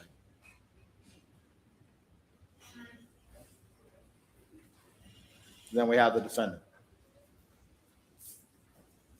and his many statements.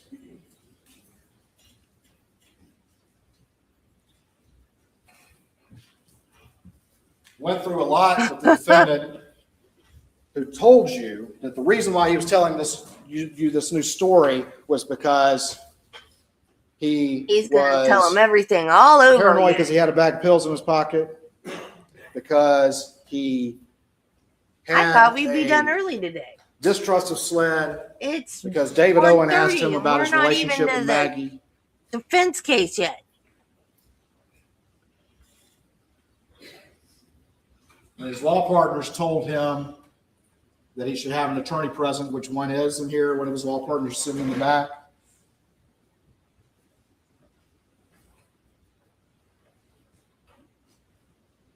I hate to have to do this. I don't remember a lot of this trial.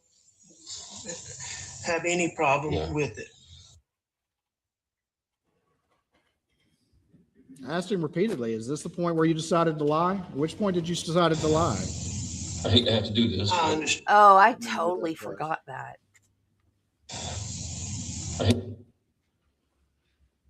Or was it this point when he first says, I was at the house? I was at the house. Or was this the point? He said, he mentioned specifically, and he kept adding factors. And one of the things was, well, Dave Owen asked me how my relationship was. This question, this is when he decided to lie? How about yours and Maggie's? Wonderful. I mean, I'm sure we had little things here and there, but we had a wonderful marriage, wonderful relationship.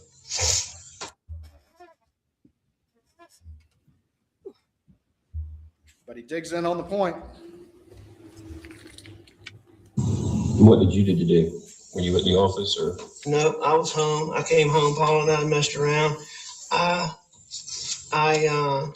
I was up at the house. I laid down, took a nap on the couch, probably, I don't know, 25, 30 minutes. I got up, I called Maggie, didn't get an answer, and I left to go to my mom's. She had said,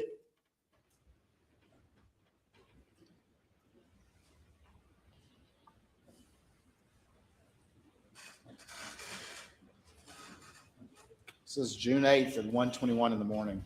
Probably so they can record it. And he's admitted to you that he's lying right there. Look how easily he did it. About such a crucial thing.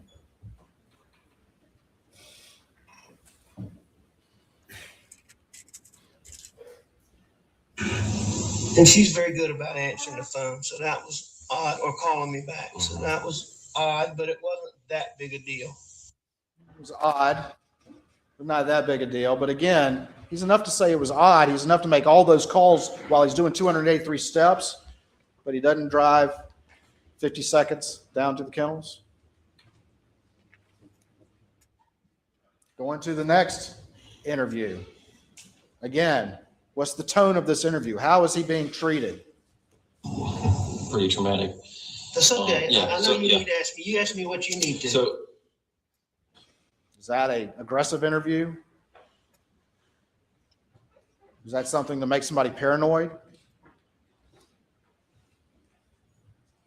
I'm a defendant in a civil case involving my son. I told you about the boat wreck. yes, sir. And there were some motions coming up in that on Thursday, and I was mostly just getting ready for those things and then other junk. Mentions the boat case. Paul left. And I'm assuming, Paul left Okay. because of, Gotcha. what happened. I mean, I'm assuming Paul Yeah. went to the kennels. Okay. And what did you do once Maggie and Paul left? I stayed in the house Okay. and I was watching TV, looking at my phone, and I actually fell asleep on the couch. Okay. And what time did you? I What don't time know did you wake up? exactly what time I woke up, but when y'all get my phone, I think one of the first things I did when I got up was call Maggie Mm-hmm. because I was going to my mom's. Mm-hmm.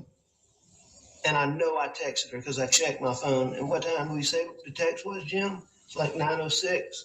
I didn't see it. Yeah, I got it written down for you. I showed you the other night, Yes, didn't I? yes, sir. I got So, it. I texted her. So I called her just before that. Mm-hmm. And I mean, she didn't answer at that point. And I left to go to my mom's.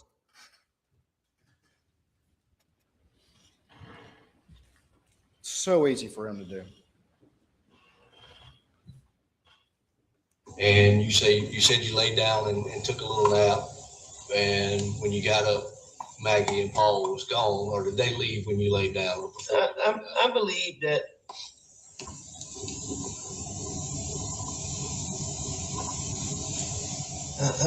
I'm not sure. But they weren't there when you woke up around the 9 o'clock mark or so when you made the call to Maggie to let her know you was going to your house. No, nobody was in that house when I left. Adding more detail, that's just lies. Watch how he responds to this one. Watch what his head does. See if you observe that yourself when he's over there looking you in your eyes and trying to convince you of something. Trying to narrow that the last time that you saw Paul and Maggie's, we already saw. Yes, sir.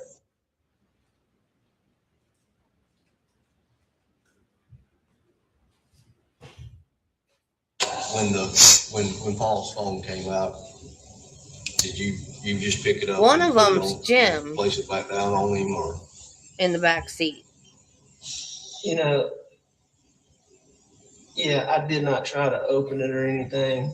You know, His attorney. I don't know how I had in my mind that I needed to not mess anything up. I had that, you know.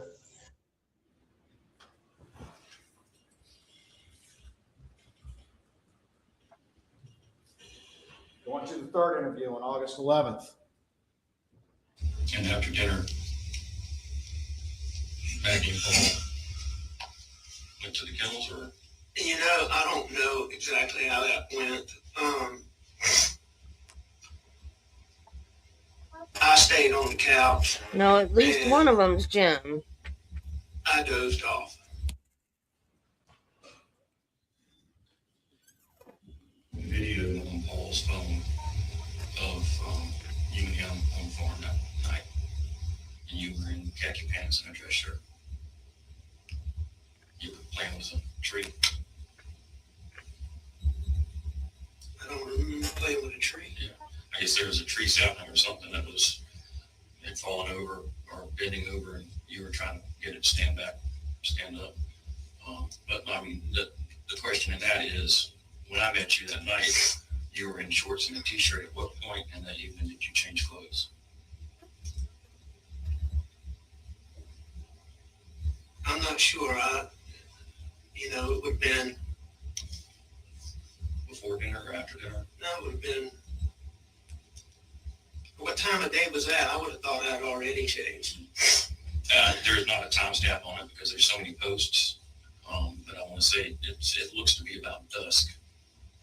So that would have been 7:30, 8 o'clock. I guess that changed when I got back to the house. I had some very specific recollections for y'all when he testified with his new story that had never been heard until last week.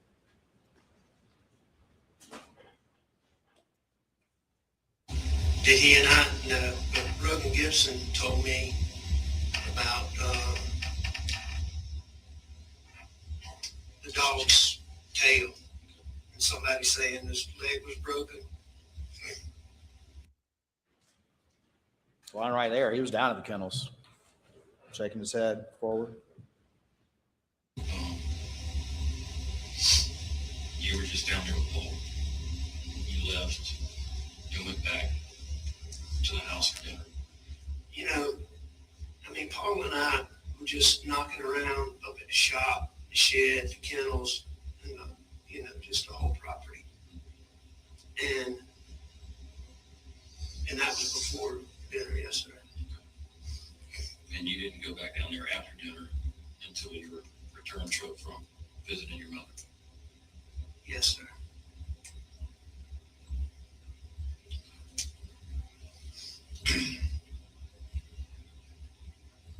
I've got information that Paul was on the phone and Maggie was heard in the background and you were heard in the background. And that was prior to 9 p.m. I heard Rogan Gibson ask me if I was up there. He said he thought it was me. Was it you? At 9 o'clock? Yes, sir. No, sir. Not if my times were right. Who do you think it could have been? I have no idea. And Rogan's been around your family for pretty much all of his life. Oh, absolutely. And he recognizes your voice, and you have a distinct voice. Do you think of anybody else that has a voice similar to yours that he may have misinterpreted? No, sir. When we were talking, he had asked me that. So, he had told me that he thought I was up there. Did that surprise you? Yes, sir.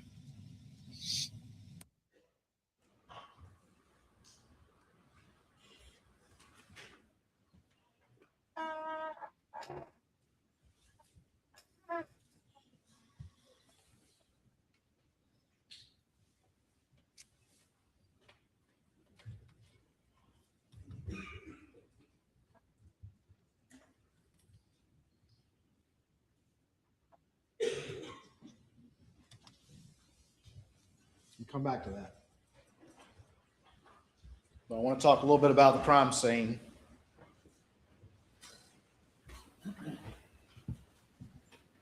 What it indicates. I want to advise everyone there will be likely be sealed exhibits. I don't need the ammo quite yet. I'll let you know, sure. You guys went out to the scene today and you saw how it looks now. Take a good look at those trees and where they were back in the day of the incident. I'll put this up on the Elmo in a second.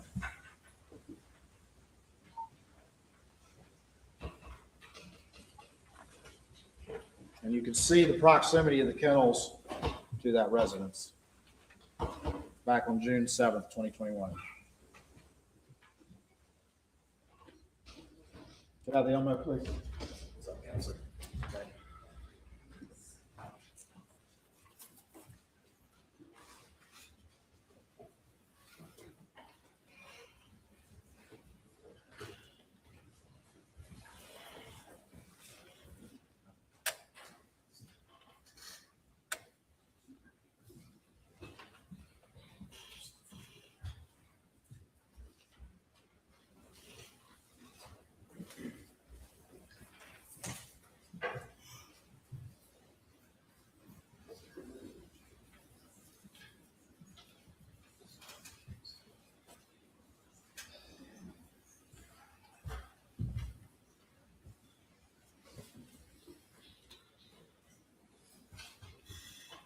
Not really. He's in prison now. He's gonna be in prison. No matter what the outcome of this trial is, he's still gonna be in prison. PowerPoint back, please.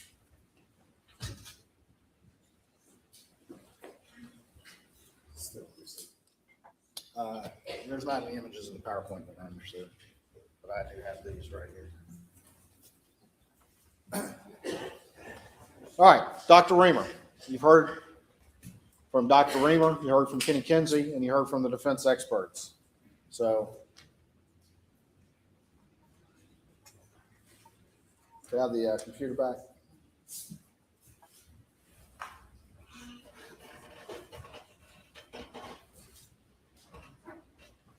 I know, but that's what I mean. Alec is in prison for the Paul, financial crime. First blast to the chest, stippling, arms down. He didn't go free at all. Not fatal for a buckshot blast to the chest. This is where there was some dispute from the defense experts. The second injury went into the left shoulder, into the cheek, with an exit wound on the top of the head, with instantly fatal and terminal collapse. Dr. Reamer's done 5,500 autopsies. She does an independent autopsy. She actually physically examined the victim, and she was very clear that it could not have happened from the top without destroying Paul's face. And I could show the image again. I'm reluctant to because I know y'all have seen it enough. So I'll rely on y'all to recall that his face was intact.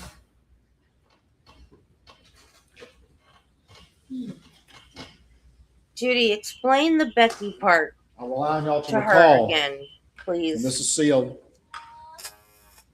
All the evidence up top here at the top of the door. I will rely on y'all to recall Kenny Kinsey's Did we watch testimony that buckshot don't reverse course, that kinetic Did we energy watch is going the in one hearing direction. with Becky?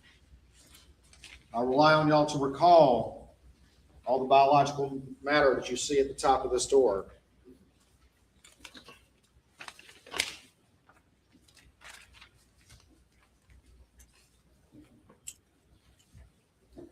I'll rely on y'all to recall,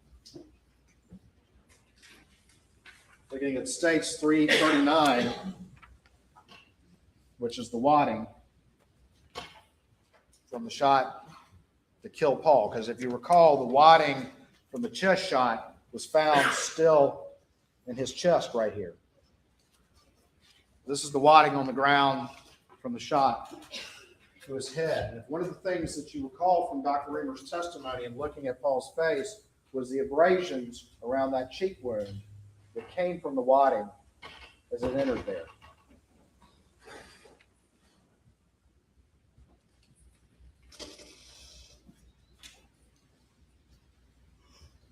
You heard from Dr. Reamer that the reason for the shape on the shoulder was because it went along the shoulder and opened up that area there.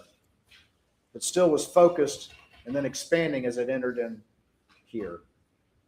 But she also testified that if it was here, that force would not have left his face intact.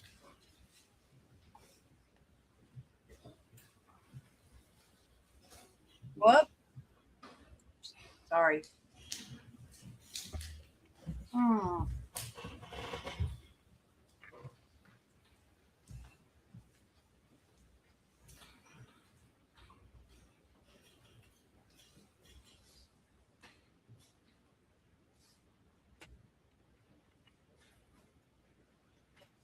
Manner of death. I don't think we did. I think I watched it on. And you heard from Dr. EB's Kenny channel. Kinsey. We need to watch that. What we described earlier, Paul was first shot in the feed room, largely agrees with her. Arms were not up.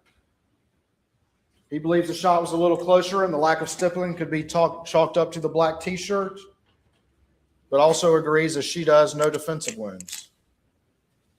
Looking at the blood spatter locations there, and he testified in great detail and testified yesterday, there was no high velocity blood spatter on the ground at the entrance to the feed room, which would be necessary for the shot to have occurred in the manner in which the defense suggested. The spatter travels upward in an upward direction. You can see that on the door. He spoke of the blood, the void area, and then he spoke of the blood on the ground that was around where Paul drops, and that it's low speed spatter. He talked about the dents in the feed room door, the pellet lodged in the door frame upward. It's only possible if it's traveling through Paul's head. Not possible if it's from a ricochet, as the defense suggested.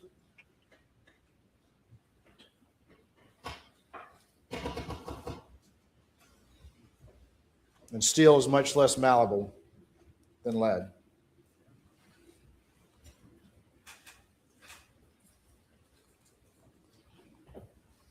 What else did he say?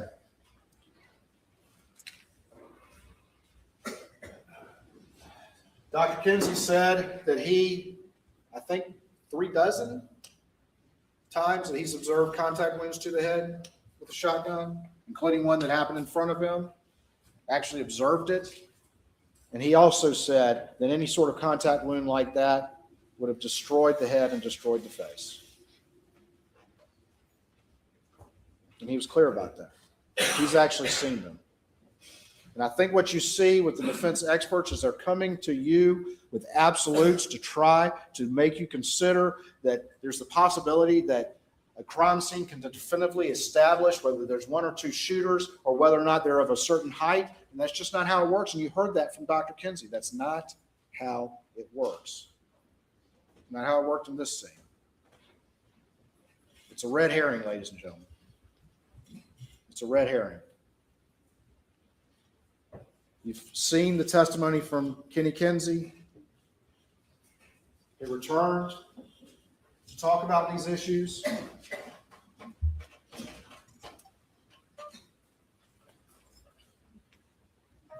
You saw the demonstration over there in the doorway. That seem realistic to you? Or is Kenny Kinsey's explanation consistent with the evidence, consistent with his experience, consistent with Dr. Reamer's 5,500 autopsies who actually observed the victims, consistent with the blood spatter, the lack of high velocity on the floor, but the existence of high velocity on the top and the low velocity blood splatter on the floor? What's consistent with the evidence? Maggie. Again, no defensive wounds. The first two shots to her abdomen and her leg on a parallel path and likely in close succession. Stippling, close range, the mark on the back of her leg, running to her baby, didn't see it coming, bends over, maybe on her hands and knees in pain. You saw me demonstrate that with both Dr. Reamer and Kenny Kinsey. And that's when she suffers that third rifle injury. And you heard their expert come in and say, no, it had to be going this way instead of this way. Going up with that graze, hitting her breast and into her head here. And Dr. Reamer actually performed the autopsy physically. She looked at the hole. She described the hole. She talked about the injury coming up into the head. And she showed you that. And she took issue with this idea that you can look at skin tags and that sort of thing and come to any conclusion about directionality. But what she told you is, I looked at this wound. I saw the hole as it went up into the brain. This was an entrance wound up into the head.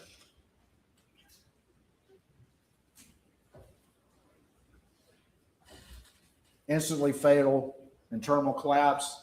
The wrist wound could have been an extraneous wound, or it could be associated with this. Third rifle injury, and then, of course, the fourth rifle injury to the back of the head that had the canyon effect. Would have been instantly fatal, except for the fact that this one, there has to be some clearance for that third shot to come up. Again, manner of death is homicide.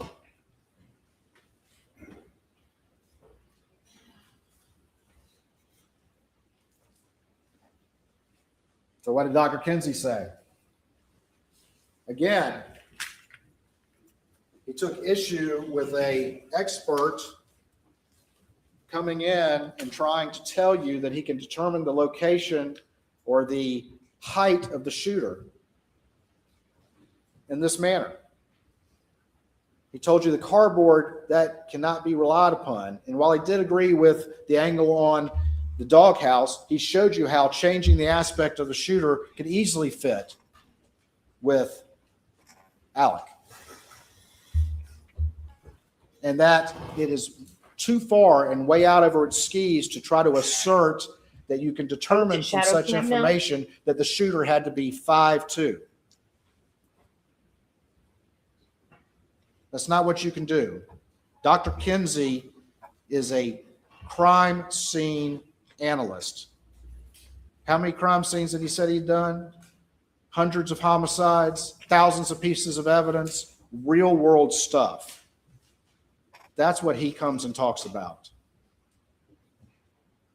And you simply can't make those determinations in a real world environment to come in here and try to tell you that from that sort of thing, the shooter had to be a particular height. You just can't do it.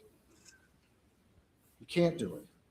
I submit to you that Dr. Kinsey knows what he's talking about, and Dr. Kinsey has the years of experience in real-world applications of crime scenes to make those judgments. Wasn't it their expert that said it was a 5'2"? That Dr. Kinsey isn't going to get out over his skis. Who said it was a 5'2"? Try to make assertions to you in absolutes. Oh no, it was The guy with the two 5'2", 5'2" people refused to even concede the possibility of variables. But Dr. Kinsey knows that that's how reality works, and he's not going to get out of over his skis and try to tell you something that simply cannot be supported by the evidence. And that's what the defense expert did.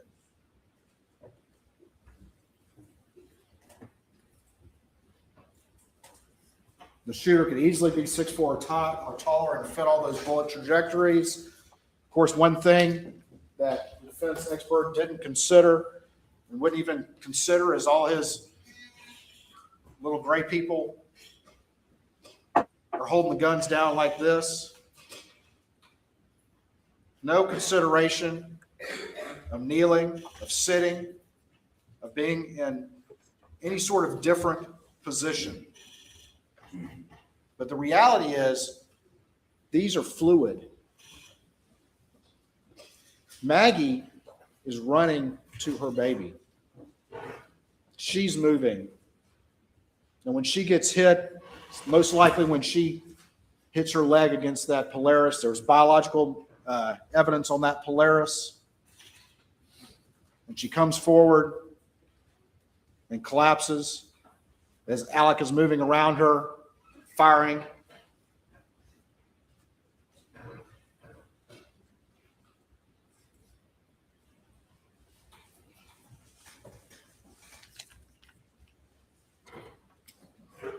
they had that expert come in yesterday, and I've kind of mentioned this, but I'll mention it again, who came in yesterday, the day before. Even I've lost track of time at this point. But tried to get out over his skis again and testify to you that it had to be two shooters because there were two guns. And why would you not just use the blackout? Is that opinion helpful or makes sense? Knowing what you know about this case and knowing what you know about the firearms of this particular house and knowing what you know about Alex Murdaugh as you look at the rest of this evidence and what he's trying to manufacture to confuse these issues.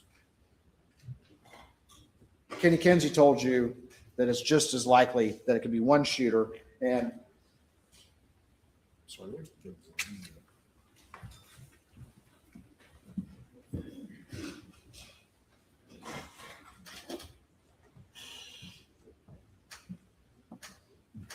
and although this is not to scale, you have the feed room right here, Polaris is right here, and the cases, while they can't be relied upon as specific location, they still can be illustrating general area, and they're all in that area, moving from here to here.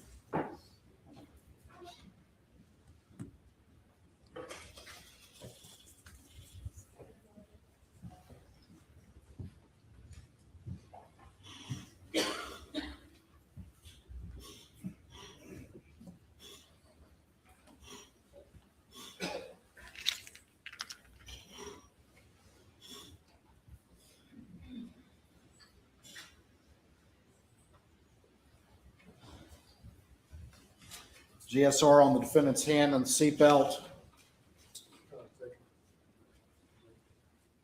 Ladies and gentlemen, we're going to take a 15-minute break. If you'll go to the jury room, please do not discuss the case.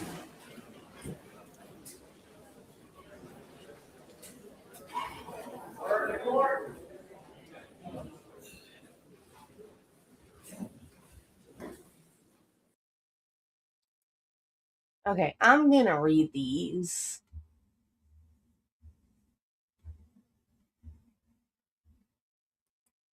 Okay, Becky, the clerk of courts tampered with the jury.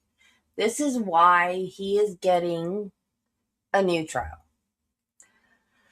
Becky was charged with 4 charges, including obstruction of justice, perjury, misconduct in office, and ethics violations. Hill's misconduct became central to Murdaugh's appeal.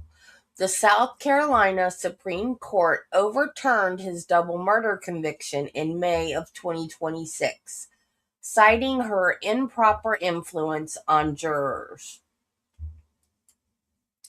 Former Colleton County Clerk of Court Becky is facing a federal civil rights lawsuit from Alex Murdaugh, who is seeking $600,000 in damages after his convictions were overturned for juror tampering.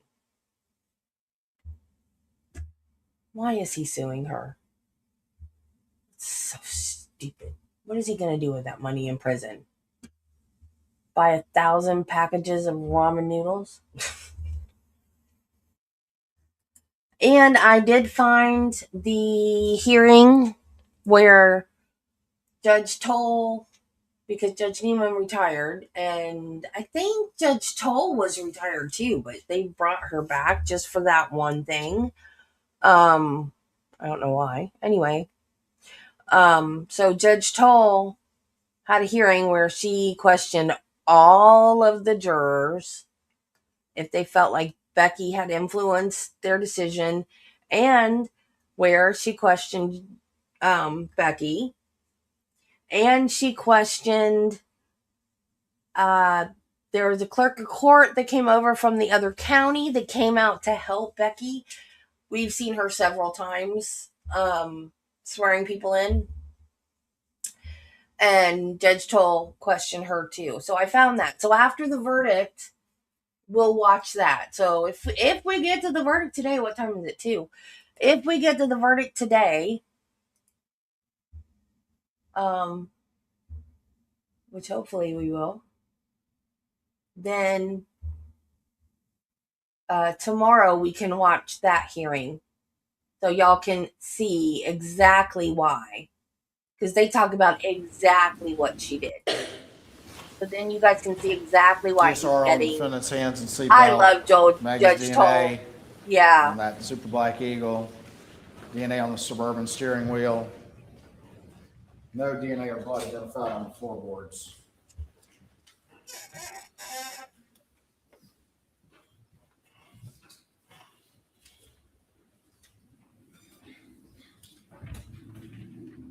Because as much as I believe Showing he y'all did it, State 7.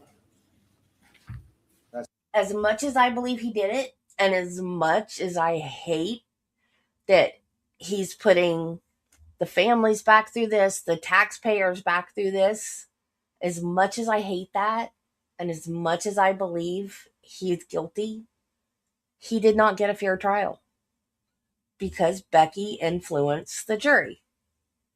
He did not get a fair trial, and he deserves a fair trial, just like everybody in this country does. And I am so mad at her for flubbing this up because, you know, a jury can get it wrong. Look at the Casey Anthony case. Look at O.J. Simpson. You know, a jury can get it wrong. And so I am so angry with her because this is her fault. Hers and hers alone. But he didn't get a fair trial. That's the how you doing comment. And the second officer walks up. How you doing?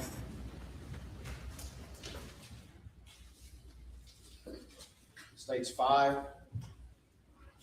Also from the body cam. It's very dark out there. You can see how well lit it can be when the lights are on. 22. 93. 47.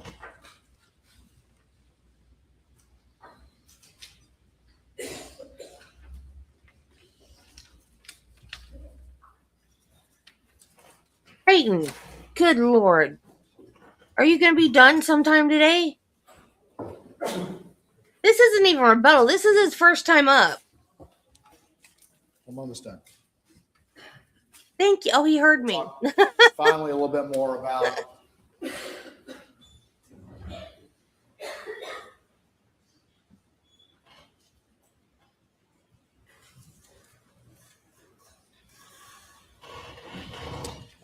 the defendant's story to you that he told on Thursday.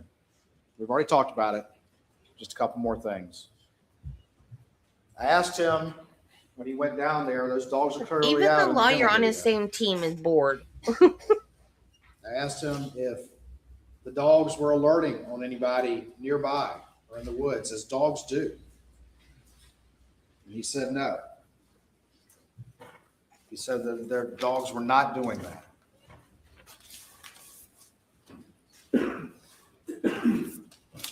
You heard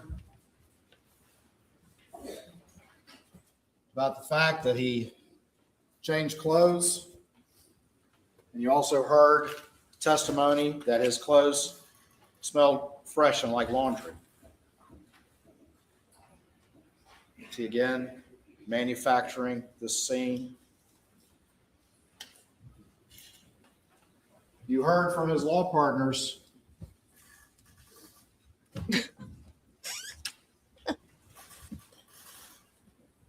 that he was not, and also from Marion, that he was not overly concerned with figuring out what happened or any threats to Buster. And in fact, you heard in the telephone interview after the side of the road, they specifically asked him, are there any threats to Buster? And he said no.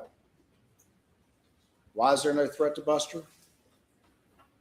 Because he was the threat to Maggie and Paul. He knows there's no vigilante out there. That's why he was never concerned about it. That's why he called Rogan first the night of. He knows the only threat is him.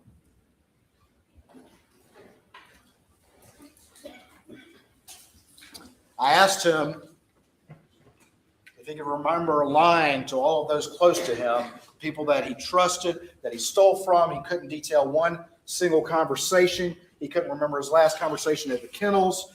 To use his own words, and when you hear what he has to say, when he was asked after the kennel video and his new story, what he did, he said, I got out of there.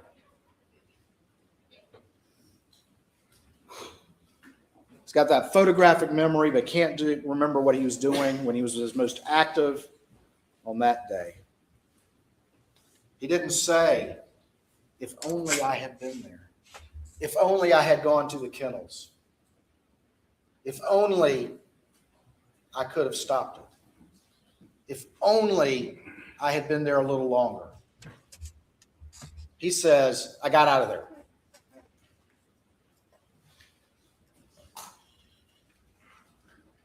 What father would hold anything back if he were innocent? What father would care what happens to him after that?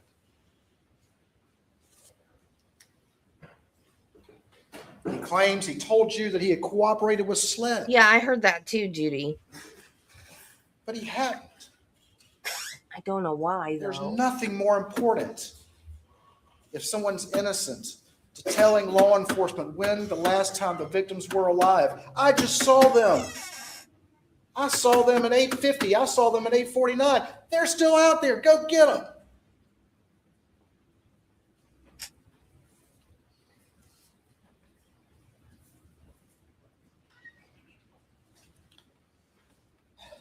He mentioned paranoia and tried to convince you that there was paranoia about some case 10 years ago, and he confused David Owen with David Williams.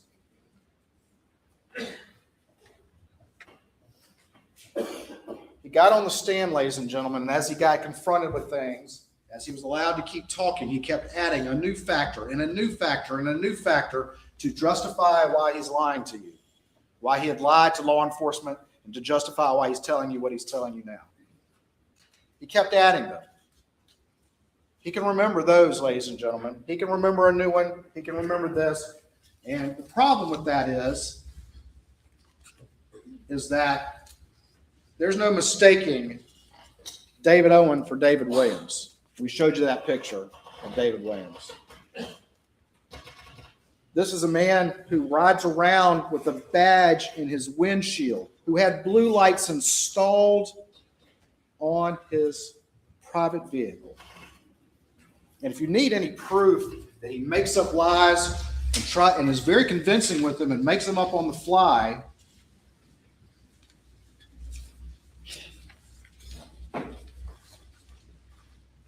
Oh, that's what I was going to ask you, and I forgot.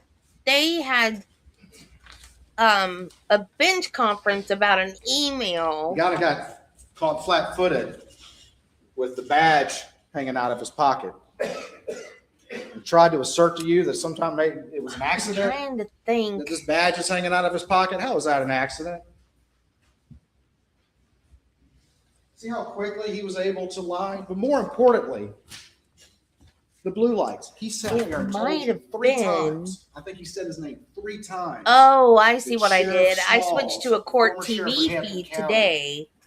Gave him permission It was to on put the Law and blue lights Crime in a one private vehicle. that we For a almost watched part-time out of order assistant solicitor. yesterday. And blue lights in a private vehicle.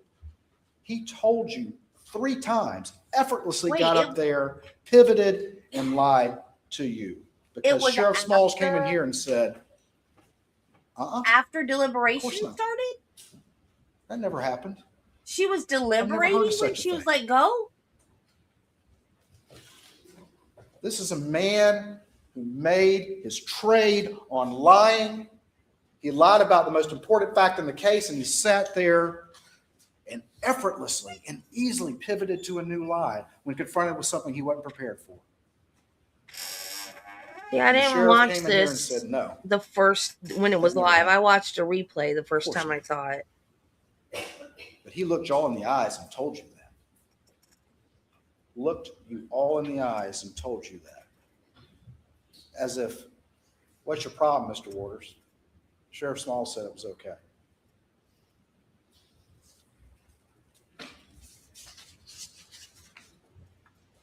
Creighton, I thought you said you were almost done. Tries to tell you Who's that he lying was now? paranoid about having a bag of pills in his pocket. The man who had blue lights in his car and had a badge, rides around with a badge in his windshield. That's what he thinks of his power and prestige, and that's what he thinks of appropriate use of authority, is to put it up there. It only serves him. It's only there to serve him. But he tried to also tell you that he gets paranoid, and so he's tried to lie about the most important fact that he could offer law enforcement when his wife and son were brutally murdered because he had a bag of pills in his pocket, but yet at the same breath says, I wasn't concerned about the law firm and that fair stuff. I'm not concerned about the boat case.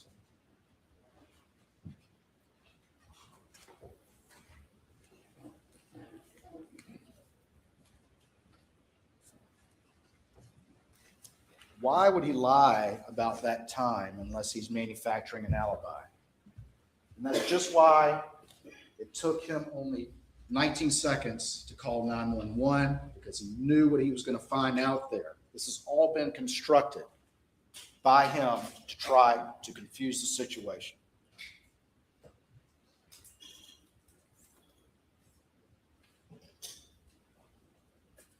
That lie that he told you, he tried to make it seem like he'd been trying to tell this, but he also admitted on the stand that, and as did his brother, that his own brothers heard it for the first time last week. That his own attorney was repeating the story that he was napping the whole time and never went to the kennels on HBO in November, just a couple months ago.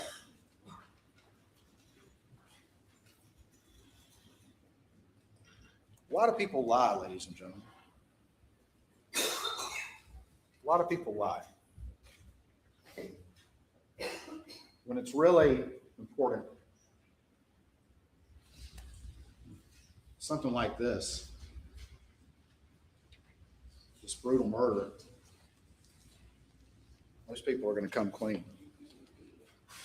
about a bag of pills. But why do people lie? People lie because they knew they did something wrong. That's why he lied, ladies and gentlemen. And just like always, when confronted with new evidence that he no longer can deny, he backtracks, he pivots, and he tells a new story from that stand and looks you all in the eye. And then when new evidence comes up on cross, he backtracks and he pivots and he tells another new lie. And I'm sure if he could get up there again, he'd be telling, well, let me rephrase that.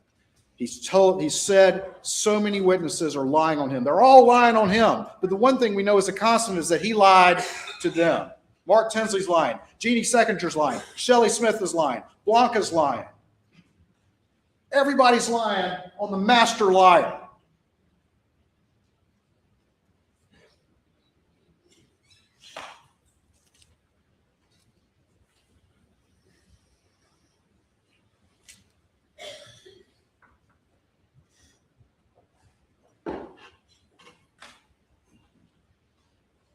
You heard him answer the questions about whether or not he killed his wife and son. You heard me ask him if he was a family annihilator. When he answers those questions, did you see him do this? Did you see him do that on those videos too, and ask questions where now we know he was lying? Is that the most classic tell ever? I'll leave that to you to decide. One thing I will agree with him that he said up there, oh, what a tangled web we weave when we first practice to deceive. How appropriate coming from that man.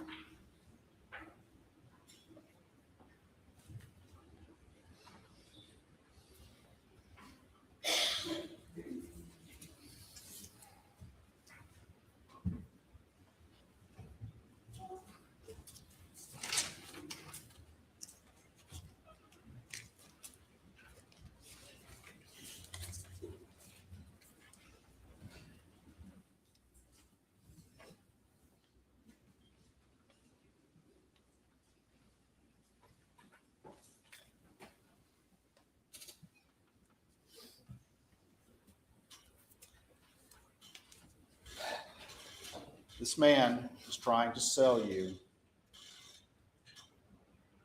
on an idea that he was at the kennels, that he jetted back, that he went inside so quickly and quickly dozed off in the shortest nap in the history of the South. And then he got in his car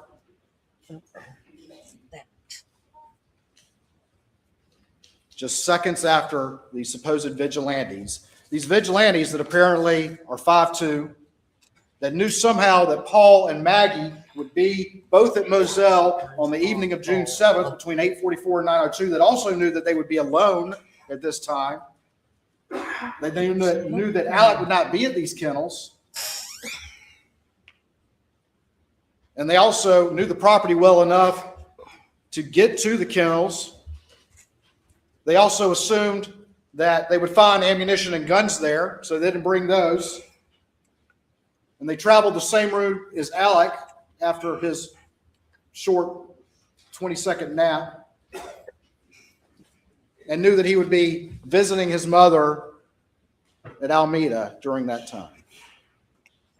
Those are the circumstances that you'd have to accept.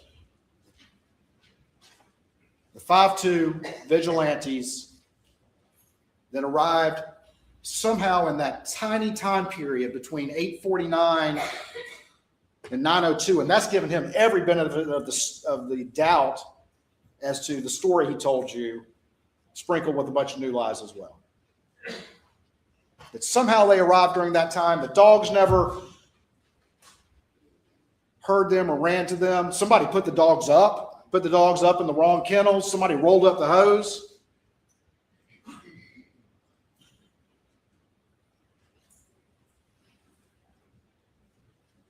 And these vigilantes were just lucky enough to find these family weapons there, which he's clear on the other side of it that he says were never there. He's so clear. Oh, we never had the blackout. We never rode around with the blackout.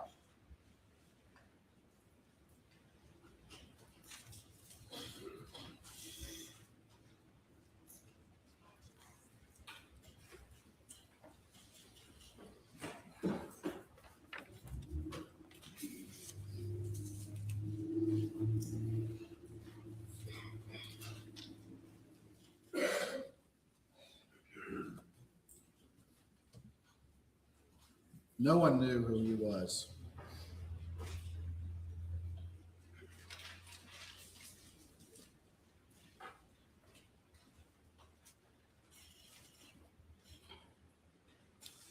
No one knew who this man was.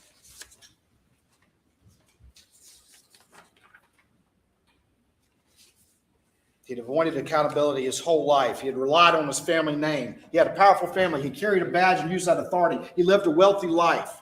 But now finally, he was facing complete ruin. His father, who he idolized,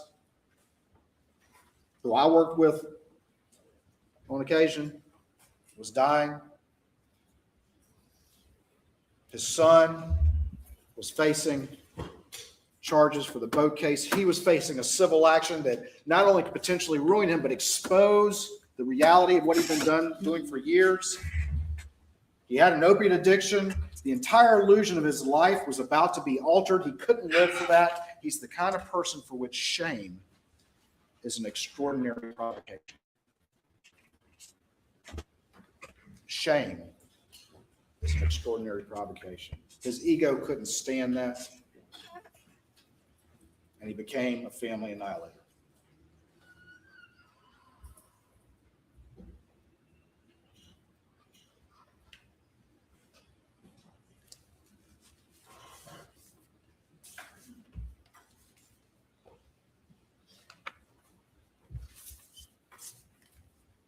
And I was thinking,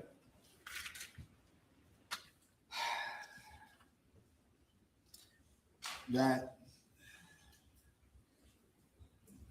people who get the last word in this courtroom are y'all. And a lot of witnesses have testified over the last 6 weeks, but there's a couple that never get to testify that are important, and that's common sense and human nature. And there's two more that don't get to testify. We couldn't bring you any eyewitnesses because they were murdered. But common sense and human nature can speak on behalf of Maggie and Paul. When you look at this in its totality, common sense and human nature can speak for them. And they deserve a voice.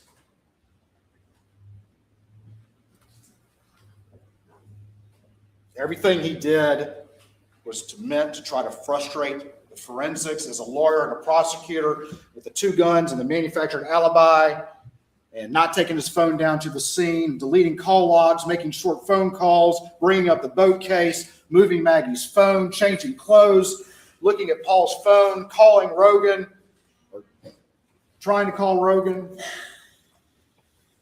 One man controlled this crime scene initially, and that was Alex.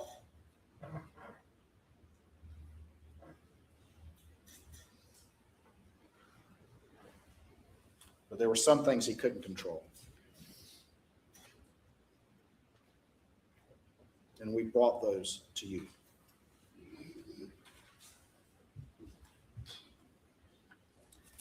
A couple things that the defendant said that I agree with. He said, whoever did this had anger in his heart. Whoever did this planned it for a long time.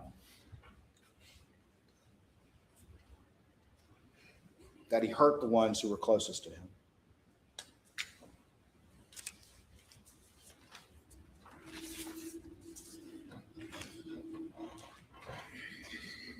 It may be hard to fathom, ladies and gentlemen, that when you put all these circumstances together and really understand who he was in the entirety of his life,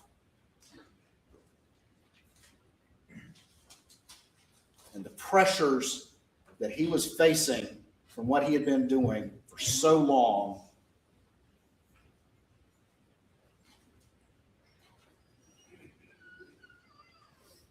you can understand it.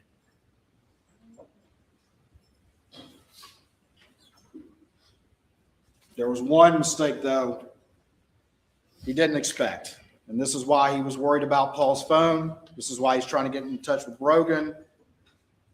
And it was that kennel video that came up late in the investigation.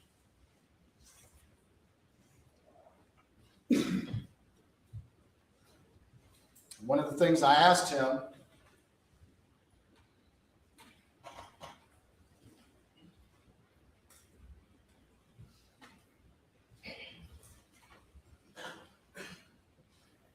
and we've talked about this, the last question I had to him, and the first question I had to him was, what is the most important part of your testimony here today? And he wouldn't even concede that, but he at least conceded that the most important thing was to look you in the eye and try to explain to you why, after his entire history, you should believe him when he says, okay, I was down at the kennels for one brief minute,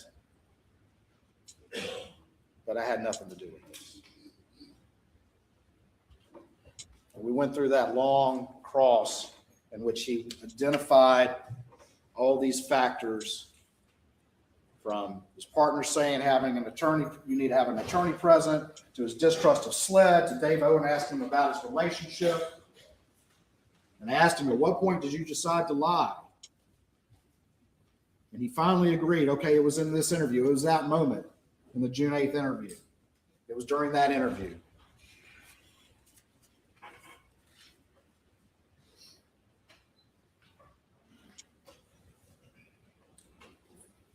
But in his 911 call, ladies and gentlemen, at 10:06, when he was asked when he last saw them, he said an hour and a half, and then changed it to approximately 2 hours.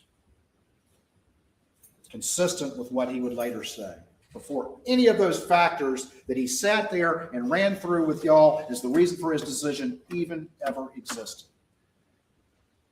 And if that's not enough, ladies and gentlemen, you saw, and I played it for him, Daniel Green's body cam, where he was asked the same question.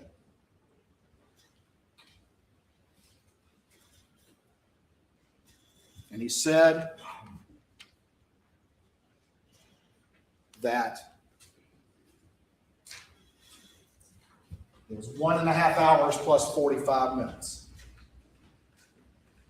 And all those factors that he identified to you as to why he supposedly lied, he was lying to you, ladies and gentlemen, when he made those up. He was lying to you when he made those up, just like he's lied to everyone close to him. And he's good at it. He's good at it.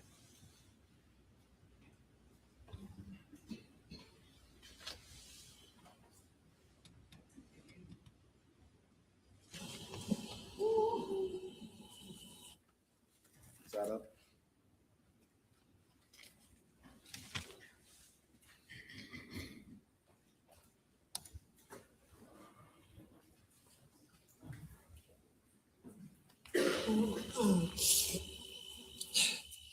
It was earlier tonight. I don't know the exact time, but okay.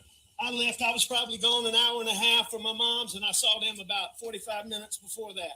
Okay. I rode around with Paul.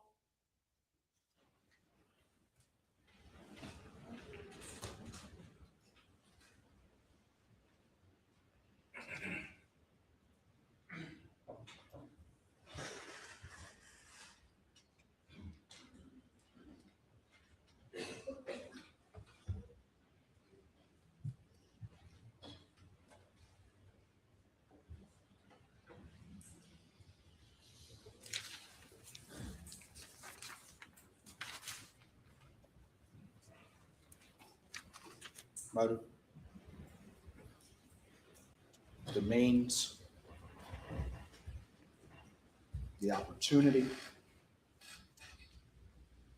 and ample evidence of guilty conduct and guilty conscience.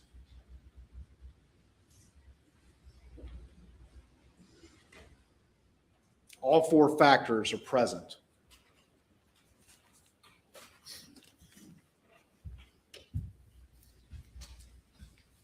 And Maggie and Paul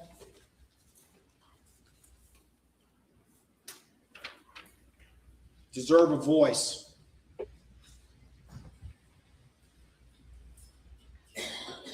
They need a voice because they can no longer speak. Our And this junk has been a drawer tough smells job. like peppermint for some reason. I found my The dad's system badge. depends on people who take that oath as jurors and are willing to honor that oath and make that tough decision to vindicate these victims, to vindicate Maggie and Paul, who were cut down in the prime of their lives.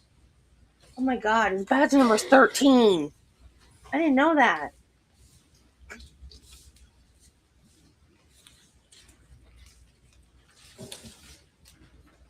This is a sealed exhibit. This is what he did. This is what he did 100%, dude. right here. If he hadn't got caught, he'd still be doing it.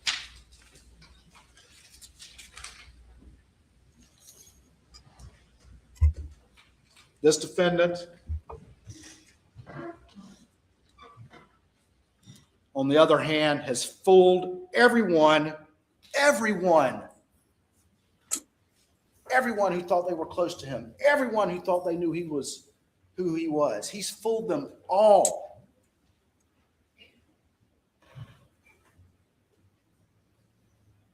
And he fooled Maggie and Paul too. And they paid for it with their lives. What do you think, Kit? Don't let him. I fool you absolutely too. think he'd still be doing it if he hadn't got caught. On behalf of the state of South Carolina, I ask you to return a verdict of guilty against the defendant, Richard Alexander Murdaugh, for the murder of his wife, Maggie, and his son, Paul, and for his possession of firearms during the commission of those malicious offenses. Thank y'all for your attention during this trial.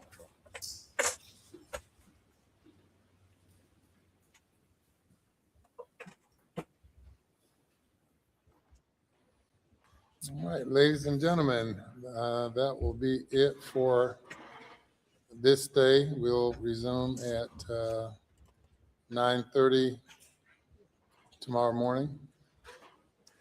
If you go to the jury room, and you'll be dismissed. But he'd in just a already few been minutes from caught the jury room. And we'll at that please do point. not discuss the case at all. I mean, with I know that anyone, was a motive for their murder, but including he'd your already fellow been jurors. caught.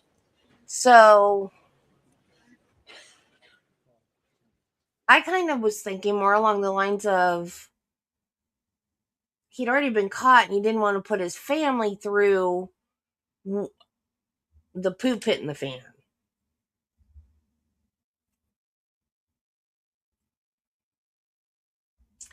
I don't know. Okay, now I gotta. Where's the rest of this? Day 26, closing argument. With you over the past couple of days concerning indications of conversations with few folks not on the jury concerning the case and expressing some opinion about the case. I have reviewed everything, including Okay. statements given Yeah, by Paul's gone, the individuals boat and case goes recorded away. interviews, and If concluded Maggie leaves that him, she gets half. despite my order to not discuss the case with anyone, that intentionally or unintentionally, you've had some discussions with some folks not on the jury, and which is going to require me to remove you from the jury. You have been by all accounts, great juror and smiled consistently and have seemingly Except a great juror, but I gotta let you go. been You talk to attentive other the people. That's case not a and great performed juror. well, and I'm sure that with all the time you've invested in it, you probably hate not to continue, or maybe you're ready to go. I don't know. But I certainly want to thank you for your service. I'm not suggesting that you intentionally did anything wrong, but that in order to preserve the integrity of the process and in fairness to all the parties involved, we're going to replace you with one of the other jurors. Have you brought everything that you have outside of, you left some stuff in there? What do you have in there? This Say it is again? the egg juror.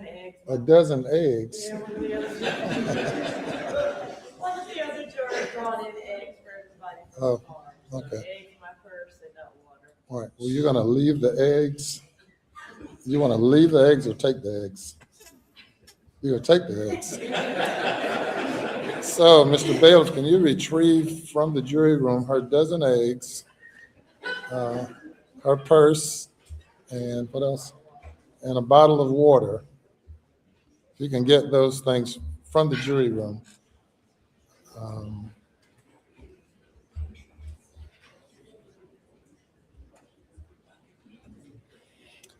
As you know, the identity of the jurors are confidential, not known to the public, and the reason you are still where you are is that cameras are not allowed to videotape the jurors, and we have operated by juror numbers throughout the process, and we'll continue to do so, and your identity will be kept confidential as far as the court is concerned. And or trust that in the event you decide you want to speak publicly about this case, that you wait until after the case is over. You're not encouraged at all to do so, but you have a right to speak to anyone you want to, if you decide to do so.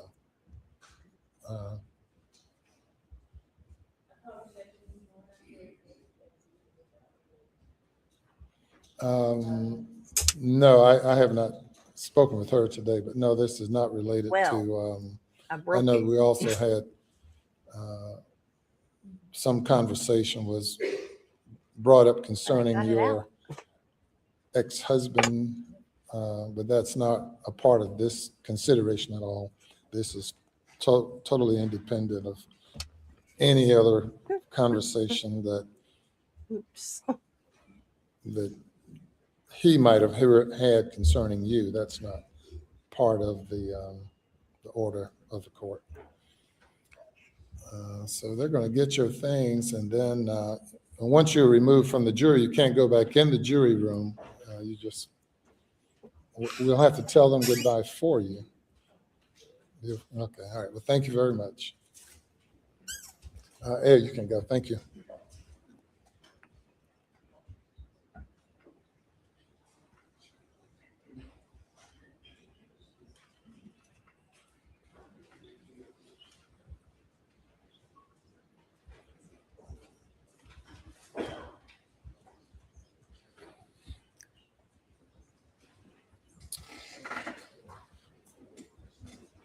We get a lot of interesting things, but now a dozen eggs. It's certainly pretty interesting. We'll give them, give her a chance to leave or to take her. She's gone? Okay, very good. Anything else before the jury comes? Your Honor, we picked an alternate. Oh, right, absolutely. When they come out, we'll need to select an alternate, and the clerk you have the remaining alternates in a box. Any objection to a blind selection of that alternate out of the box? Nothing from the defense, Your Honor.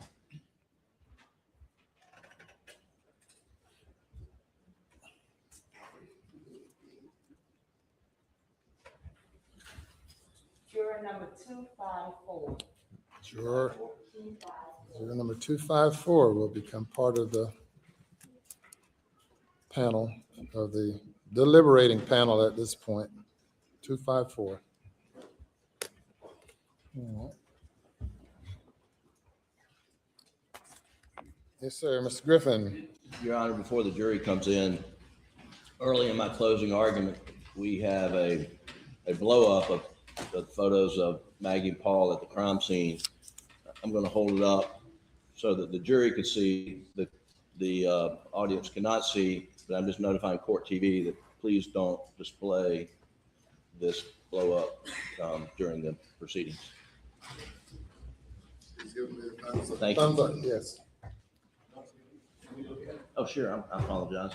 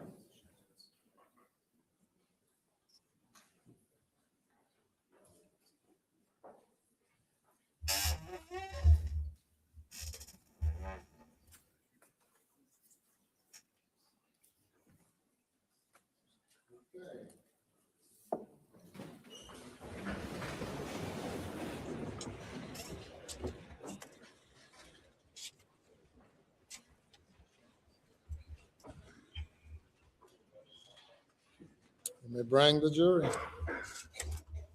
I thought they already bring the jury. What were we waiting on?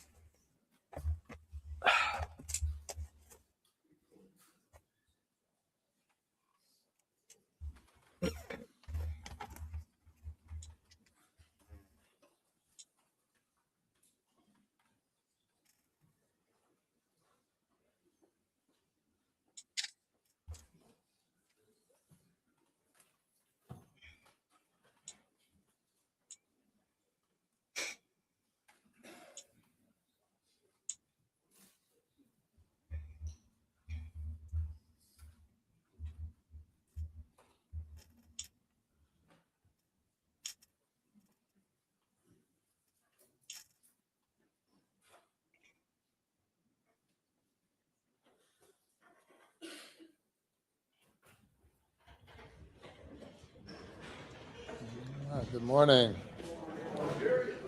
Yes, sir. Thank you. And good morning one more time. Day number 28. Welcome back.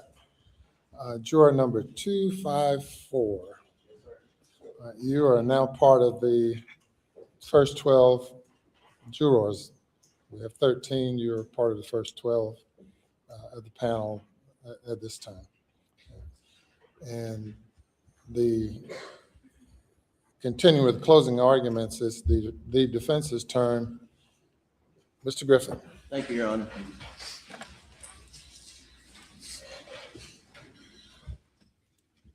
Good morning.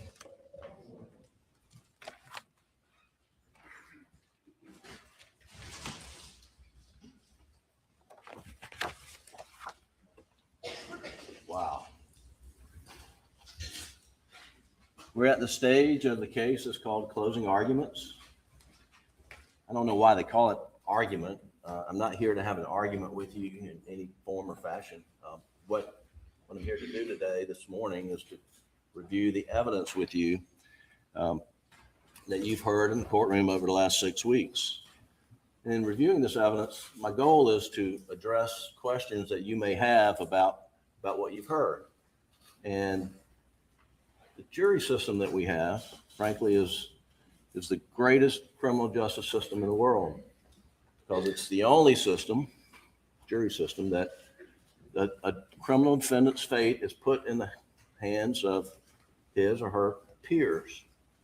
In this country, we don't leave the decision of guilt or innocence up to the governor, to the attorney general, to the prosecutors, to the presiding judge. You, ladies and gentlemen, make that decision. And as perfect as our jury system is, there's one thing that I wish it provided: an interchange during the course of the trial between us. You're all sitting there and listening to what we say, and we don't know what questions you have and what you want answered. By the same token, we may have questions of you that we can't ask. Here's my opportunity to try to answer the questions that I think you have. There may be some things that I go over that you've already decided, and I'm wasting your time. And if I do that, I apologize. I truly do. But I don't. This case is so important. I don't want to leave anything out that one of you may have a question about. I think I can probably speak for everybody in this courtroom that there's one thing that we on this side have no question about. is that y'all have been ideal jurors. We've been here 6 weeks, and each of you have come every day on time, and you've been very attentive, and it has not gone unnoticed. And we do appreciate you for your service. We Jim, know what a sacrifice it is. they're not being going away to from judge your on how home, well they like you. your Just work, go. your family, your personal obligations. Maybe some of you miss vacations. But you've been here in a 3-week trial, and here we are at the end of 6 weeks. And I want to thank you personally. I want to thank you on behalf of Mr. Harpootlian, Mr. Barber, Ms. Fox, and especially on behalf of Alex Murdaugh. In his opening statement, Mr. Harpootlian explained to you that the law governing your service requires each of you to engage in an unnatural task. In every criminal case, jurors are required to begin the process by presuming the defendant innocent. In this case, you were required under your solemn oath as we began to presume Alex Murdaugh innocent of these charges. And frankly, as he explained, that's not natural. When you hear on the news that a crime has occurred and an arrest has been made, you feel a little bit relieved. Thank God they caught him. And frankly, I would not be surprised if some amongst you, when you read in the paper that Alex Murdaugh was charged with the murder of wife and son, that you thought, oh, good, they got him. If But they saw that, they those shouldn't even be opinions- on the jury. And each of you, when you filled out your questionnaire, agreed and affirmed that you would leave those at the door of the courthouse and that you would decide this case solely on the evidence. And that's what the law requires. And when we begin, the law also requires you to presume him innocent of these charges. Now, I've been doing this a long, long time, and up until the advent of instant replay in sports, it's been very difficult to explain just how to do that to jurors, how jurors can do this, apply this presumption of innocence. And if you're not as interested in sports, I apologize for this analogy, but the analogy is the instant replay. Whether you're a Clemson fan or Georgia fan, that on a Saturday afternoon, there's a play called on the field, and then it's reviewed. And under the rules, the call on the field stands unless there's visual, incontrovertible evidence that the call on the field was wrong. We see that every weekend on sports. Here, the call on the field is that Alex Murdaugh is innocent of these charges. That's what the law requires. And that unless and until the state proves his guilt to each one of you individually, voting individually, proves his guilt beyond a reasonable doubt, then that presumption of innocence stays with him. You're not being tasked here to give your opinion in this trial. You're being tasked to apply the Constitution, the bedrock principles that protect us all from a government. Those bedrock principles are, first, you get tried by a jury of your peers. Second, that the jury of your peers begin with presuming you innocent. And third, that you will remain innocent until the government, if they can, proves to you individually in your mind that the person is guilty beyond a reasonable doubt. Now, the judge will give you jury instructions on what that means, beyond a reasonable doubt. But the definition has been defined that reasonable doubt is doubt that would cause a reasonable person to hesitate when making an important decision in their personal affairs, such as to buy a house, get married, any consequential decision. And you will be making, when you get this case, probably later this afternoon, you'll be making one of the most consequential decisions that you will have ever made in your life, I suspect. I don't know all of your backgrounds, but it will be a very consequential decision. And if the proof that the state has put before you causes you to hesitate, when you go to fill out that vote as you're deliberating in your jury room, each of you will have a vote. And you will have the right to vote guilty or not guilty. And each of you will write it down. And if there's any reasonable cause for you to hesitate to write guilty, then the law requires you to write not guilty. This burden of proof that we have, many of you may have had experience with civil cases. And in civil cases, the burden of proof is much lower, and it's called by preponderance of the evidence. And you may have seen lawyers or judges or watched on TV as it's not. as they Neither is give a this. visual Don't image tell of about the Lady preponderance of Justice, the who's evidence. blind and who's blindfolded, so she does not bias for one side or the other. And there's scales on Lady Justice, and those scales are the scales of justice. And in a civil case, Get to if why he's not guilty. one party They proves don't their need to know all case this. by a preponderance of the evidence, meaning ever so slightly tilt those scales in their favor, then they're entitled to the verdict. There's another heightened level of burden of proof in a civil case called by clear and convincing evidence. And the law requires things like to prove fraud or some intentional acts. You have to prove by clear and convincing evidence. And that's an intermediate level of proof.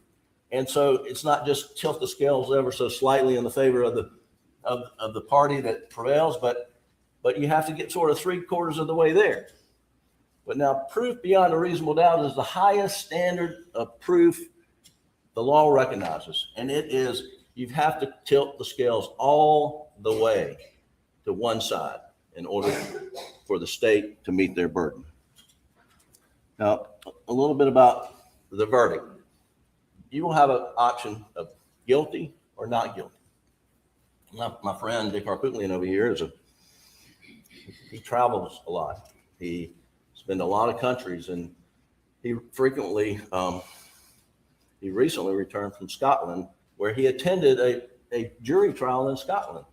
And he tells me it's much like this. No. Except the lawyers wear a wig, and I might benefit from something like that. But in Scotland, it runs about the same until it gets time to the verdict in the criminal case.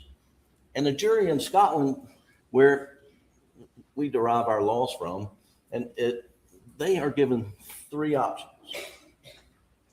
One option is guilty. Second option is not guilty. And the third option is not proven. Not proven. Now here in America, we have combined the verdict of innocent and not proven into one of not guilty. And so when you go to render your verdict, if it's a verdict of not guilty, it's either you concluded that the defendant is innocent of the charges, or that the government has not met their burden of proof, their heavy burden of proof beyond reasonable doubt. Now, and one of the reasons that defendants are presumed innocent and the government has such a high burden is because in criminal cases, the defendant really doesn't have the ability, doesn't have the resources, doesn't have the lawful authority to execute search warrants, subpoena documents, to prove his or her innocence.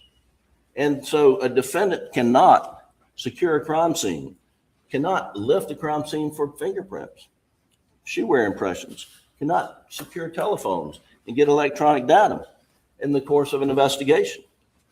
So the defendant is limited on what they can do. In this case, on June 7th, 2021, Alex Murdaugh called 911, and Deputy Green, and then followed by other deputies, rolled up on the scene. And he is standing on his property. His wife and son lie dead in a pool of blood each.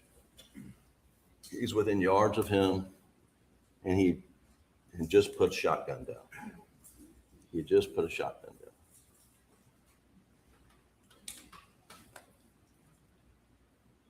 And what would that look like? 90 out of 100 cases when an officer rolls up, it would look like the person who had the shotgun and 2 dead bodies may have done it, probably have done it. Certainly someone who should be strongly considered. And all the officers in this case told you that. Deputy Rutland said, yeah, Alex Murdaugh was a suspect, but there are a lot of suspects out there. Everybody was a suspect. Fair enough.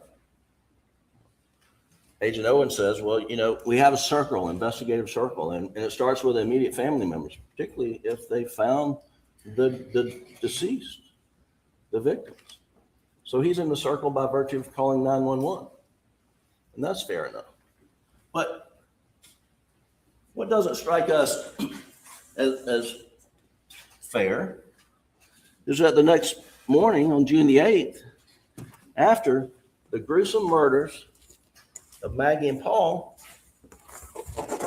this is what is issued, a joint press release, Colleton County and SLED, that says, at this time, there's no danger to the public. At this time, there's no danger to the public. We have 2 people have been executed within, y'all are out there, I don't know, is it 100 yards, 200 yards from Moselle Road? They've been slaughtered. And at this time, there's no danger to the public. Does that tell you that on June 8th, law enforcement had decided it had to be Alex Murdaugh? It's a fair question for you to ask yourselves. It's a question that's not been fairly answered in this trial. What we know from June 7th to June 8th, Alec is a suspect and he's in the circle. And from that day forward, he is at the mercy. He is at the mercy of the ability of SLED to exclude him from that circle. They have the ability to do the forensic work. They have the ability to interview witnesses, and they have the ability to gather electronic data. And we believe that we've shown conclusively that SLED failed miserably in investigating this case. And had they done a competent job, that Alec would have been excluded from that circle a year ago, 2 years ago, but he would have been excluded. What did you hear from the witness stand? You heard from Chief Barry McCroy. I didn't know Chief McCroy until I got involved in this case, but his reputation is outstanding, and he's consummate professional. And he explained that when he got there, he was concerned that cars would be pulling up and there were some tire tracks that were not being protected and that they could have evidentiary value. And then you heard from Mark Ball, who had a conversation with Sheriff Hill, who's another fine public servant here. And he also agreed, we've got to stop cars from coming in here to preserve these tire impressions. And it was not done. It was not done. Captain Chapman from the Colleton County Sheriff's Office, he testified about seeing other sets of tire tracks. As you had came in off Moselle Road, you probably saw where Deputy Green's vehicle had stopped right at the kennels. But then on the other side, where you saw that Alec was parked and pacing on some of these videos, that's where Captain Chapman had talked about seeing tire tracks, and he tried to track them. SLED was coming on, and then it was like a trail to nowhere. It was a trail to nowhere. Deputy Rutland talked about seeing hair in Maggie's hands, you'll recall. You didn't hear anything about the hair in Maggie's hands from that moment forward. Was it tested? Was it sent off for analysis? There was no evidence of what, if anything, happened to the hair in Maggie's hands. Was it as a result of a struggle with her assailant? Was it her own hair? I mean, we don't know the answer to that. We know they failed to take fingerprints from the feed room, and they should have. They failed to properly take footwear impressions from the feed room or at the apron right outside the feed room. And I think that's I don't think that's uncontradicted. The Agent Worley, who doing the best she can, did not go there to document footwear impressions.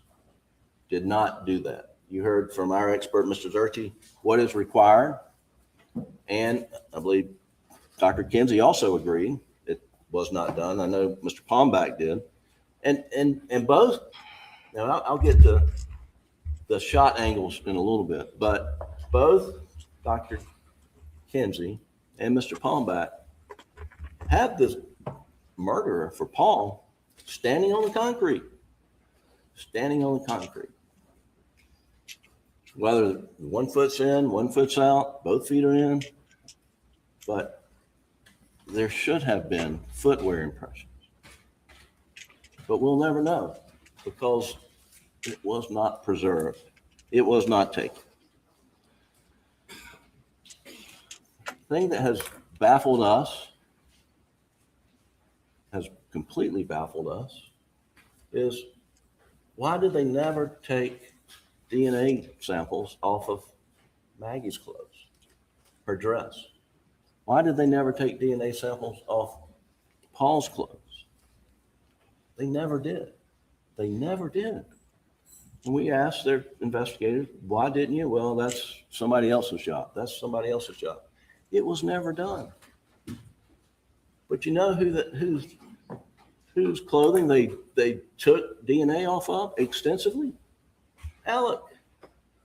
And you heard Agent Zapata talk about all the different grids on her shirt where DNA was samples were taken. Was Alec assaulted on June the 7th? No, he wasn't assaulted. Was Alec wrestling with the assailant on June the 7th? There's no evidence of that. So why are they taking DNA evidence of Alec's clothing in June of 2021? And there's only one reason. And it goes back to this right here. There was only one reason. Only one reason.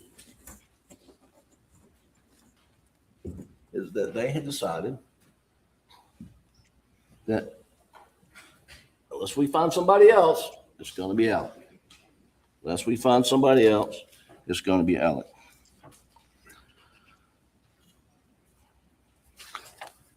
And I'll get into more detail about Maggie's phone. And Maggie's phone was not secured properly. Maggie's phone was, well, let me just go right into it. Maggie's phone was found on the side of the road in the morning or early afternoon on June the 8th. Whoever killed her threw that phone on the side of the road, without a doubt. Without a doubt. Alec, from the get-go, has said, you get Maggie's phone, you get my phone, or you get my OnStar data, and you will not see my car traveling down the road with Maggie's phone, because it did not happen. It could not happen. Detective Owen, have you gotten it yet? No, we've not. We sent the black box from on the Chevy to the FBI. It was a new model. Turns out the data's encrypted, and so we haven't got it yet. Well, what about General Motors? I'll do what I have to do, whatever I can do. And said, well, we're looking into it. Well, what we learned during this trial is, sure, SLED sent a subpoena via fax machine to somebody in Detroit, I believe. And whoever got it in Detroit, whether there was a number off, I have no idea what the reason was. But we do know the initial response was, we don't have anything. We don't have any OnStar data that you're looking for. There's no indication that SLED followed up with a phone call. There's no indication SLED followed up with a letter. There's no indication SLED did anything other than put it in a file, put the response in a file. And that was it. That was it, ladies and gentlemen, until somebody watching this trial somewhere contacted somebody at General Motors and said, why don't you guys cooperate with the FBI and SLED on this investigation? And they're like, what are you talking about? So Friday, during sometime in the last 6 weeks, lo and behold, here comes all the OnStar data that you got to see. And that would be great. That would be great. But for the fact that when they seized Maggie's phone, it had, they put it in airplane mode. They knew how to put it in airplane mode. Excuse me, I'm losing my voice. Let me get quiet. I apologize. Everybody knows how to put the phone in airplane mode. Well, my husband does. Normal people know how to put the phone in airplane. Something else. They put it in airplane mode, but what you'll see, I got a photograph, is the location services were still on, meaning still pinging off GPS satellites. And the phones don't hold that much memory. They hold a lot of data, as we have learned, but they don't hold that much memory. And it writes over itself. And for GPS location services, the ping points that we see from Paul's phone on all that data, that would have been on Maggie's phone for the 7th.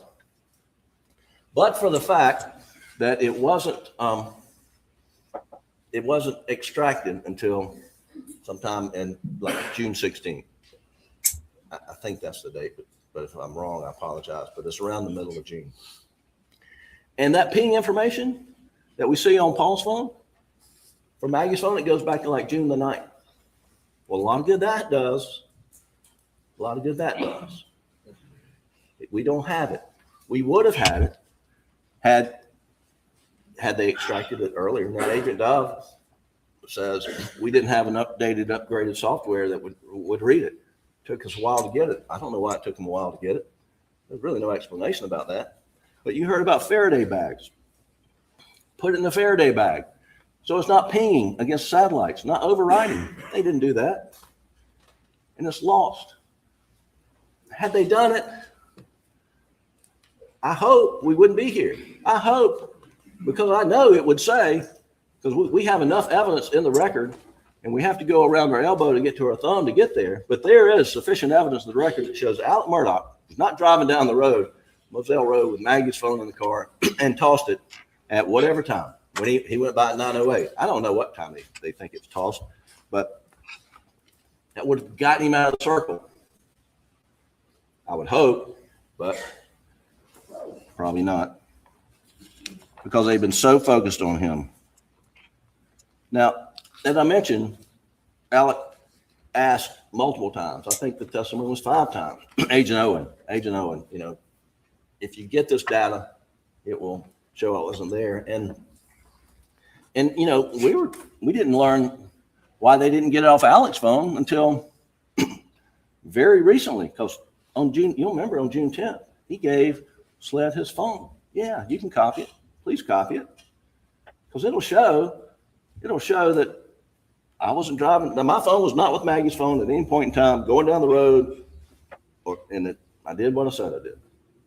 Well, they did extract it, but what we've learned, the extraction was a superficial extraction, not because Alec requested it. That's just what they did.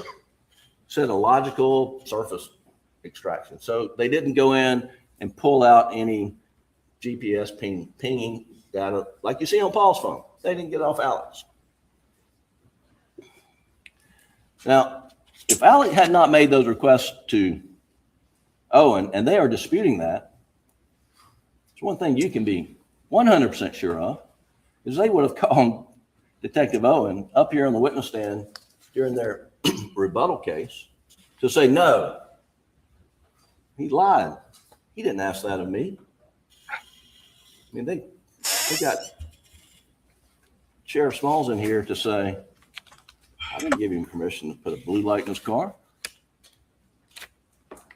They came and challenged whether he had authority from the sheriff or maybe a deputy sheriff to put a blue light in his car. But they didn't contradict anything he said about, I've been asking for this data that would get me out of the circle.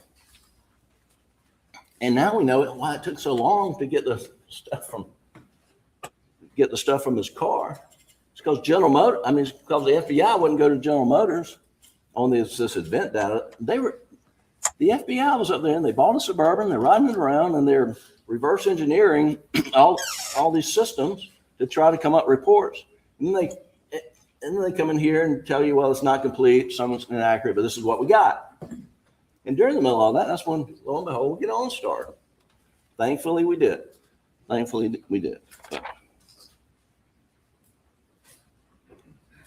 So then we roll into Labor Day weekend of 2021, where Alex, longtime drug problem, his financial issues, misconduct were exposed. And that made him an easy target for SLED. And I hate to say this, but the evidence is crystal clear. From that moment, they started fabricating evidence against Alex. Well, Mr. Griffin, that's an awful charge. Don't all lawyers accuse law enforcement of fabricating evidence? And I can tell you, this guy right here was a federal prosecutor, was a state prosecutor, and some of my best friends are in law enforcement. And I don't make that claim lightly. Here, what you have heard is they came up with a report that says Alex's t-shirt had high velocity blood spatter on it. High velocity blood spatter. What's that? That means you're within feet of a shooting.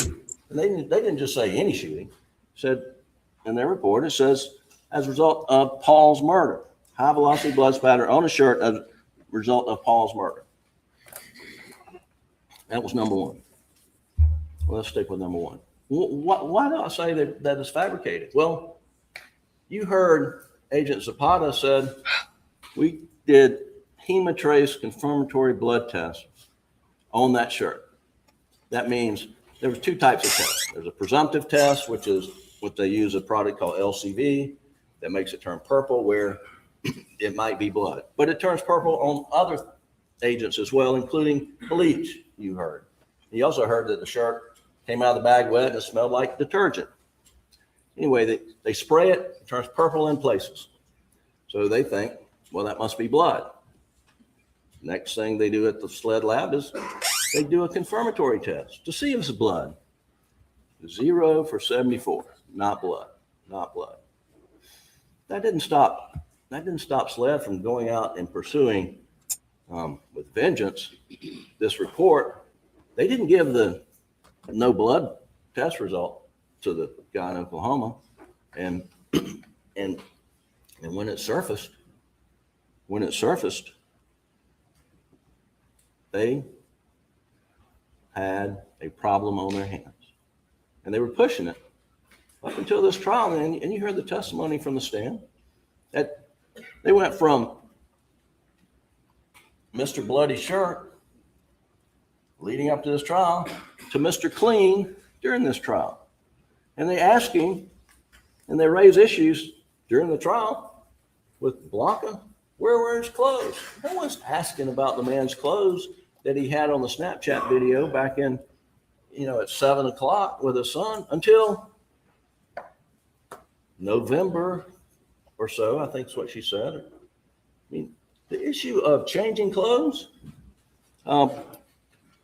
it was late to the dance because when they went to, as you heard, when they went to the County Grand Jury to get an indictment that you're going to be deliberating on, they told that grand jury they had an expert report that said it was high velocity blood spatter. And I asked Agent Owen, I said, when you went to the grand jury and when your guy gave you the report, how'd you not know, chief investigator, how'd you not know that there's this hemotrace test that says it's no blood? Well, I didn't get the email. I say it in somewhat jest, but, did the dog eat his email? I mean, how's the lead investigator in the case not get the lab report that says there's no blood on the shirt? Now, ultimately, it was produced to us, and we were raising Cain about it and saying, how can you say this on one hand and that on the other hand? And here we are with a Mr. Clean theory that he washed off after brutally murdering Maggie and Paul. He takes a hose and washes himself off and gets in a golf cart, butt naked, I guess, and drives to the house. So that's the blood spatter fabrication. The other is this blue raincoat with GSR, and you remember that testimony. Shelley Smith, who worked for Ms. Libby and Mr. Randolph, had told SLED after September, after Alex's problems had been exposed, after she had a conversation with a Allendale police officer following an accident investigation in which she was in an accident, that on the morning, she said in here, as she told you, on Wednesday after Mr. Randolph's funeral, and that turns out to be, I think, June 16th, that Alex shows up at the house at Alameda at like 6:30 in the morning, knocking, trying to get in, and he has a blue tarp. And in this blue tarp, she lets him in. He goes upstairs with this blue tarp. He comes back downstairs. He lays this blue tarp out on Miss Libby's retirement rocking chair for in the living room, and then he leaves. And then she leaves to go to her day job. And when she left, the blue tarp was laying out on Ms. Libby's rocking chair. That was her testimony. And so SLED gets that, gets a search warrant, goes to Alameda, and they seize a blue rain jacket. They seize a blue rain jacket. And when they do, they take that blue rain jacket and they show it to just about every family member. Let me get it right quick. Why aren't you ready? That they can think of, and it's defendants 87, Doug, if you can pull it up.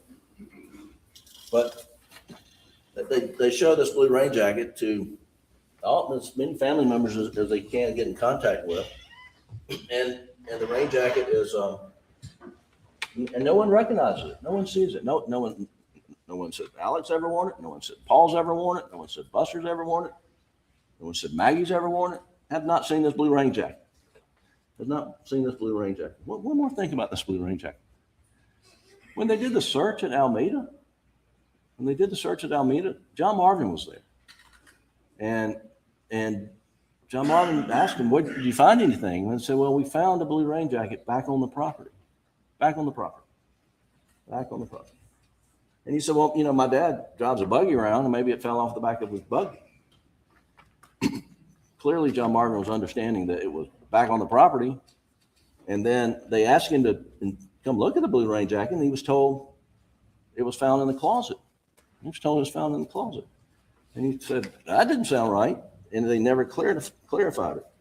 Now, here's a picture. I'm not even going to put it up, but 411 is a picture of this closet.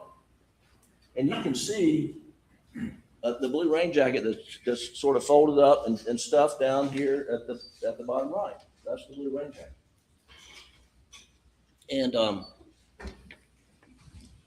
And apparently right before this trial, they showed Shelley Smith this picture and says, does that look like the blue tarp you saw? She goes, well, yeah, sure, it looks like it. They never showed her this. And she said, this is page 87, it's on the screen. She'd never seen this. But they did GSR testing on this and it says, whoo, it's hot. A lot of GSR. on that. Manufactured evidence, ladies and gentlemen. And then And then I still don't know what the there's this rain issue of jacket part misrepresenting was what are supposed to the prove. type ammunition found in the shotguns at the residence at Moselle. Paul was murdered with first shot was a buckshot. Went through his chest. He was turned this way, went in here, and then out under his arm, and that was buckshot.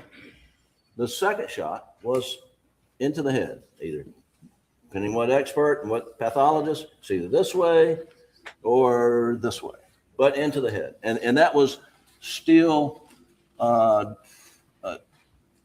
duck shot.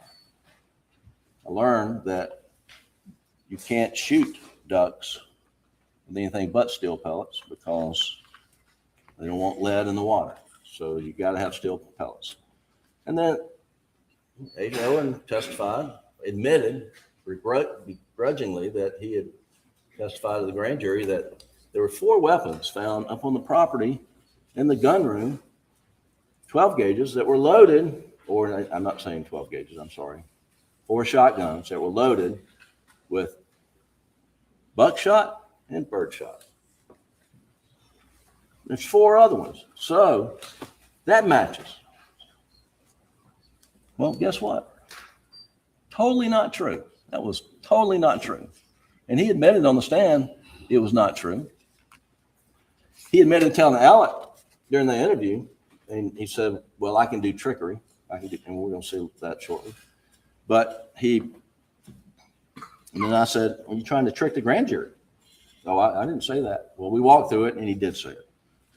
And he didn't remember it, and you'll remember the testimony. And I said, well, people make mistakes, don't you? Yeah, that was a mistake. And it's okay to make mistakes, right? Yeah. And you can make mistakes about time. Well, that's the most common thing people make mistakes about. It's not all right for Alex Murdaugh, who's in the center of the circle, who's not all right for him to make mistakes about time. It is not all right, according to the same investigator who says it's okay, happens all the time. But here we go, and then Eureka. They finally get into Paul's phone in April of 2022, and they see Alec. Well, they don't see Alec. They see Cash the dog, and they see Paul's feet walking around, and they hear voices in the background. One of them sounds like Alec. And off they go. They go off and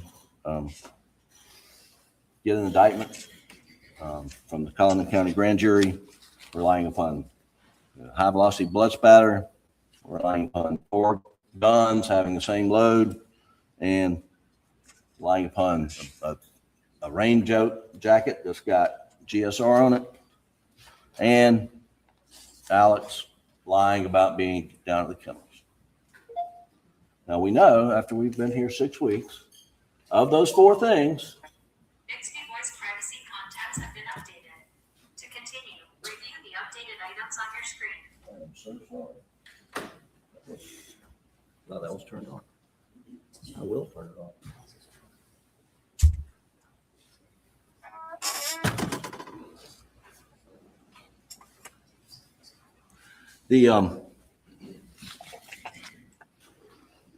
What we know is 3 out of those 4 things that was presented to the Colleton County Grand Jury that you're going to be deliberating on for the indictments that return aren't true.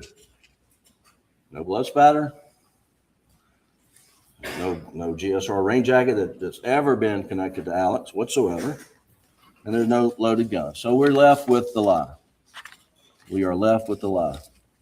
Now, Alex lied about being down at the kennels in Alameda. And why did he lie? And that is certainly a fair question. And that's, and frankly, I probably wouldn't be sitting over there right now. He had not lied, but he did lie. And he told you he lied. And he told you why he lied. He said he lied because, I'll tell you, he lied because that's what addicts do. Addicts lie. He lied because he had a closet full of skeletons, that he didn't want any more scrutiny on him, which is the most ironic thing in the world because depending on which day of the week, their theory is that he slaughtered his wife and son to distract from a impending financial investigation. But he puts himself in the middle of a murder investigation, and he puts himself in the spotlight of a media firestorm. That's their motive evidence, and we'll get to that. But he lied. He lied because of his drug paranoia kicked in, and he was clearly in the throes of addiction. He lied for all those reasons. But what he didn't lie for is because he was covering up the fact that he killed Maggie and Paul. That is not the reason he did it. Doug, will you play the dog kennel video, please? I'm going to play the dog kennel video. So just please listen to the voice. Get that.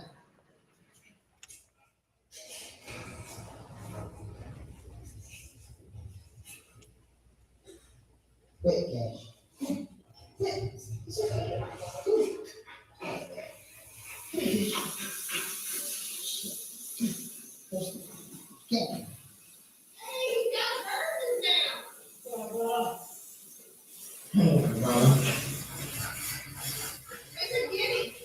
There's a chicken. Catch. Quick.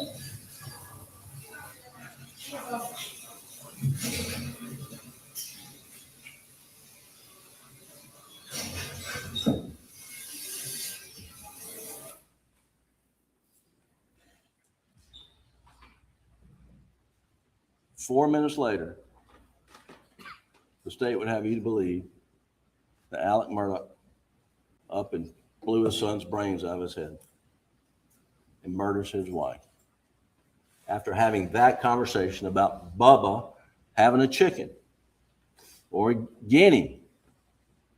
4 minutes later, their case wants you to believe that this is a family down at the dog kennels doing what families do. They're checking on a dog, tail, Bubba's out running around, and they're saying, Bubba, got a chicken. Now, why would Alec not want law enforcement to hear that? I mean, there's nothing on that tape. There's nothing on that tape that indicates there's any strife, any conflict, any anger, any planning, anybody being afraid, anybody running, anybody scurrying. Nothing. It's Maggie, Paul, and Alec down at the kennel. That's it. And their timeline is based on the fact that this automated thing kind of messed me up, but the point I was going to open this up and say, under their theory, if your phone's not moving for some period of time, you're dead right then. You could be run over in the traffic 2 hours later, but if you're not answering a text 2 minutes after you receive it, you're dead at that point. And that's their case. That is their case on time of death. Is phone stop moving, you're dead.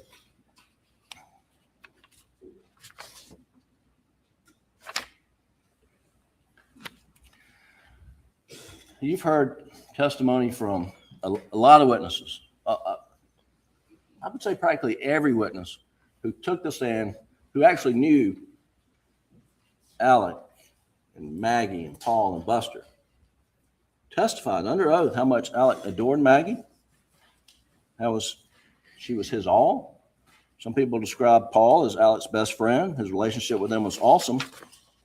And that was unanimous. Unanimous. I want to just play briefly a clip from Blanca testimony about Alec's relationship with Maggie.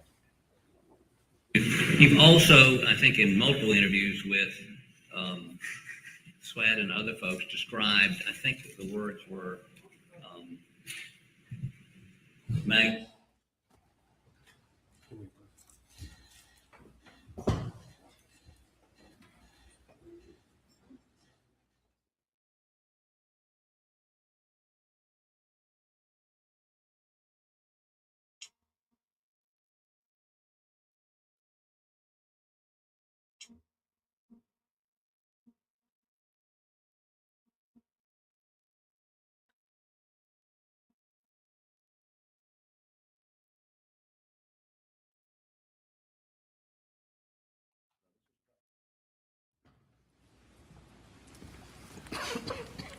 Please continue, Doug. All. Isn't that what you told us, Leigh? Yes, sir. What does that mean? Maggie was his all. He adored her. He loved her. He adored her. Worshipped her. I mean, just treated her as somebody he adored, correct? Exactly. Yes, sir. Now, this was her testimony from the witness stand. And then in every trial, there's you hope you find, some very authentic witness, part of the fabric of America that comes in this courtroom. And we had it in this case, and it's Dale Davis. And I want you to remember what Dale testified about Alex's relationship with his family. We played Dale Davis's. Me? When you use the phrase lovey-dovey about Alex and Maggie, what does that mean? It means they loved each other. What in your presence, you described them as being lovey-dovey, didn't you? Yes. And tell the jury what you meant by that. Oh, every time I always say them, I've never seen that man even raise his voice at his wife or kids. Or his wife. I've never seen him even, none of them argue. But he always, anything she wanted or the boys wanted, he would try to get it. And what was your observation about the relationship with Paul?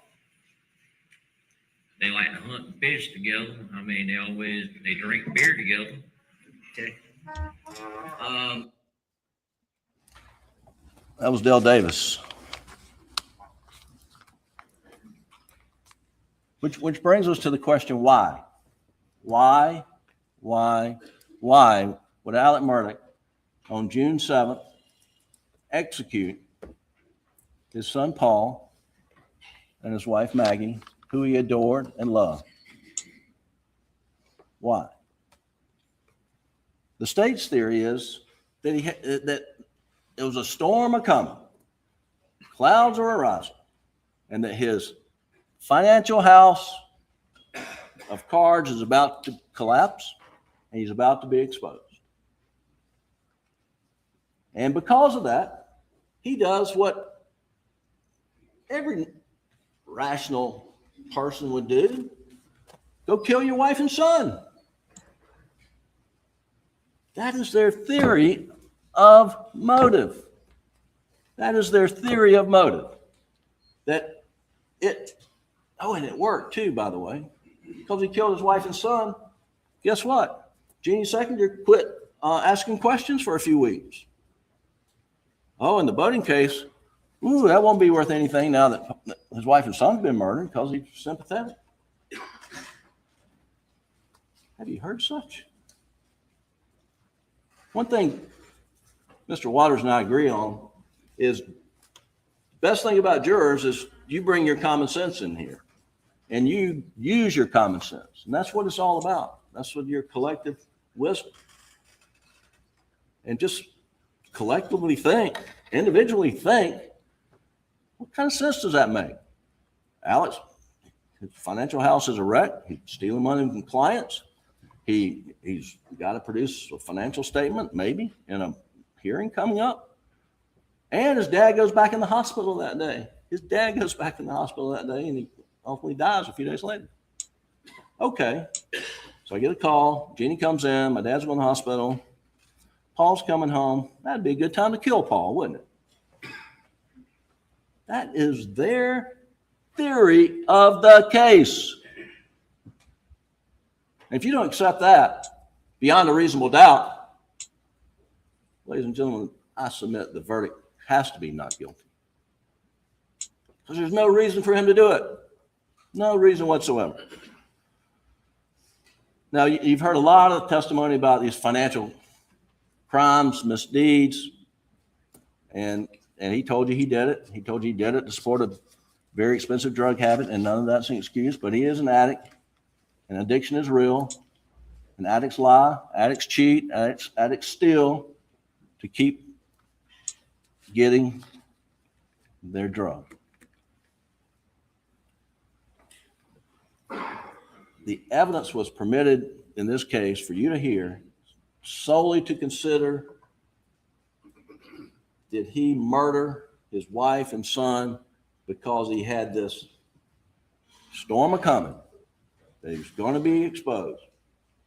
Is that why he murdered? That's what they say. That's why he murdered. And that's why you're allowed to consider it. Now, Judge Newman in his jury instructions will tell you that's all you can consider it for. You can't consider it by saying, man, I never knew he could do that. So if he could do that, he must be able to do the most heinous crimes in the world, kill his wife and son, execute him style. I mean, that's a no use of that evidence. The only permissible use of the evidence is that sufficient provocation, motive for him to kill his wife and son? Was it sufficient motive, not provocation?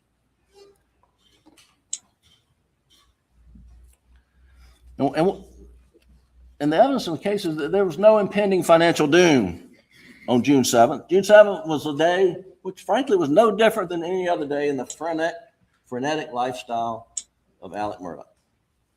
He had so many balls in the air, and he even forgot his paralegal's name, and I apologize to her. I think Christy. She said he would come in like a Tasmanian devil. I mean, he was frenetic.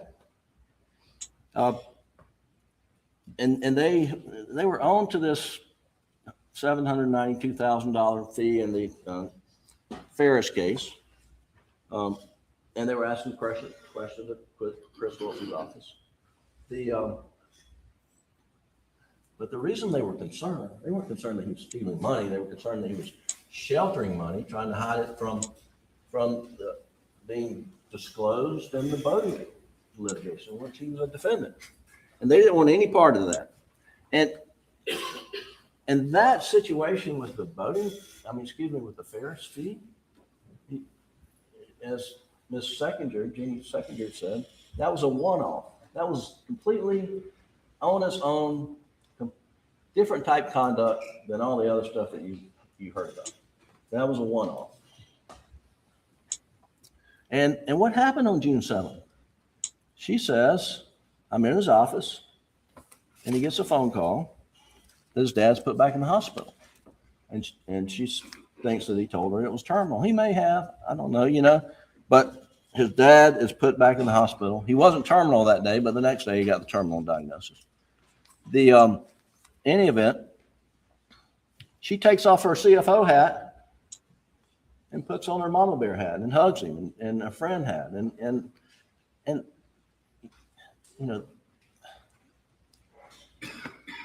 their theory is he slaughters Maggie and Paul to buy time from her investigation.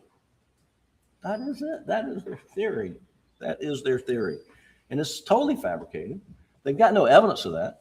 There's no evidence that Maggie was on to his financial misdeeds. There's no evidence that she was about to blow the whistle on him. There's no evidence that he had a $20 million life insurance policy on her, and that if he murdered her, that he could get out of financial bond. None of that. And I asked Ms. Secretary, how long of a delay did that buy Alec? What, month maybe? A month? That's their theory. That's what their case is built upon. And then this motions hearing is, there's a motions hearing scheduled for Thursday. It had previously been scheduled 2 other times. And it was continued at the last minute on the other occasions because 2 of the lawyers had cancer and were receiving treatments. But it wasn't sure it was going to be continued previously. Did he go murder anybody, you know, to get out from under those prior hearings? No, this had nothing to do with it. And, you know, so they brought the plaintiff's lawyer in. He's an excellent lawyer, and he's, you know, like any plaintiff's lawyer. I'm going to clean his clock. I'm going to take everything he's got. That's what they all say. So then we had to bring the defense lawyer in to say that was a negligent parenting case, and it wasn't worth the paper it was written on. I mean, folks, that's what we are in a murder case, and that's what we're having to deal with, because that is their theory of motive. I don't think we're gonna get done today, y'all. Even if the financial day of reckoning was impending, if it was right there, Alec would not have killed the people he loved the most in the world. There's no evidence that he would do that. We do have evidence of what he would do and did do. And if you'll pull up Defense Exhibit 125, which is in evidence.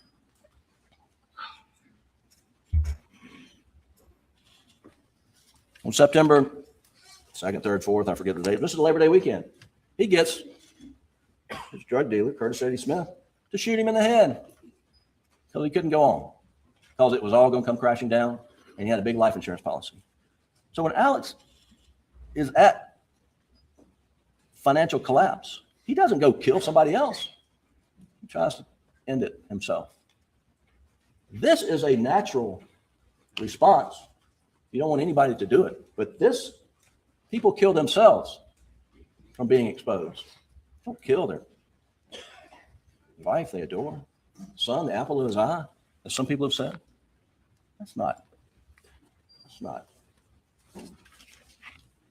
That is, I don't have the adjective for that. That is so outlandish. I don't have a word for it. You just did it. Totally illogical, irrational, and insane. Those are the words I wrote down. For someone to kill their loved ones when their criminal conduct is being exposed. So, you can take that now. Yeah, thank you, Doug. So yesterday we heard a lot from Mr. Waters. And I've been in Mr. Waters' position. As I explained, I was a federal prosecutor for a number of years. I've been a state prosecutor, part-time mostly. And I've done his job. It's a very rewarding job. And I hold him and I hold his office in very high esteem. But there are just sometimes folks just get caught up in a case, they get a desire to win. They get so intoxicated by the attention that's brought on by the case that they start sort of a win at all cost approach. And I'm going to go through some things that Mr. Waters stated to you that just aren't facts and aren't supported by the facts and evidence that you heard. And before I do that, I want to give you a cautionary statement. We lawyers aren't witnesses. I didn't take an oath to stand up here and talk to you. I have ethical obligations about what I can say and limitations under the rules, but I'm not a witness. I'm here to talk to you about the evidence. And the same applies to Mr. Waters. You decide what the evidence is. You decide. And further, we're going to take a short break for about 10 minutes. Please not discuss the case.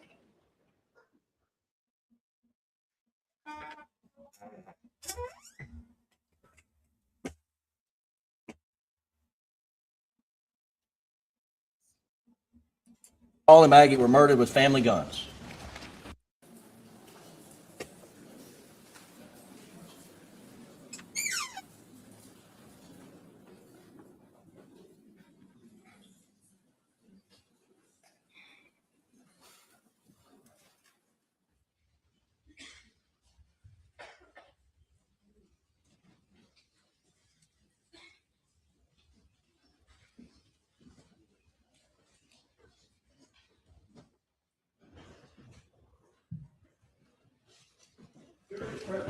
All right, thank you. You may continue. Thank you, Your Honor.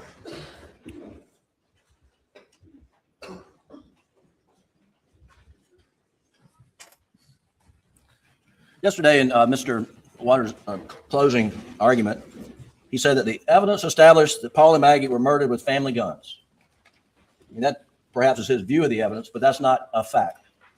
In fact, the state's ballistic expert testified that the 12-gauge shot shells, as you found in the feed room, were fired by the same shotgun. That the shot shells, the things that rolled under the door, were fired by the same gun. That's all he testified to as the shotgun. Now, they have put a lot of guns in evidence here that have nothing to do with the crime.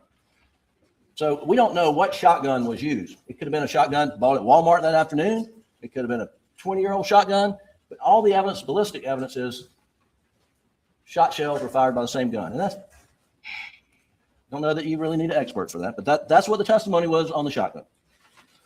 With regard to the 300 blackout, you'll recall that this guy, Paul Greer, testified that the cartridges found at the crime scene, and Maggie was shot with a 300 blackout, that the tool marks, it's called tool marks, that the extractor and ejector marks from the cartridges found at the crime scene matched extractor and ejector tool marks on some cartridges found at the house and some found at the shooting range. And what he didn't say was that where the firing pin breaches that cartridge, which is one of the most reliable indications, it did not match, no match.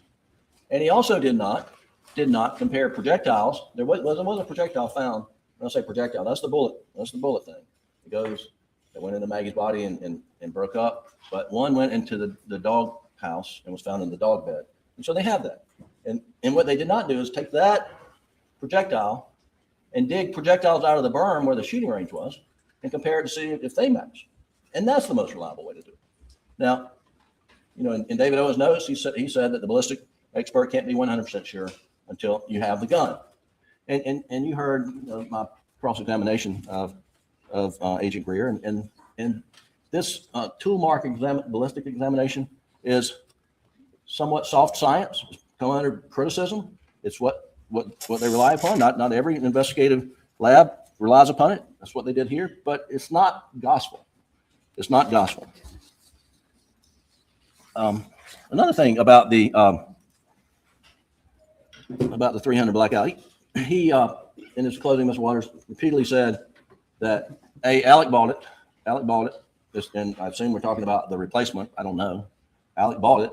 Well, Alec didn't buy it. The evidence in the record is Maggie bought it. And he kept saying it's the defendants. And it's not the defendants. The replacement 300 blackout, which frankly no one had seen Paul with it in quite some time except Will Loving on one occasion and sometime in March. It was Paul's gun. It wasn't Alec's gun. Paul's gun.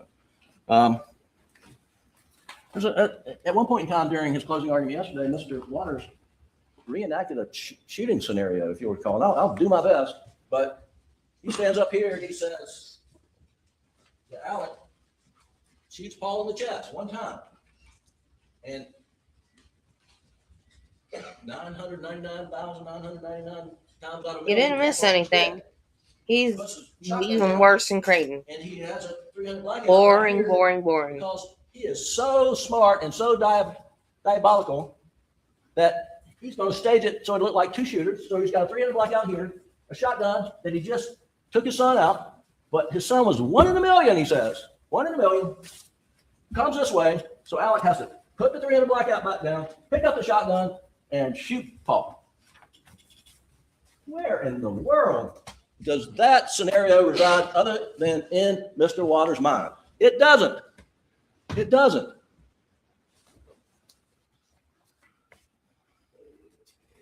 There's no evidence to support anything like that. None. And the fact that he has to go to such gymnastics. I am so confused about what happened. Alex staging a two-shooter theory? I ought to tell you. I don't even know what happened. There's two shooters out there. I think Alec did it. I ought to tell you. Someone to do that. Another curious point in Mr. Waters' closing argument yesterday involves Paul's intuitive talents. You will recall that Alex informed agents that Paul was an intuitive little dude. Referred to him as a detective. That Miriam Proctor, Maggie's sister, said that Maggie referred to Paul as his little detective, her little detective. And particularly when it came to trying to root out whether Alex was still doing drugs. And then he just sort of left it there. For you to then take it and run with it as if, Paul must have found Alec using drugs. There must have been a confrontation down there at the kennel, and that must have been what happened. Now he didn't go that far in his argument, but he laid it out there for you to run with. But that was clearly the implication. And I want to tell you first, there are no facts to support that. None whatsoever. Let me add another scenario that's equally as plausible. What if Paul, the detective, learned the source of drugs that were being sold to his dad? What if Paul, the detective, goes to that drug source, says, cut it out. It's my dad. You're ruining my family. And if you don't, I'm going to tell on you, turn you in. And what if the source is a member of a dangerous drug gang? No, I don't object. Well, the point is, there's no more evidence to support it, and there was no evidence. Those were just plausible scenarios that they were throwing out to you, and that you could think up many equally plausible scenarios. But you have to decide the evidence based on the facts that the state puts before you, not theories, not inferences, not speculation, but cold, hard facts. Mr. Waters also said that Alex, the master liar, accused Shelley, Smith, Blanca, and perhaps another witness of lying. He never did such a thing. He never accused anybody of lying from this witness stand. Now, I've been around long enough to know that witnesses can misremember things and believe them to be true. And frankly, I'm the biggest defender of that trait in my household. I convince myself that I remember something accurately, and I will have an argument with my wife until she shows me photographic evidence that I'm just wrong, and that's what it takes. I mean, that happens. People misremember things. But because we point out that there was an inconsistent fact, that doesn't mean we're saying someone lied. And we never did that. We never did that. One example is Sister Marion. One example of misremembering. Sister Marion said that she spoke with Maggie about 7 p.m. while she was at Edistoke, and that Alec wanted to come to Moselle to visit her father. Well, we know that her recollection is mistaken because we have cell phone records, we got FBI records, we got her phone bill, we got that shows she was in Mount Pleasant, and then she was traveling to Moselle around the period of time where Sister Marion thought she was at Edistoke. Did not happen. That doesn't mean that she was lying about that. Absolutely not. That's just how she remembered it.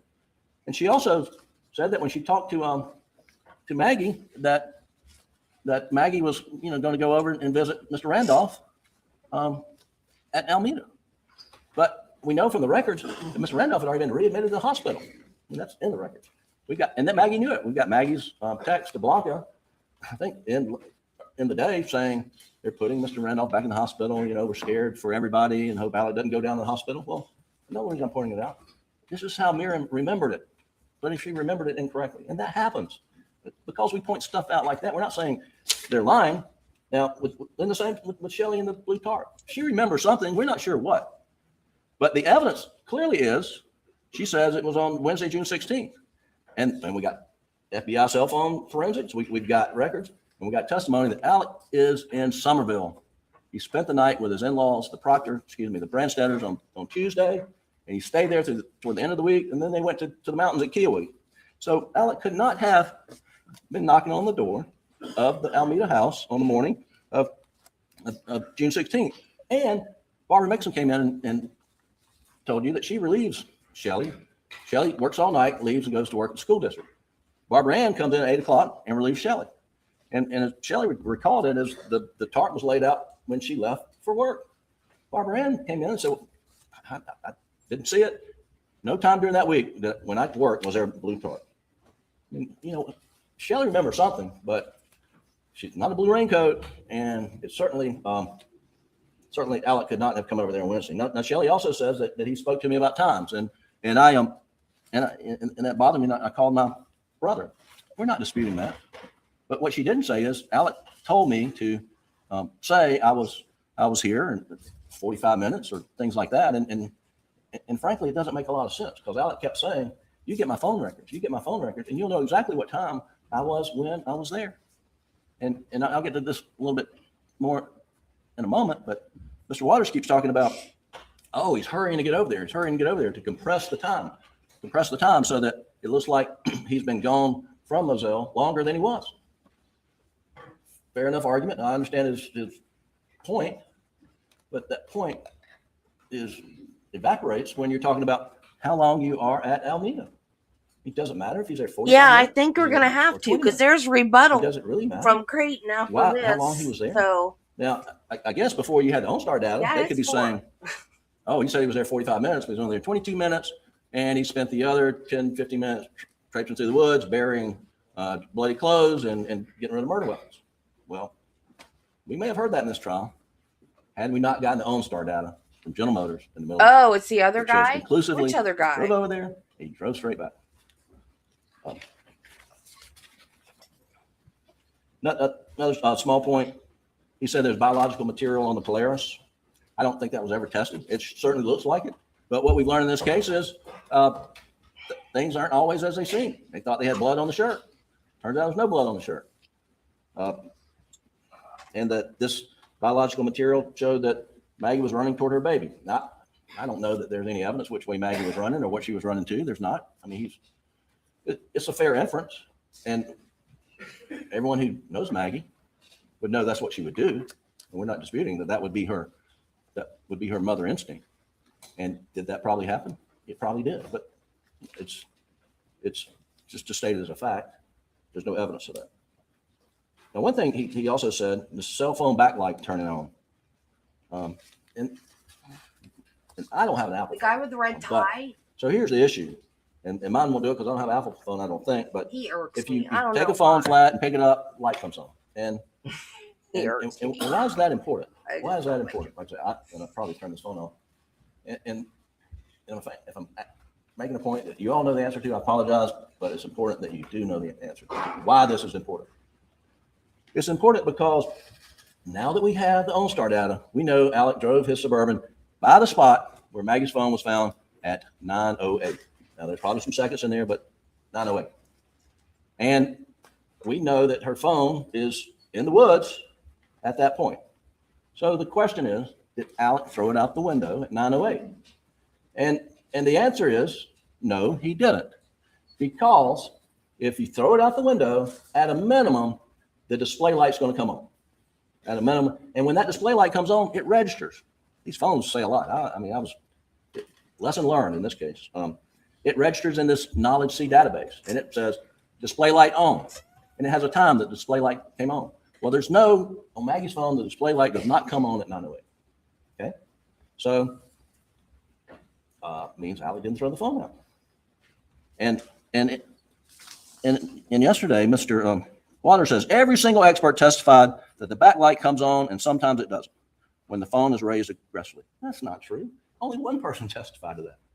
And Mr. Murdaugh, who over the weekend, he works for Charleston County Sheriff's Department. I don't know why they didn't get SLED agent to do it, but he got a phone similar to one that Maggie had, not Maggie's phone, had software, not the same version as Maggie, and he spent all weekend throwing the phone on the ground, see what would happen. Or many hours of the day throwing the phone on the ground. And he comes in here and says, hey folks, sometimes the light comes on, sometimes it doesn't. Well, our expert, Mika Sturgis, says it comes on. It comes on. That's what we're talking about. That's what we're talking about. But folks, we wouldn't even be having this discussion if they had secured Maggie's phone and not put it in a Faraday bag so that the GPS coordinates on the 7th would not have been overwritten. And they were. So now we got a guy down in Charleston throwing a phone around all weekend. Because they are desperate to prove Alec threw the phone out when he went by the ring. They got no evidence of that. In fact, the evidence is the contrary. He did not. And the evidence supports everything that he had said from the day he had that interview or a couple of days. You get the OnStar data, you get GPS data, you get my GPS data, and you'll know I'm not traveling with her phone. Never got it. Wrote over it, and now we've got a guy tossing a phone in an office. Doesn't even work for SLED. Not every expert says that. The guys even said that's not his area of expertise. So let's see if I hit all. Oh yeah, the last one's about me. Mr. Waters says that I did an HBO interview in November 2022, and he references some things I said in the HBO interview. Well, I didn't, and he knows I didn't. It was testified about. There's an HBO special. I am on it. I'm not telling anybody to watch it, but that was filmed back in, I don't know, spring, summer of 2022. I'm well before he was charged with murder. And I'm not on TV talking about his murder charges, but he wants you to think that, and I don't know why. And I took a little bit of offense to that. I really did. And we object because he was. I was not being interviewed. Objection's overruled. Not being interviewed in November 2022. Not. You should even been on it. So I've asked why. They can't answer that. They don't have an answer as to why. Now how could Alex, in the time period we know we're gonna get to it, but how could he have butchered Maggie and Paul without leaving a trace of evidence within a matter of minutes? How? We went from why, now how. And the answer to the how is he couldn't. But this is the wrong question to be asking yourselves.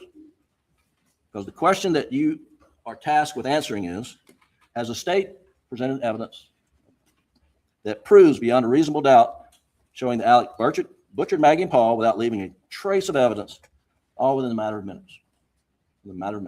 Have they proven evidence? Do they present evidence of that? Proof beyond a reasonable doubt. He was able to make bloody clothes, bloody guns, who knows how much, whatever, disappear in a matter of minutes without leaving a trace. Of course they haven't. A reasonable doubt is doubt that causes a reasonable person to hesitate in one of the most important decisions of your life. And here, there's no direct evidence of Alec doing anything other than he's at the kennel, 8:44, and it's just pleasant family talking about Bubba the dog getting a chicken. So the state's trying to weave this story of his guilt based upon circumstantial evidence. And the judge will charge you on circumstantial evidence, and I have no dispute with what the state put up here yesterday, because that's the law, and you're going to get it. He's going to give you the written document with the charge. And you will see in there that when they rely upon circumstantial evidence, it's as good as direct evidence, but there's some things that it has to do to be as good as direct evidence. And what it has to do, the circumstantial evidence, is that the circumstances must be consistent with each other, and when taken together, point conclusively to the guilt of the accused beyond a reasonable doubt. If these circumstances portray the behavior of a defendant as suspicious, the proof has failed. That's circumstantial evidence. So what are the circumstances that the state relies upon? Well, he was at the kennel at 8:44. Paul last used his phone at 8:48. He replied to a text with a friend about a movie recommendation. Maggie's phone locked for the last time at 8:50. I think it was 8:49 and 50 some odd seconds, but 8:50. But however, her phone recorded significant steps around 8:55, and we're going to see that. And her phone tried to activate the camera at 8:55, and it registered an orientation change at 9:06. And I think pretty much understand orientation change, but when the phone goes from landscape to portrait, or this is beats me, but goes from that to that is an orientation change, and the phone will tell you. So it did that at 9:06. And they've got 300 shell casings, an extractor and ejector markings matched with casings found around the house and shooting range. So that's pretty much it. And then of the circumstantial evidence of his guilt. Now they want to say, well, he lied about it, so it's consciousness of guilt. But I'm talking about what evidence they have, put all the circumstances together, prove he shot and killed Maggie Paul, and that's pretty much it. And how have they established the time of death here? Solely on cell phone use. And using the phone or not using the phone doesn't dictate or define whether you're dead or alive. I mean, I'd say most everybody in this courtroom does not have their phone with them right now. Under the state's theory, as I mentioned before, if they die while they're not using their phone, then they're dead the moment they stop using their phone. That's what they have here. That is their case. There are a number of reasons that Paul would stop using his phone. First, so I got two testimonial clips, one from Rogan. Remember Rogan Gibson? If you'll play that quickly, Doug. This is Rogan testifying about Paul's phone.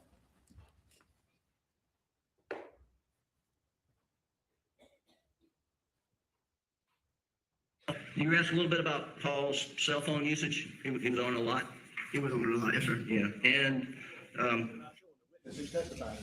did the battery get down? Okay. All right. What is the objection? Not showing the witness, they're showing the defendant while the witness is testifying. I think the testimony. What's the legal basis for the objection? All right. Mr. Griffin. It's a clip from the live feed of this trial, Your Honor. I can't control who's who is being depicted, but it's my voice asking Rogan. Been in trial how many weeks? 6 weeks. So I'm not going to replay the trial. That's a clip of a few seconds.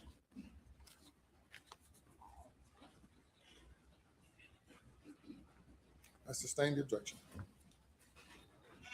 All right, take it down, Bill. So you will remember that Rogan said that when Paul's phone, and by the way, if you don't remember and you have questions about it, when you're jury deliberations, you can always ask to have testimony replayed for you through video. Can we play the audio without the video? You're asking me, Yes. what can you do? I rule on objections. Can you play the audio then, please? You asked a little bit about Paul's cell phone usage. He was on a lot. He was on a lot, yes, sir. Yeah,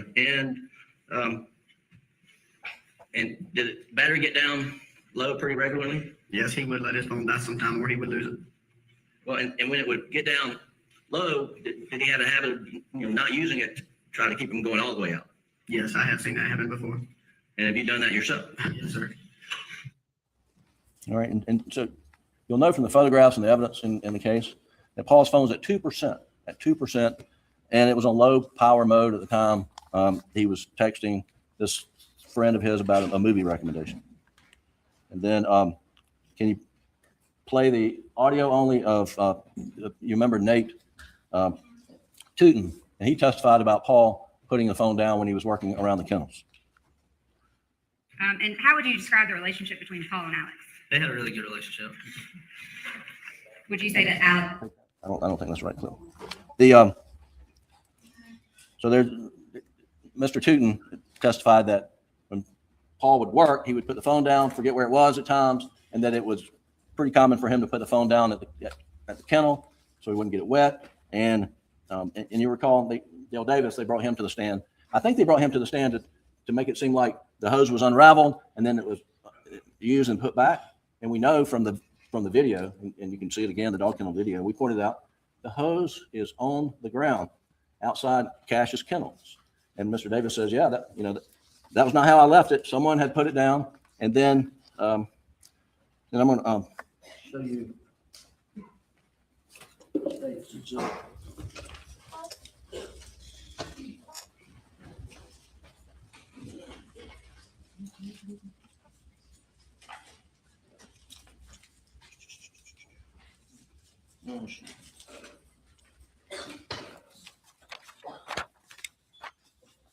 Right here. Doug, can I have the Elmo, please?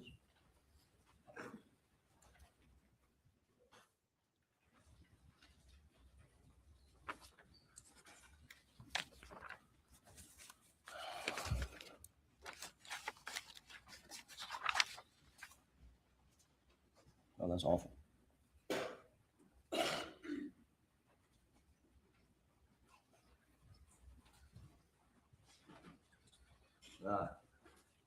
Just give it to me, please.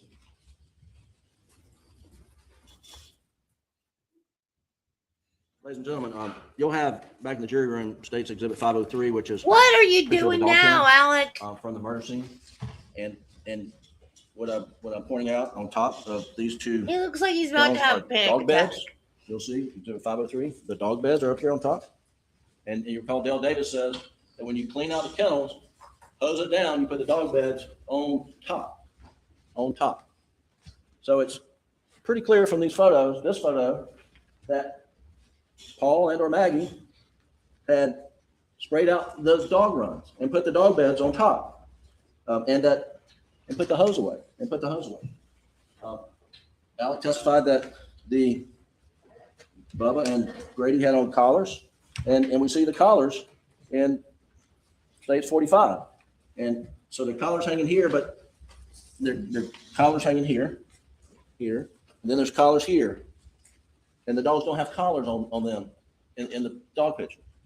So it's a fair conclusion that after Alec left, when he said he left, that Paul puts Bubba up, Paul puts Grady up after cleaning out the kennels, and then he goes back into the feed room to get his phone where he was confronted. or sometime later it happened. I don't know. But they are relying upon cell phone usage for time of death. The coroner said he did the armpit test, which is no test at all. It's just a guesstimate. Can you pull up in evidence? Now I want to talk about Maggie's phone and defendant's exhibit 158, please.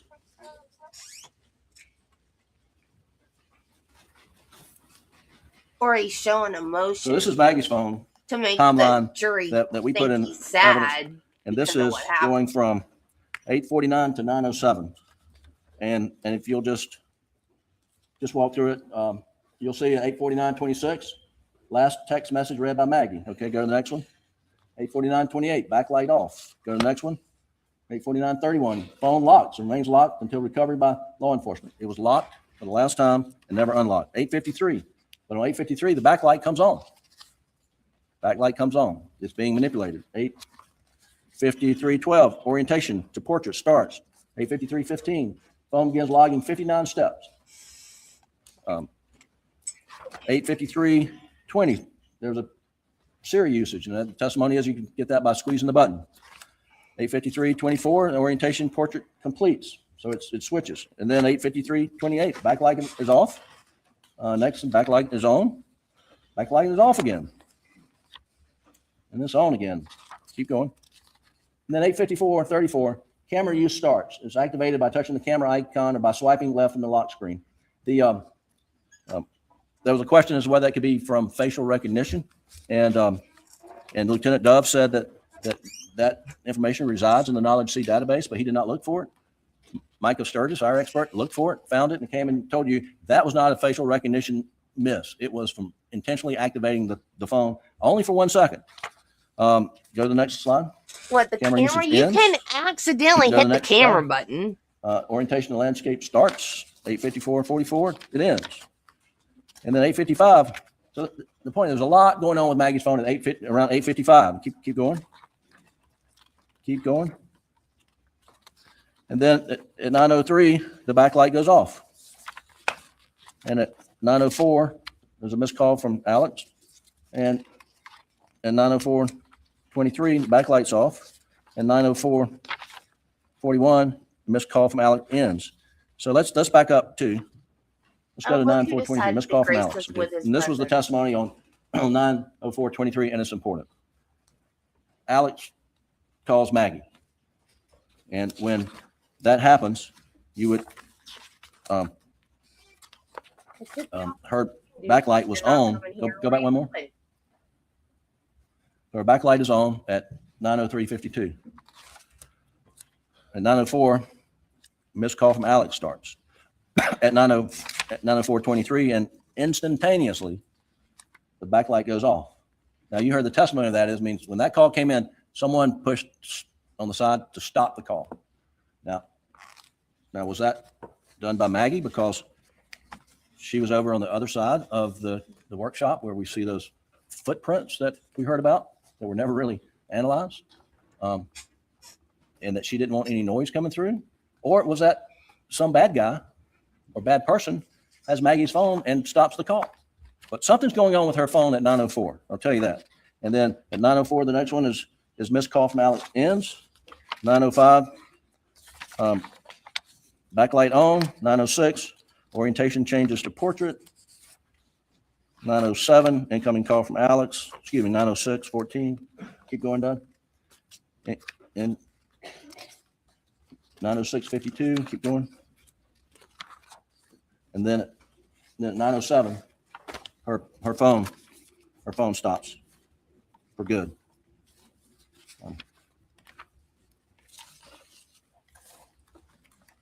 Now, one of the things that you heard in this case is that orientation change was at 9:06 that we just talked about. And Doug, if you'll go to the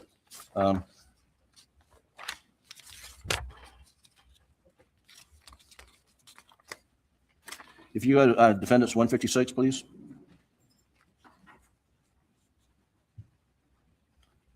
And so these are Alex steps on his phone that registered during this time period.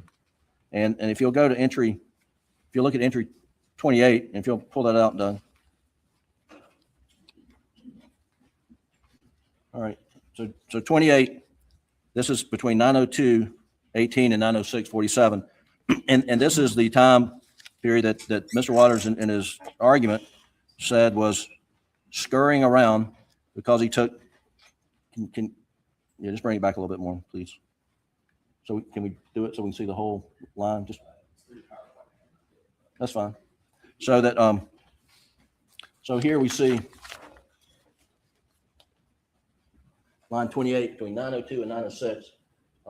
There's 283 steps, and it went 208 meters. So I want you to first, and so they take the position that this is him scurrying around.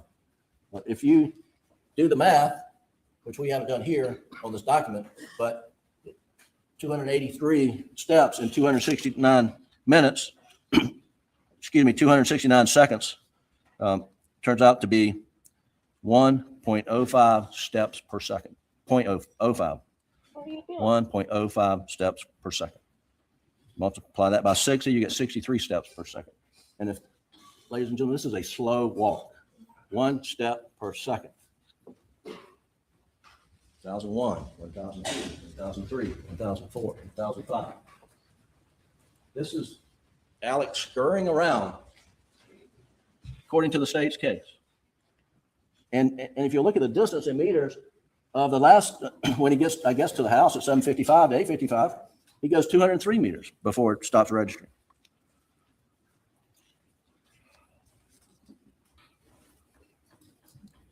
And then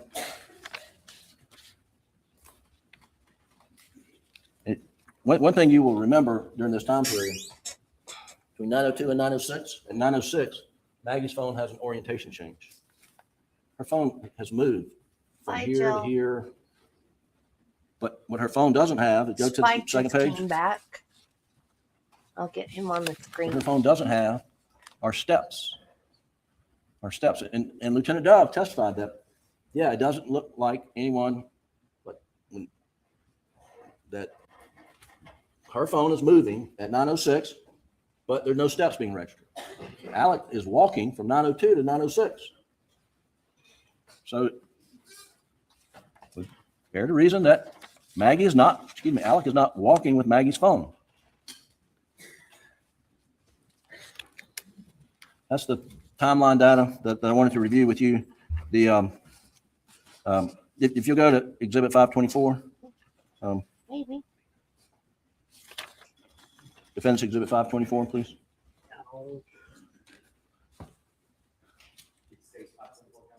I think it's, yeah, State's 524. I'm sorry. Do you have that? So if you'll go to the slide where, no, not 38. Do you have the whole document or you don't? Oh, yeah, we'll drop that. Okay. Well, I mentioned earlier, and so State's Exhibit 524 is all the OnStar data. You will see there that he goes by the spot at 9:08 where Maggie's phone was found. And there was testimony that he sped up after he went by there. He sped up to like from 42 to 45 and went back down to 44 miles an hour when he went by there. He's not speeding up when he goes by the area where Maggie's phone was found, whenever it was tossed. And then they have, you know, chart or slide that talks about how long it took him to get over there and the speeds that it took. And Mr. Waters was arguing to you that compressed the timeline. The faster he gets over to Alameda, it means that he's gone longer from Moselle, and it gives him a better alibi because, as you know, he's orchestrating this alibi. And so he's driving fast over to Alameda according to their theory. And we graphed it out, and he's driving, he's passing some cars, and he is, he's a fast driver. Okay, so they say, oh, he's compressing the timeline. Compressing the timeline is what they say. Compressing the timeline. But then they say he drives fast on the way back. Why? He's driving the same speed over there, same speed back. There's no reason to compress the timeline coming back. I mean, you'd want to be driving slow as you can to make it appear you've been gone a lot longer. I mean, he drives the same speed from Moselle to Alameda, as from Alameda back to Moselle. Takes him the same amount of time. He's not compressing any timeline at all. And what's the most curious part about Maggie's phone? About Maggie's phone? What's most curious about it is Alec has her password. Thanks, Alec, if he is wanting to change the timeline, when he calls her phone, he should answer her phone. When he texts her, he should reply to that text to show activity on her phone that she's still alive. If he is manufacturing a timeline by speeding, the easiest way to do it is use both phones, talk on both phones, and he did it. And this whole thing about using Maggie's phone, driving Maggie's phone, throwing Maggie's phone out it's such a stretch for them to come in and try to put her phone in his hand. And then you start thinking through, why would Alec take her phone and not Paul's phone? Let's start there. Why would Alec take her phone and not Paul's phone? That's a question I don't have an answer to. It makes no sense. It makes no sense why he would take Maggie's phone. If there's something on there, he knows her password. Put it in. See what it is. We know from all this phone data, her phone was never unlocked. And he had the keys. So if he's taking her phone to unlock or to do something with it, he did it. And so why? And these are circumstances that have to be consistent with each other and have to point conclusively to the guilt of Alex Murdaugh, beyond a reasonable doubt. And these circumstances just raise more questions, ladies and gentlemen, raise more questions that we wouldn't have to be dealing with if they had just simply secured Maggie's phone in a Faraday bag on June the 8th when they got it. We wouldn't be here. Yeah, you would. You'd still be there. So we do know from the timeline that Alec left the property at 9:07.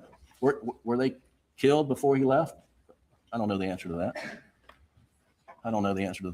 But yeah, he shot him before he went we to do his know mom. that if he was in the house when the shots were made down at the kennel. Oh, I didn't think he would not about have heard that in the show.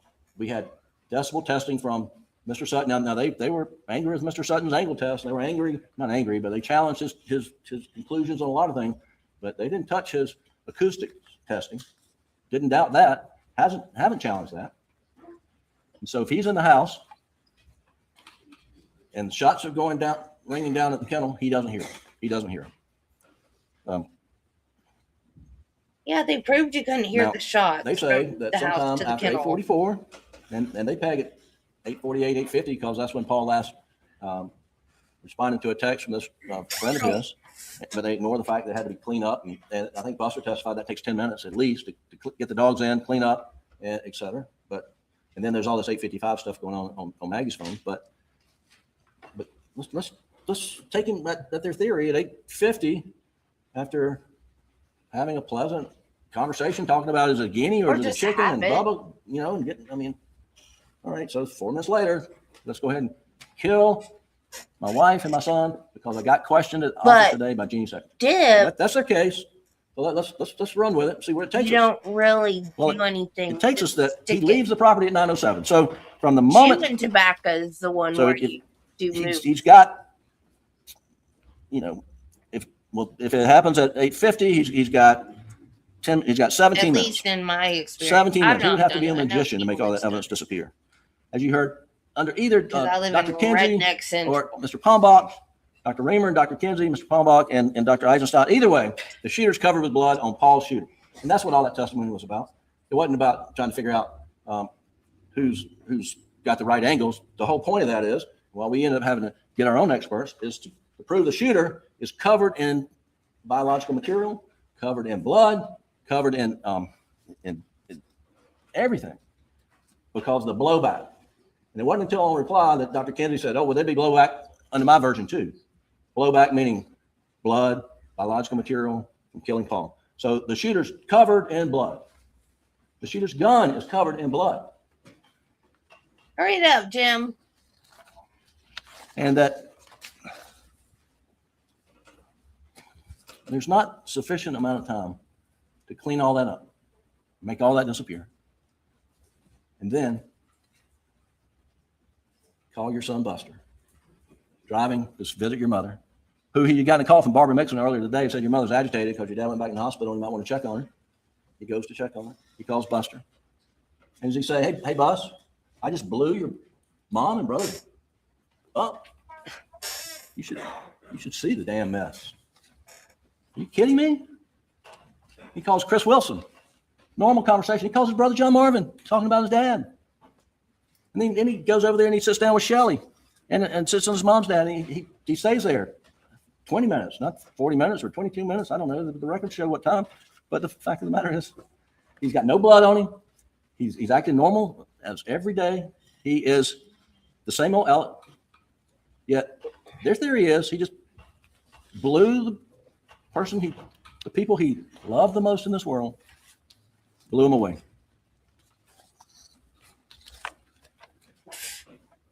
Now,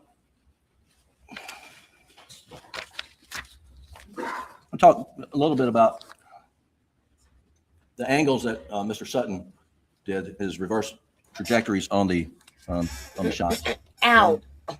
And they're having a good time joking about the size of the figure in the pharaoh, saying, oh, it must have been a 12-year-old kid, and it's 5'2", 5'4", and let them have their fun. But that's not what the testimony was. Testimony was that the barrel of the gun has to be at that level to make the shot into the quail pen. We didn't take the measurements. SLED took the measurements. And so, yeah, could a 6'4" person get down to that level? Sure. And Mr. Sutton says that's not a natural shooting angle.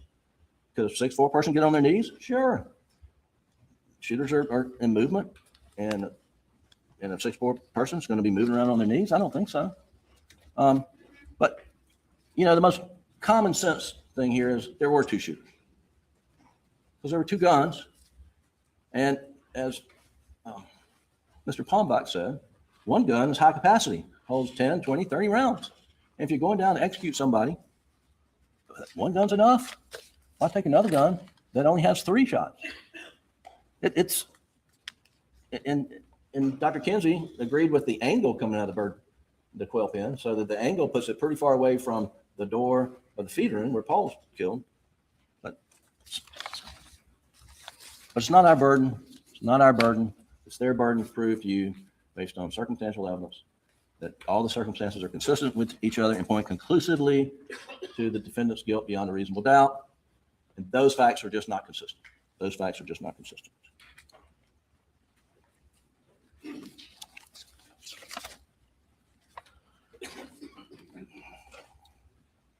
I'm going to say a word about condition of Paul and Maggie, particularly Paul. I'm not going to show you any photos, but I think you would agree that it was so bad. It was so bad. And Alec, in the back of the car. Yeah, who knows why In the back of that, used you can 2 see guns. on the camera, sitting there. That doesn't talking necessarily mean there were 2 Owen, shooters. Agent Croft, and he says Who it was knows so what bad. was going through they his did him so crazy bad. head? Agent Croft misheard that and said, he said, I did him so bad. I think the evidence is everyone who's listened to it and everyone who knows what Alex was talking about around that time says they did him so bad. And Agent Owen was in the car, and he doesn't say to you, oh, he actually said, I did him so bad. I think we can put that issue to rest, but that issue points to a bigger question. What would they be saying in this trial if that conversation wasn't videotaped? What would they be saying? We know Agent Croft would be saying, he said, I did him so bad. And then where would we be then? I am grateful to SLED that they videotaped that, so that you'll hear it if you have any questions. I don't think you should, but they did him so bad. That is for sure. Another thing that we're going to clear up right now is Alex's concern for Buster. You heard that, and you heard that in Mr. Waters' closing. That in the statements that Alex made on the roadside shooting in Labor Day weekend, where he tried to arrange assisted suicide, that he told officers that there's no danger to Buster. Of course, there was no danger to Buster because of that roadside shooting, because he knew who shot him, Curtis 80 Smith. He knew he was trying to get himself killed. But from that, there's going, the reason he knows there's nothing to worry about Buster is because he knows he did it. That's what was just argued yesterday.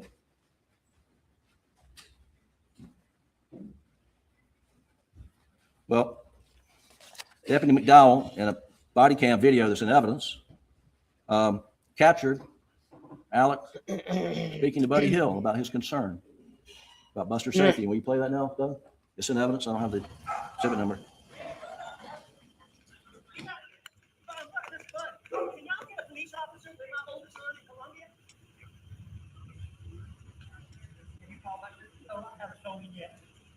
you play that again?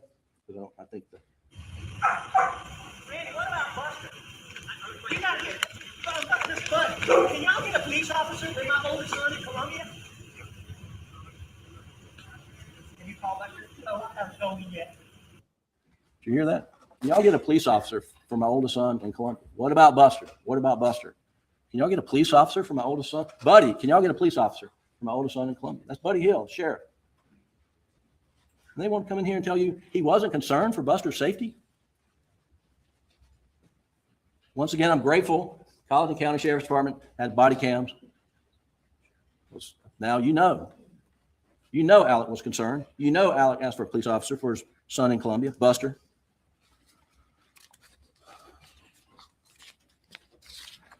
Now I'm almost done, I promise. But I do want to talk about Alec's misstatements about time. Alex told Deputy Owen during the interviews that, well, first, Alec's statements about time are not lies. They were just misstatements. And even, like I said, Deputy Owen says people make mistakes about all the, Agent Owen, they make mistakes about time all the time. And they do. Now, Mr. Waters is critical because Alec was wrong every time he gave a time estimate. Turns out, I think Mr. Waters is probably right about that. Whether the time period is inconsequential or consequential, he's wrong about it. And the and we had brought in, Alec had told deputies in an interview that he got home at 5 o'clock, and that's not true. That he went to work that day at 8:30, that's not true. And so he is just wrong on times. But what was consistent whenever he had an interview, he said, you get the records, and it will show what time did this, what time I did that. It will all be in the records. And guess what? They are in the records. And when the records show that his time estimate was wrong, they jump up and down. The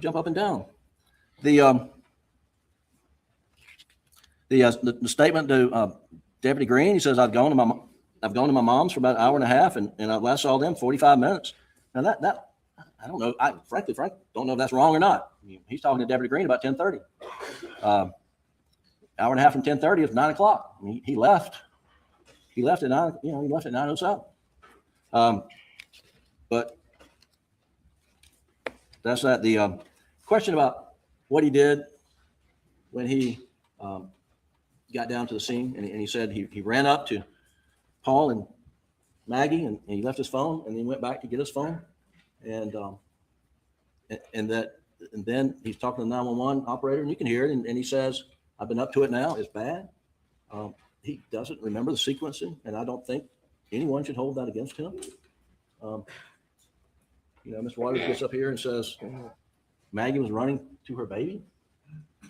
Alec was running to his baby.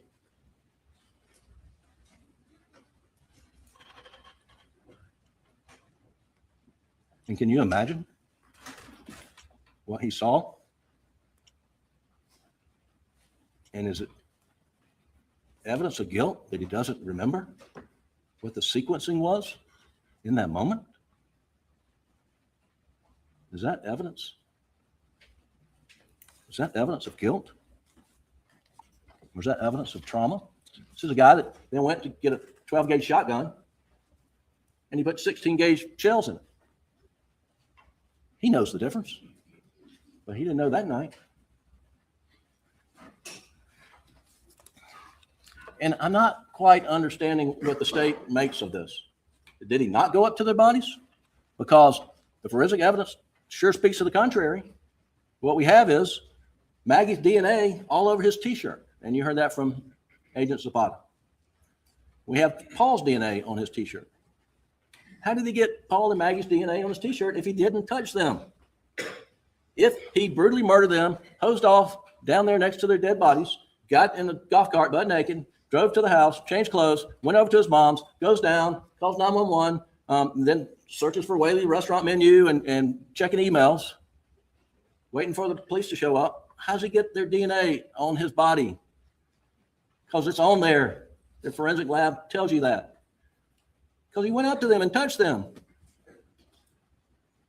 And then there's a spot of blood on the Suburban steering wheel that was Maggie's.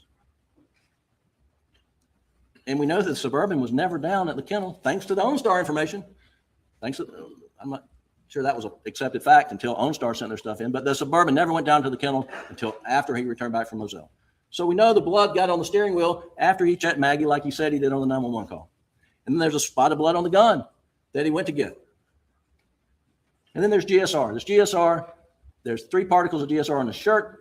I don't know, but he needs to. And 1 on his finger. And the SLED agent testified that's consistent with transferred GSR when you pick up a gun.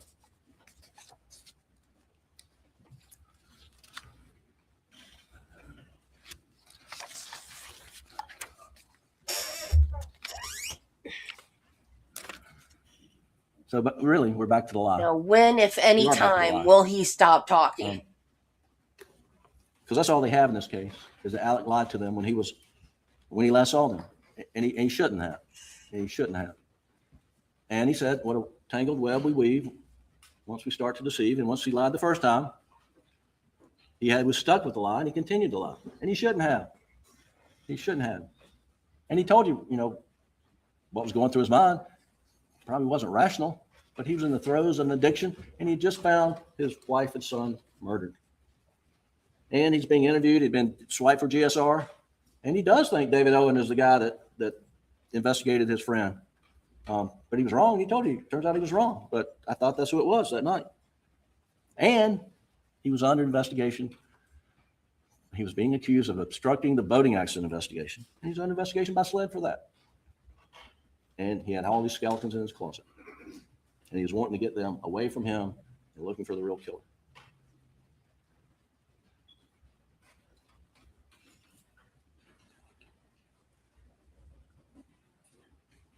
The state in this case has gone to lengths trying to, through a sleight of hand, convince you of this and show you that, and without convince you of guilt. That'll never without happen. showing I evidence don't of guilt. think he knows how to Convince tell you that it he ever. murdered his wife and son because of his financial misdeeds were going to come out, which is about the most illogical thing imaginable, and there's no evidence of that. And then the state brings all these shotguns in here, and I'm not going to pick every one of them up, but the forensic evidence on these shotguns is they can't be excluded. Well, okay. They can't be included either, so you know nothing more about these shotguns than you would have the day you showed up for jury selection. No. Because there's nothing to know about them. Can't exclude them. Can't include them according to them, but we do know there's no blood, guts, brains on any of the guns that would have been there from the shooting under everybody's interpretation of how Paul was murdered. They want you to think that because you own guns, that you should be viewed differently. Nobody said that. I don't know what else to make of that. When this trial began with opening statements on January 25th, Mr. Harpootlian asked why. Why would Alex execute his wife and son in cold blood? And here we are, 6 weeks later. And you've heard weeks of testimony about Alex's financial crimes, drug addiction, and lies. But after all that, the state has failed to provide a satisfactory answer to this question. Why? The state cannot provide an answer to this question because the answer is he would not, under any circumstances, murder those that meant the most to him. Your oath requires that you hold the state to the exacting standard of proof that the state must prove the defendant's guilt beyond a reasonable doubt. And when they rely solely on circumstantial evidence, these circumstances must be consistent with each other. And when taken together, point conclusively to the guilt of the accused beyond a reasonable doubt. And if they merely portray the behavior of the defendant as suspicious, you must find him not guilty. The state's evidence fails to meet these requirements. Circumstances don't point conclusively to Alex's guilt. Far from it. Mr. Waters wants you to believe that Alex slaughtered Maggie and Paul on June 7th and repeatedly lied and changed the story to fit the timeline and evidence. As it turns out,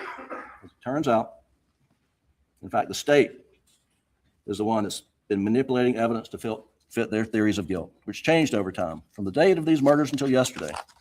In the absence of forensic science, a reliable investigation, the guns, blood spatter, the time and opportunity to have committed these murders, you're instead left to make inferences about all sorts of interactions and behaviors.